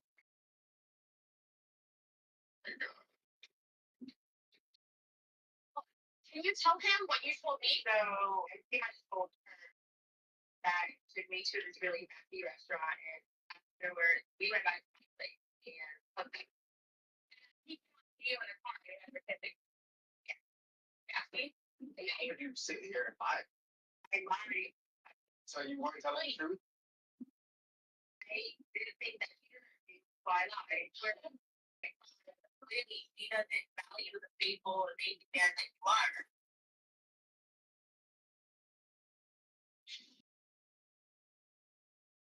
So are you ready to get on it? It's a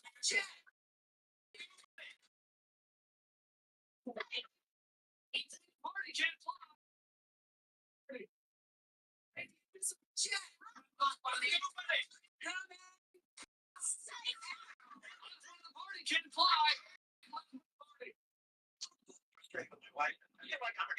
You're her husband, man. All summer, and he doesn't make any money. No, he can't be crap. He is like $500 per account, and I think no money. We can't even be on the same page about that. She's always had a safety net. She's never been desperate like I have. She's your wife. What's the matter with you? Dude, What do you mean she's my wife? What does that have to do with it? I am my wife's safety net. I don't ever want my wife to have to feel desperate. What are you talking about? Have you ever sat down with your wife and said, I'm scared? And she just said, okay. And then she says, what mine? Why are you scared for mine? You are so full of anger. I can hear it in you, man. This is not the ultimate issue. There's something beneath this or beneath that.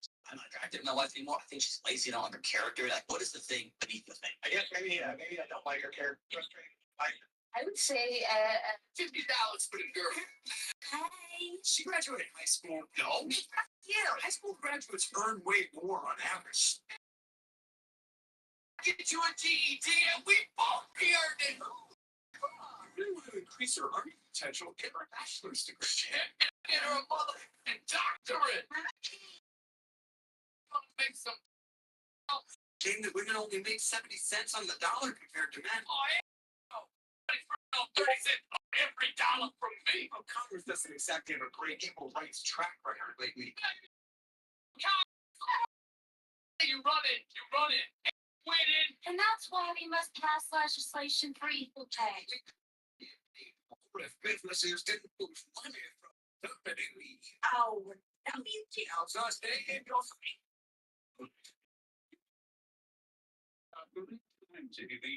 The last 5 years, I don't know, 6 or 7. I think it's one of them. 11 times.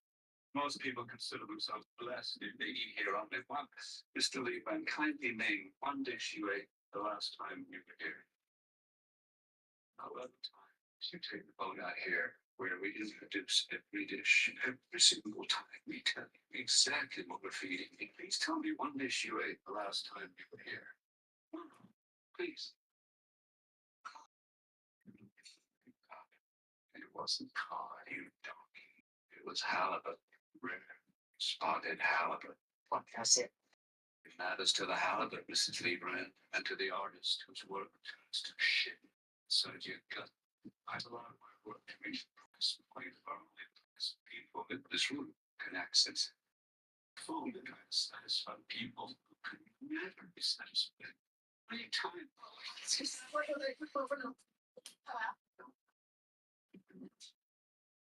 I said an egg with muffin and a large cup of coffee.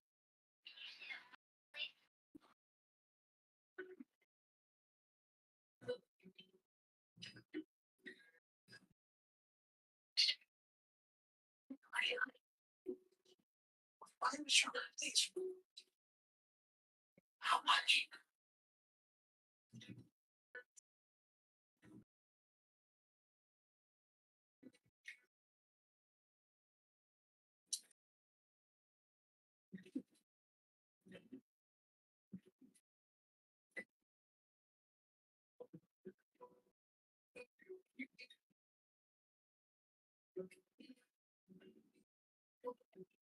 And it survived. Non Baloo.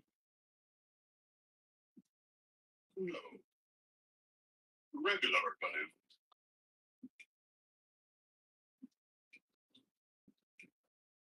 Yes. Hell. Världen sitter och kollar på en elklippe som kör sönder och slussar en gubbkalling. Nu går du ut och kör med ståltrimmer istället. Och för er som inte har någon ögon så fortsätt att sitta och kolla på de här hjärnölen. Can it survive? Paperclip, attach it to the back of the dress, drop the string to your feet, step on the string, bump into the woman, say sorry, she walks away and pulls her dress off. It's a big distraction. You steal the dice from the table, buff them up, they're loaded now, you win a ton of money, you're MacGyver. You get to see the vault, the diamonds aren't in there. This plan was all for naught. Time for plan 2, steal the gutter, check out the dust, top that thing off, use it to evade the alarm of dust. Have 4 glasses of wine. Just joking, that's for the sound alarm system on the vault. Oh, you got in. You found all the noises. Okay, take that lamp, break it, take that gutter, break it, take the diamonds, put them down the gutter, all the way into the trunk of the car, drive away. You've got the diamonds, but they've got the girl. So you have to meet them on an airplane where you're in the back of the plane with the car and the diamonds, lock them in the cockpit, get in the car, put on your helmet for safety, drive it out the plane, and the parachute that you attach works. You have the diamonds, you have the car, you have the girl, you're MacGyver. Take the paperclip,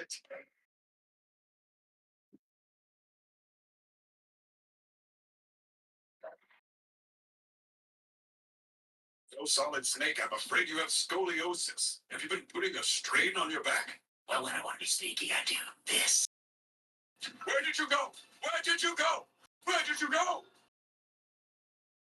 Where did you go? No Solid Snake, I'm afraid you have I'm Saturday.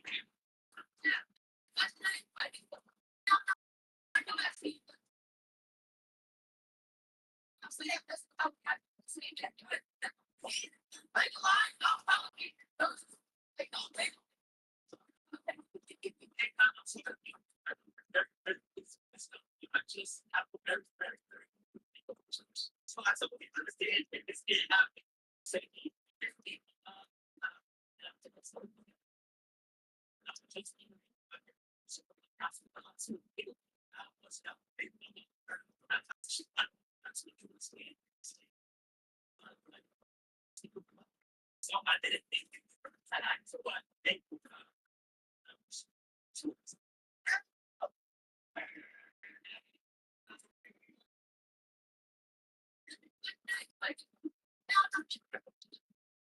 So I said, should be saying.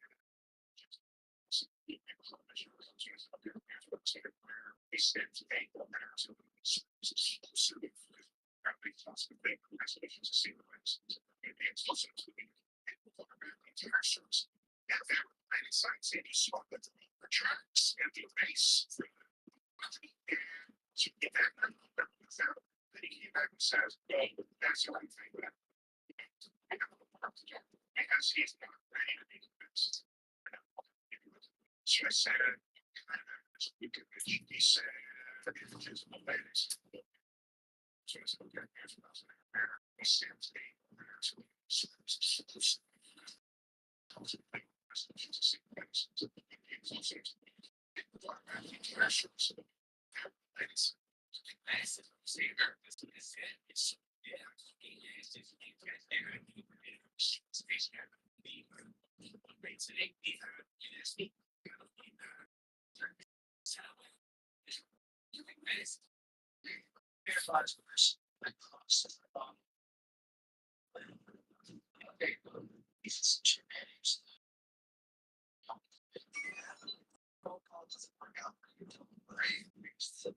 Everybody texting should be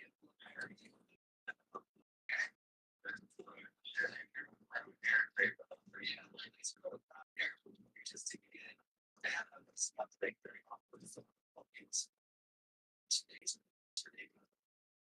You know, tell me, okay, so yeah, it's funny thing, 2 days, and these lots of all if she were there. That is something romantic that we set up. It's so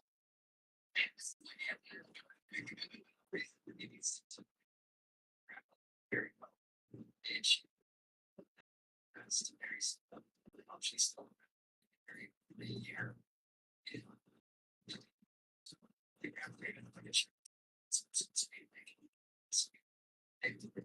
I just like my series. She'll marry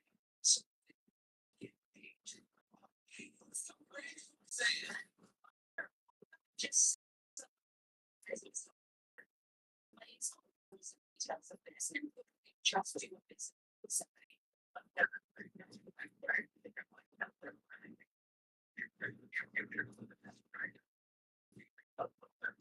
I think you should.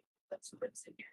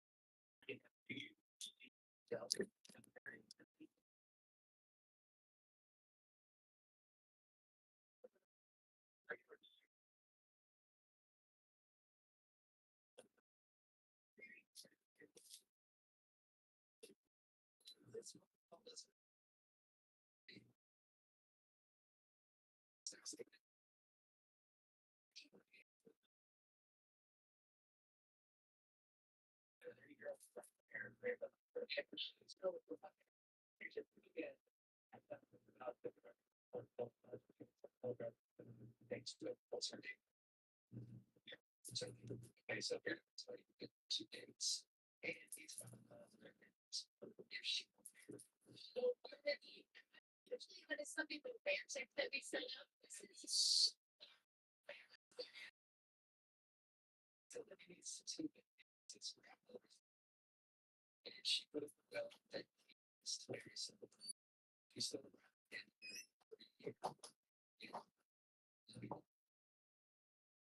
check this stuff. Well, this person's like speak with just like criteria and all the should vary. So they can know that's so just set up some advertisements somewhere that explains and removes the details of this and literally just is the deal with somebody.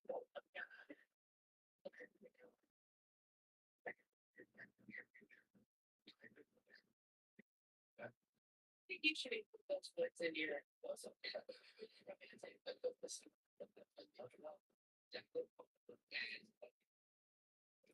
Thank you.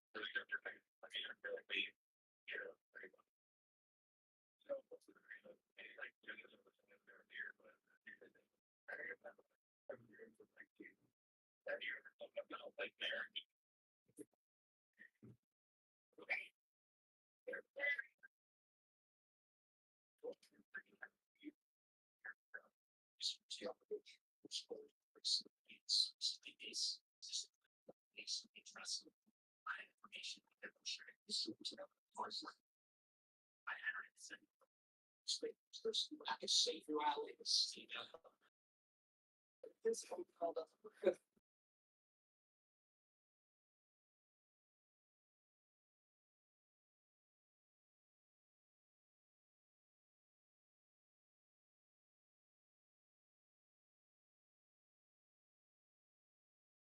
don't worry, because literally everybody texting this tell the story of recently. You see my base, basically trust my information. We have to share it because you feel large like if I had an example, like you expect the person to have to see your allies, see my Mr. Tail, you see my base, discipline, basically address information you have to share it because you tell large like if I had an example, like you expect me to trust you have to see your allies, see my Mr. Tail, again, the school, recent events, you see my base, discipline, basically address share it. So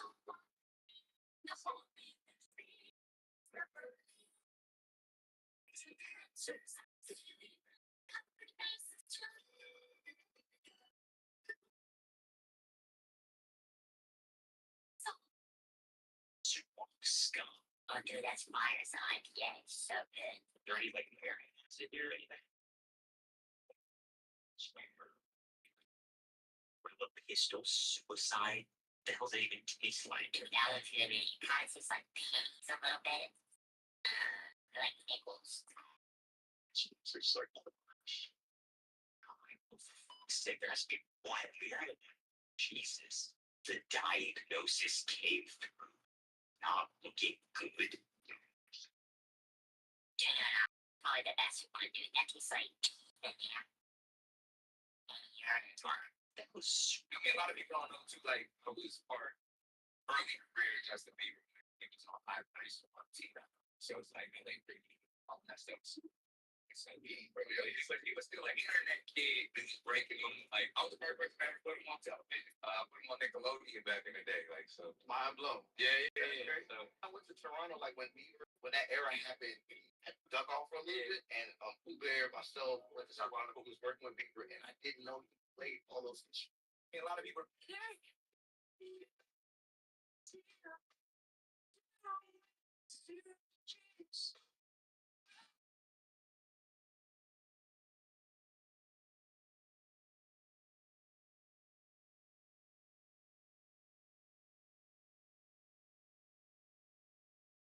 What the fuck? What do I do?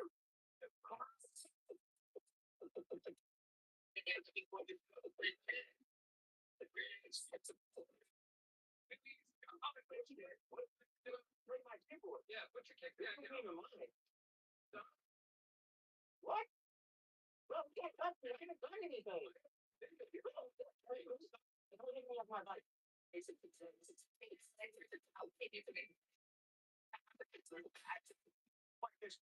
Hold on, Peter. Real cowboys don't choose their horse. The horse chooses them.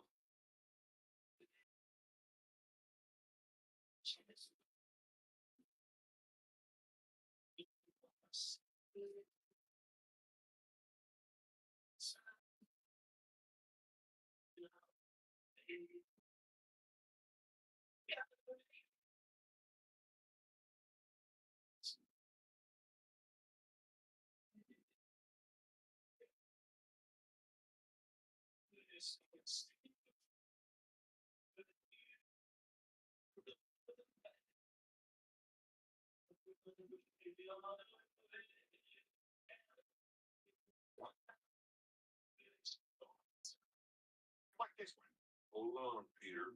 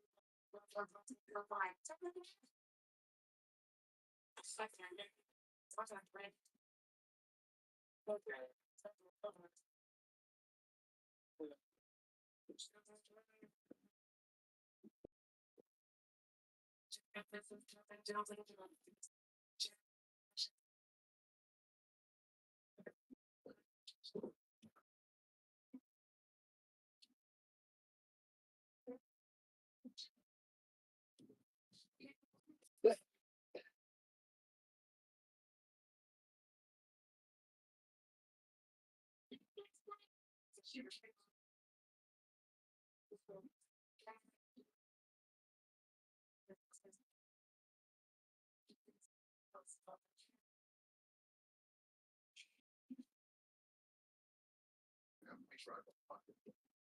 to go through a certain thing and develop.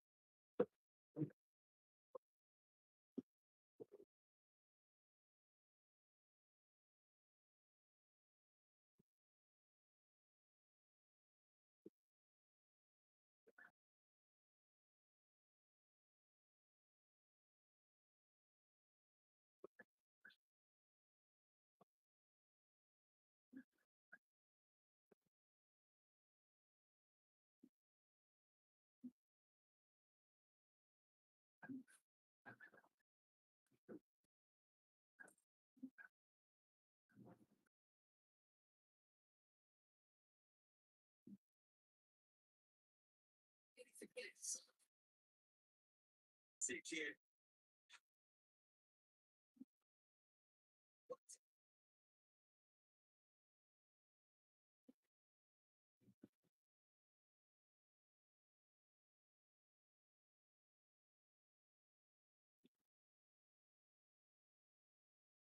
The Delphi's have a so dumb. Like, I kind of wish they had it like that. Do you want me to put a ball cap on? No, that I wanted to make that where it just doesn't have a. Then you can't put hats on. You're crazy. You're crazy. You gotta keep the stud. That's like bald guy like that is bald. I know, but imagine if you're a bald guy and they made another guy. See, they give me the stud. You need the stud. Like you need this. You literally need the stud. Like that is the bald. Like, I agree with you. I think you need the stud, but I think you have to need a way to make it look like that doesn't have like a front end coming out. Well, here's an example of that. I thought he was gonna blow up because there's a piece out there. I know, but I'm saying like, so like, would you rather than do like, say like a dark ball headpiece, like the thing with his horns, but no horns? Then it like like a yes. Then it might look like a Gianni Mundi head. Like too big of a forehead. I don't know. I guess not this piece on the next one they would call it a head. That is so funny. The Delphis have a so dumb. Like I kind of wish they had an answer for something like that. You know, you want them to put a ball cap on? No, that I wanted to make that then you can put hats on.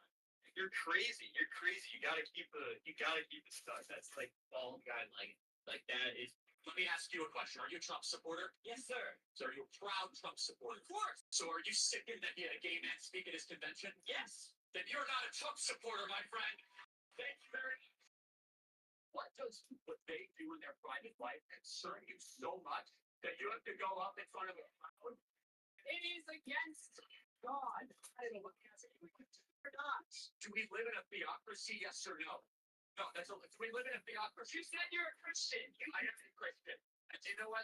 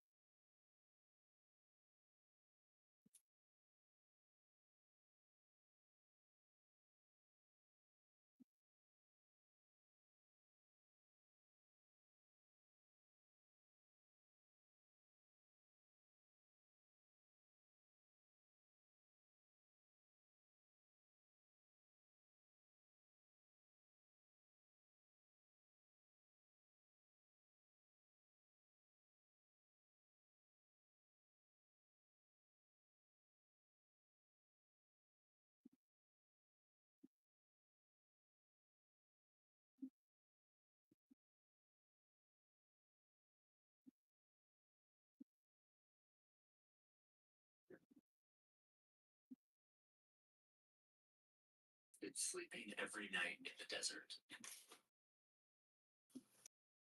Up here in the northwest corner of Saudi Arabia,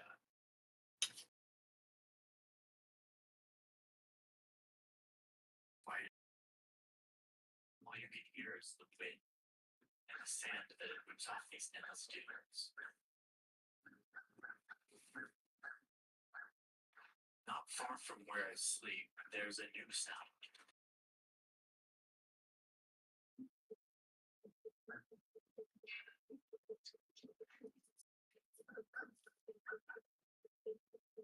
Years I've been hearing about this trillion-dollar futuristic city that the Kingdom of Saudi Arabia is building atop this sand. They call it NEO. And they're investing a huge amount of their vast oil wealth into making it come to life. I've been hearing about all the reasons it can't work. This is all just a mirage of royal ambition. And yet, even from space, you can see that they're building it. They're building something.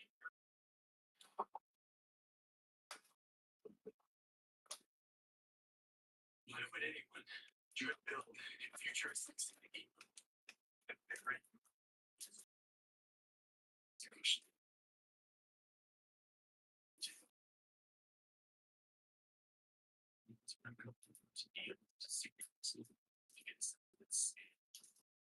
So that's the point of dump trucks. You know, construction activity is saying it hasn't stopped. Back you could never see. Please. The dump turns out. I'm trying my friends.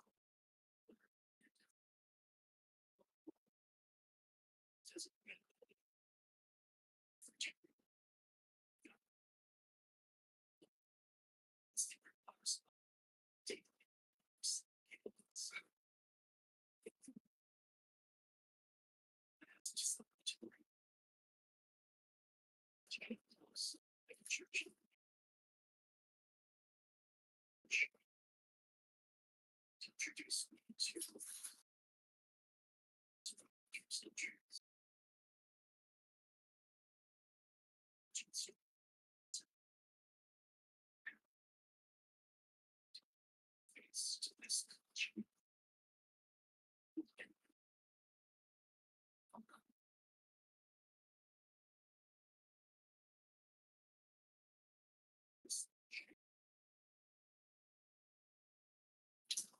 Hurricanes. Hurricanes attempting to these cities in the sun.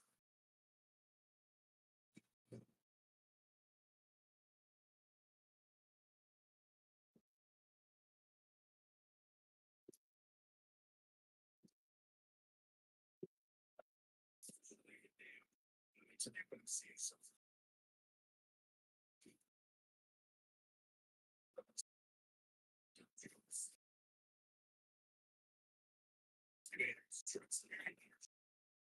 It never ceases from themselves.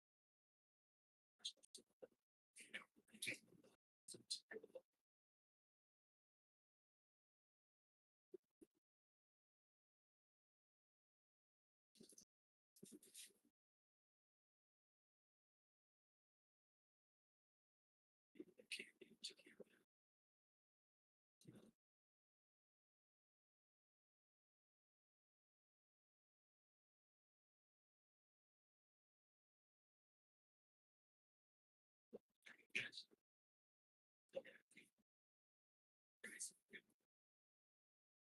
Tradition parents like that.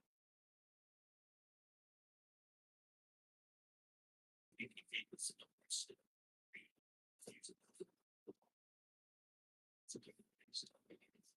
It's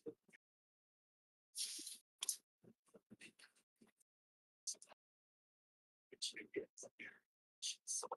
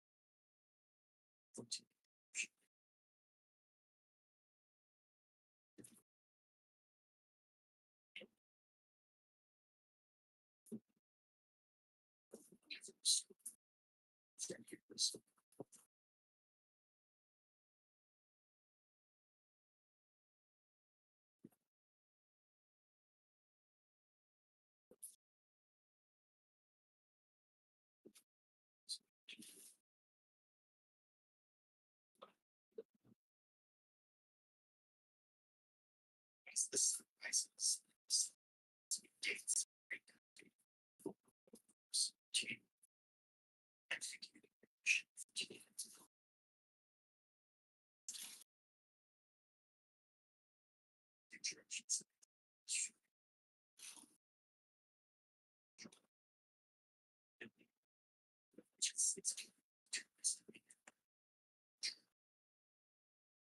and you're about to see.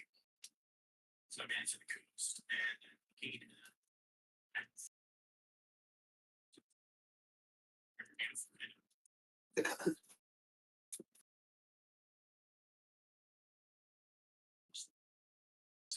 is advanced to be their futuristic industries.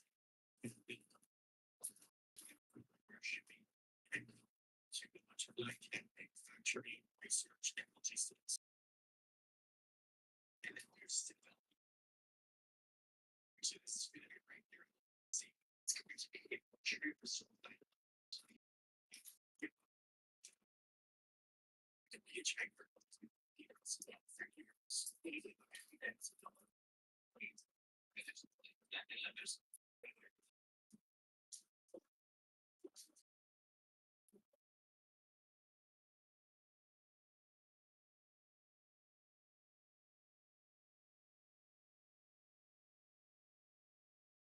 just actually it's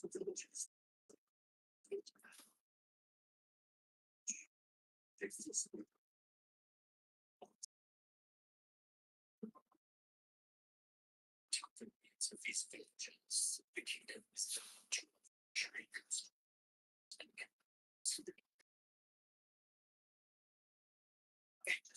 Quick clarification here. Those visuals, 3D renders, and their visualizations by being able to see what they want this to look like.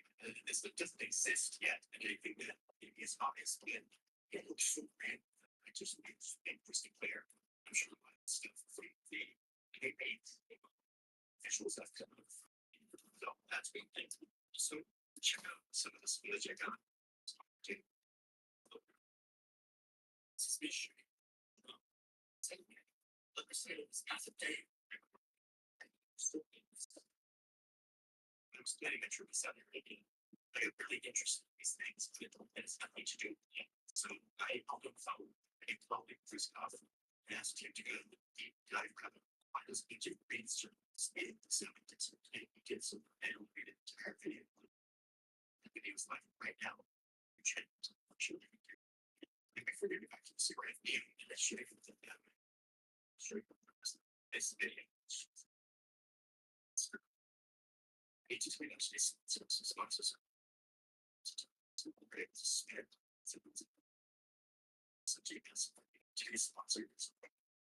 Thank you for sponsors this video.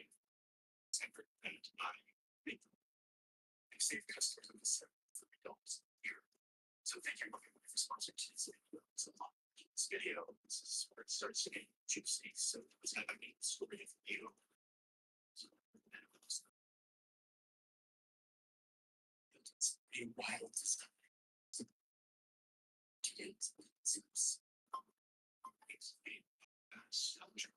Attention. Inside back the coast of India.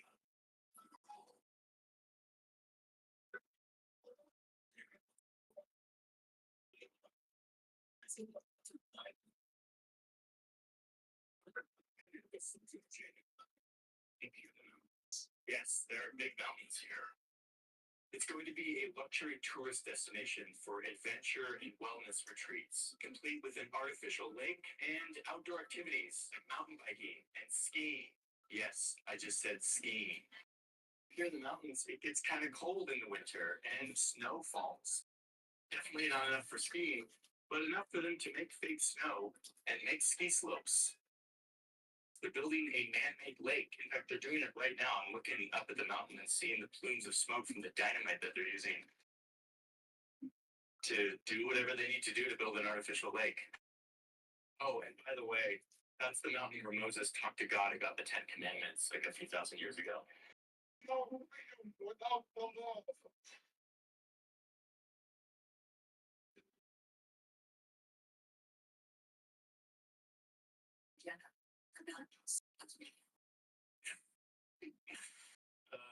It's all so strange.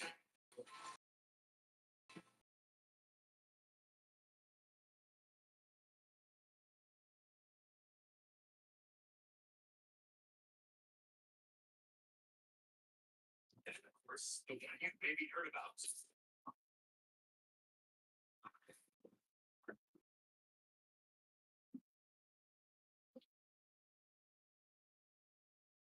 And yes, it's being built.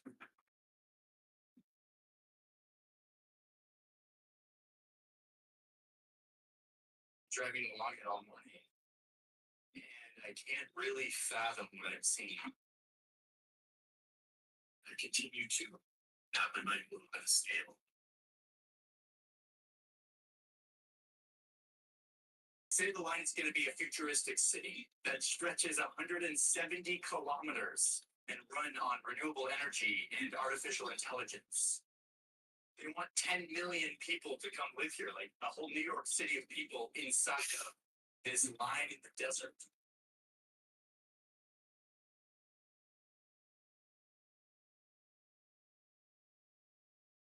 Just the digging alone, the amount of earth that they are moving is jaw-dropping.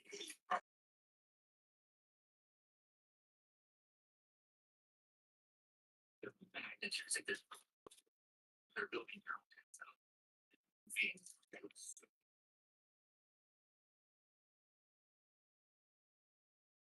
Now, I thought I had seen a lot of trucks before, but as I drove along the line, I started to get slightly dizzy. Project processing the scale of these machines is working nonstop. Every hour, every day, for years.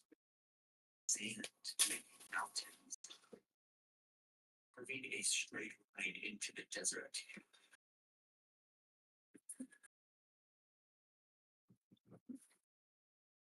All of this seems impossible. So much of the reporting on NAOM has been focused on how implausible, expensive, and delusional this project is. And That's all well and good if that's what you want to focus on. But to me, that's not that interesting. What I'm most interested in understanding is why.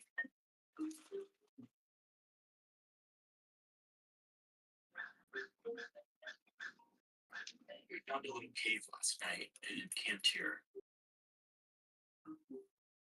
Solomon invited some of his friends out. Hey guys, how's it going? This is so cool, right? We all sat around the fire, me listening while they laughed and joked in Arabic.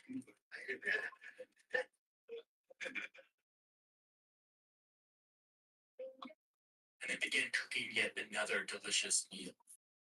This time goat, cooked in goat milk with flatbread. It's awesome. Yeah. Awesome.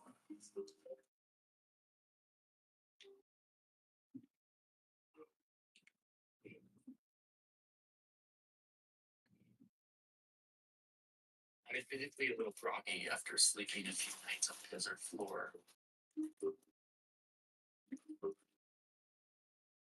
Just letting down a massive dune table. And it's like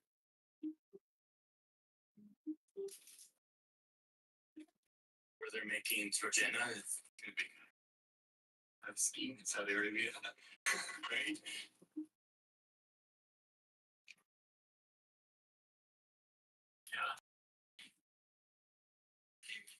Yeah. Yeah. Really? With this,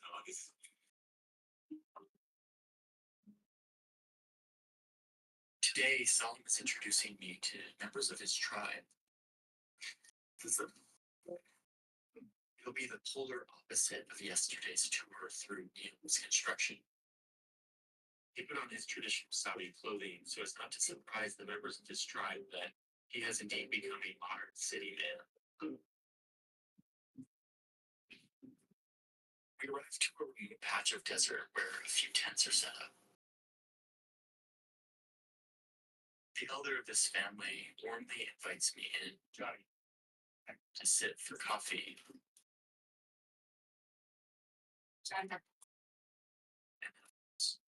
Or tea. And at this point, I'm just embracing the caffeine. They tell me that the only Westerners they've ever seen out here are the ones looking for oil. And it's very strange to see me showing up to learn about their culture, and especially with a camera.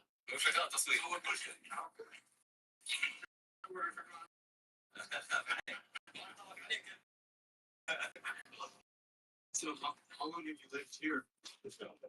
It's 2 months now. It's great.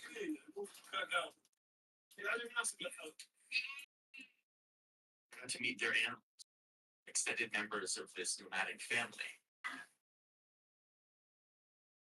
So this family's been here at this site, and will move again when the season tells them to. Basically, here grazing their camels, their goats, and God, they've got a feel of God. So. The shepherd. You ever get lost in the desert? No. He's a pro. He's a pro on that donkey. These people's lives depend on moving these animals through the desert in search for scarce food.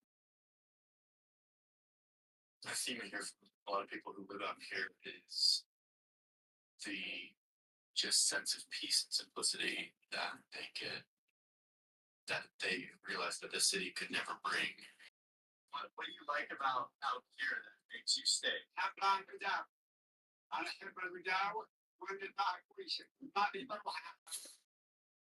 So when you go to the city, no. This is a better thing. And the sunset is gorgeous.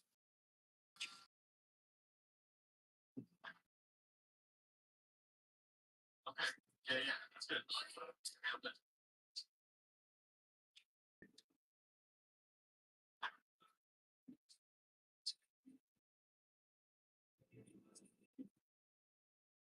as the group faces east to perform their fourth of 5 prayers they do each day, I'm looking west. Just over those mountains, the king of Saudi Arabia is digging a giant lion.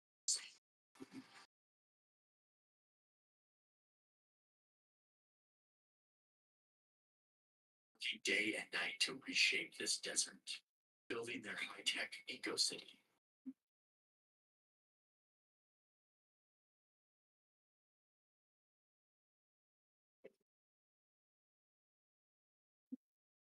For most of its history, this was the way of life out here on this peninsula. And it may have remained such to this day, but eventually the Bedouin on this peninsula united, and unbeknownst to anyone, was sitting atop a sea of blood.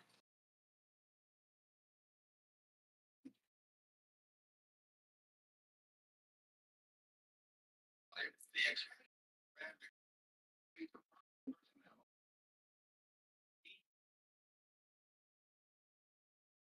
Woman changed everything.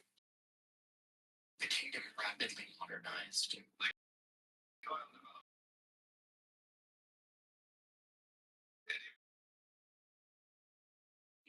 All while still maintaining a deep connection with Islamic law and the rules and norms of Bedouin life.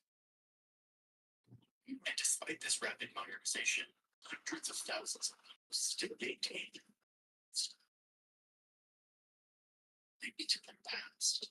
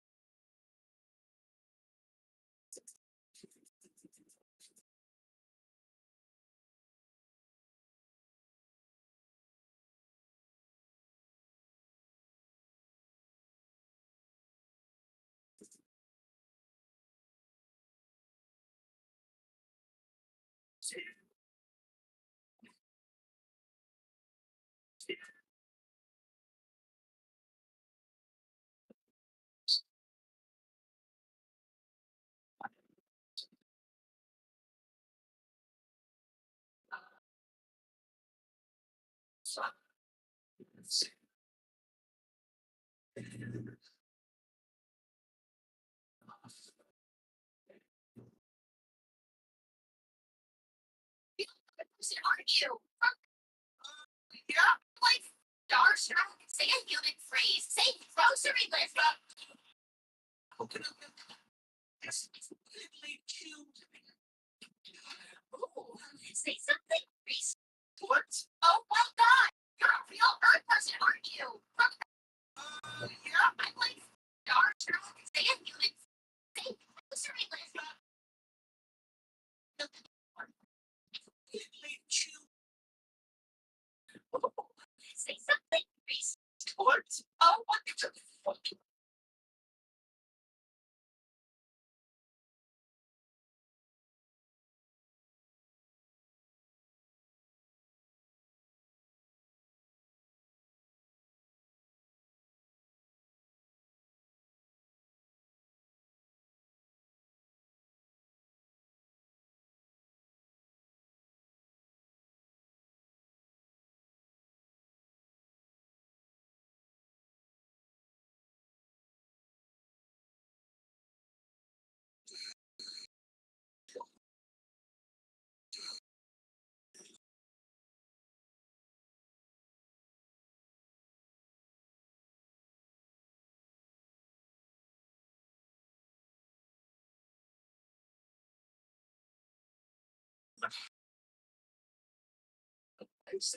Yo, everybody left me inside a gambling addiction. Yeah, Raymond been taking it back, and now I got an AMP. That's how they did it. Well, I knew you'd get there here. Oh, this is. My place. Damn, I'm not Jacob shit. So I must have.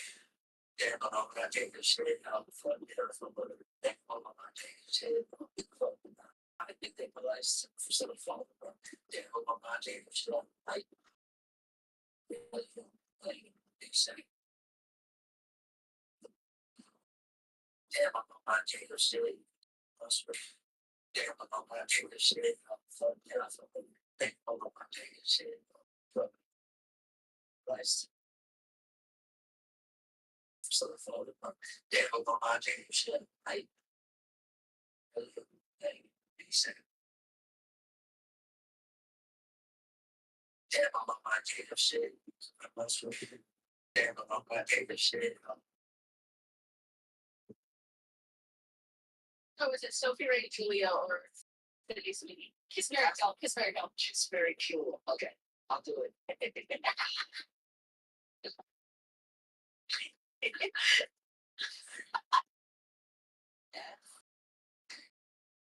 So right. Mary Sophie, because she's an amazing person. Yeah, that's what I meant to say. Like honestly, yeah, I'd say that's about for me. I'm killed too.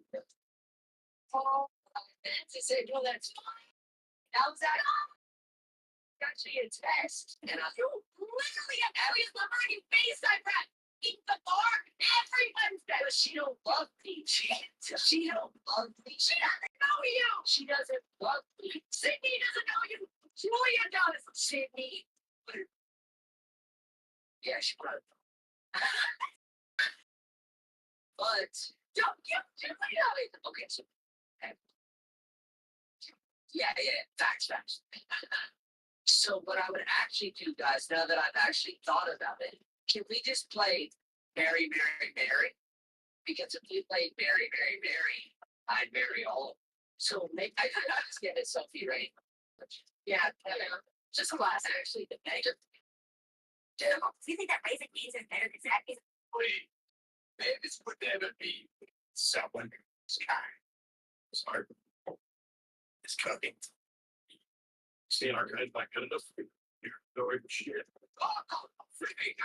I think that someone with that such red curly hair.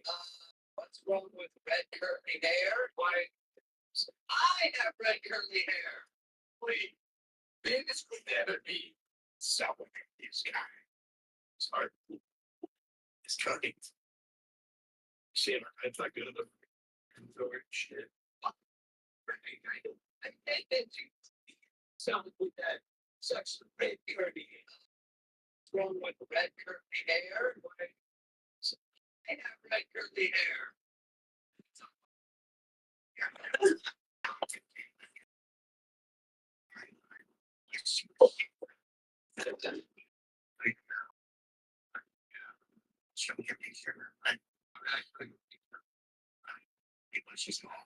Let me show you what I picked up from the bar last night. Yeah, right. Oh my god, right? He's so fucking fucking hate you. Let's get to work.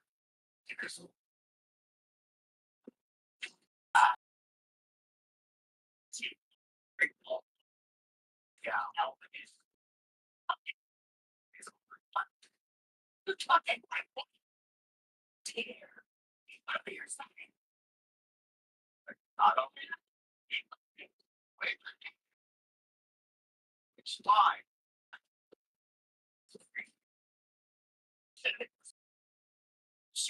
Get the fuck out of here.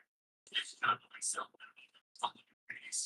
Get the fuck out of here, you sissy little bitch. Because you're fucking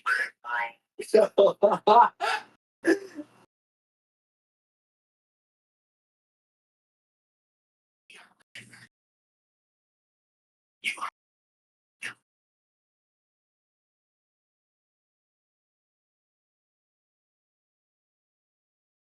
It's not.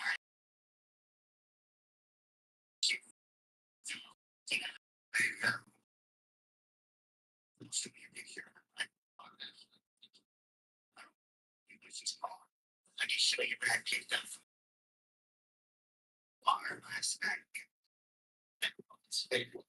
It's two against.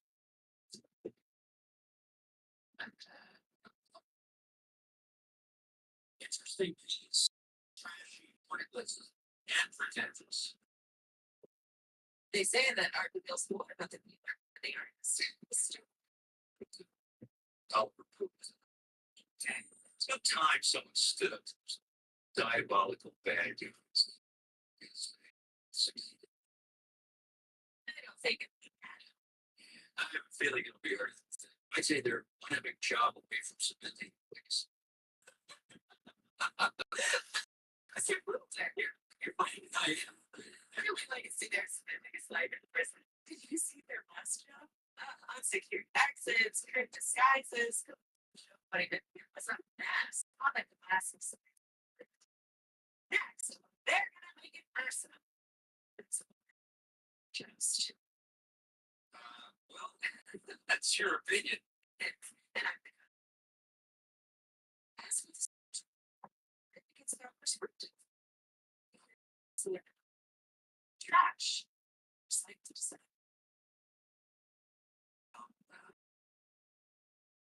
Just like the as they are.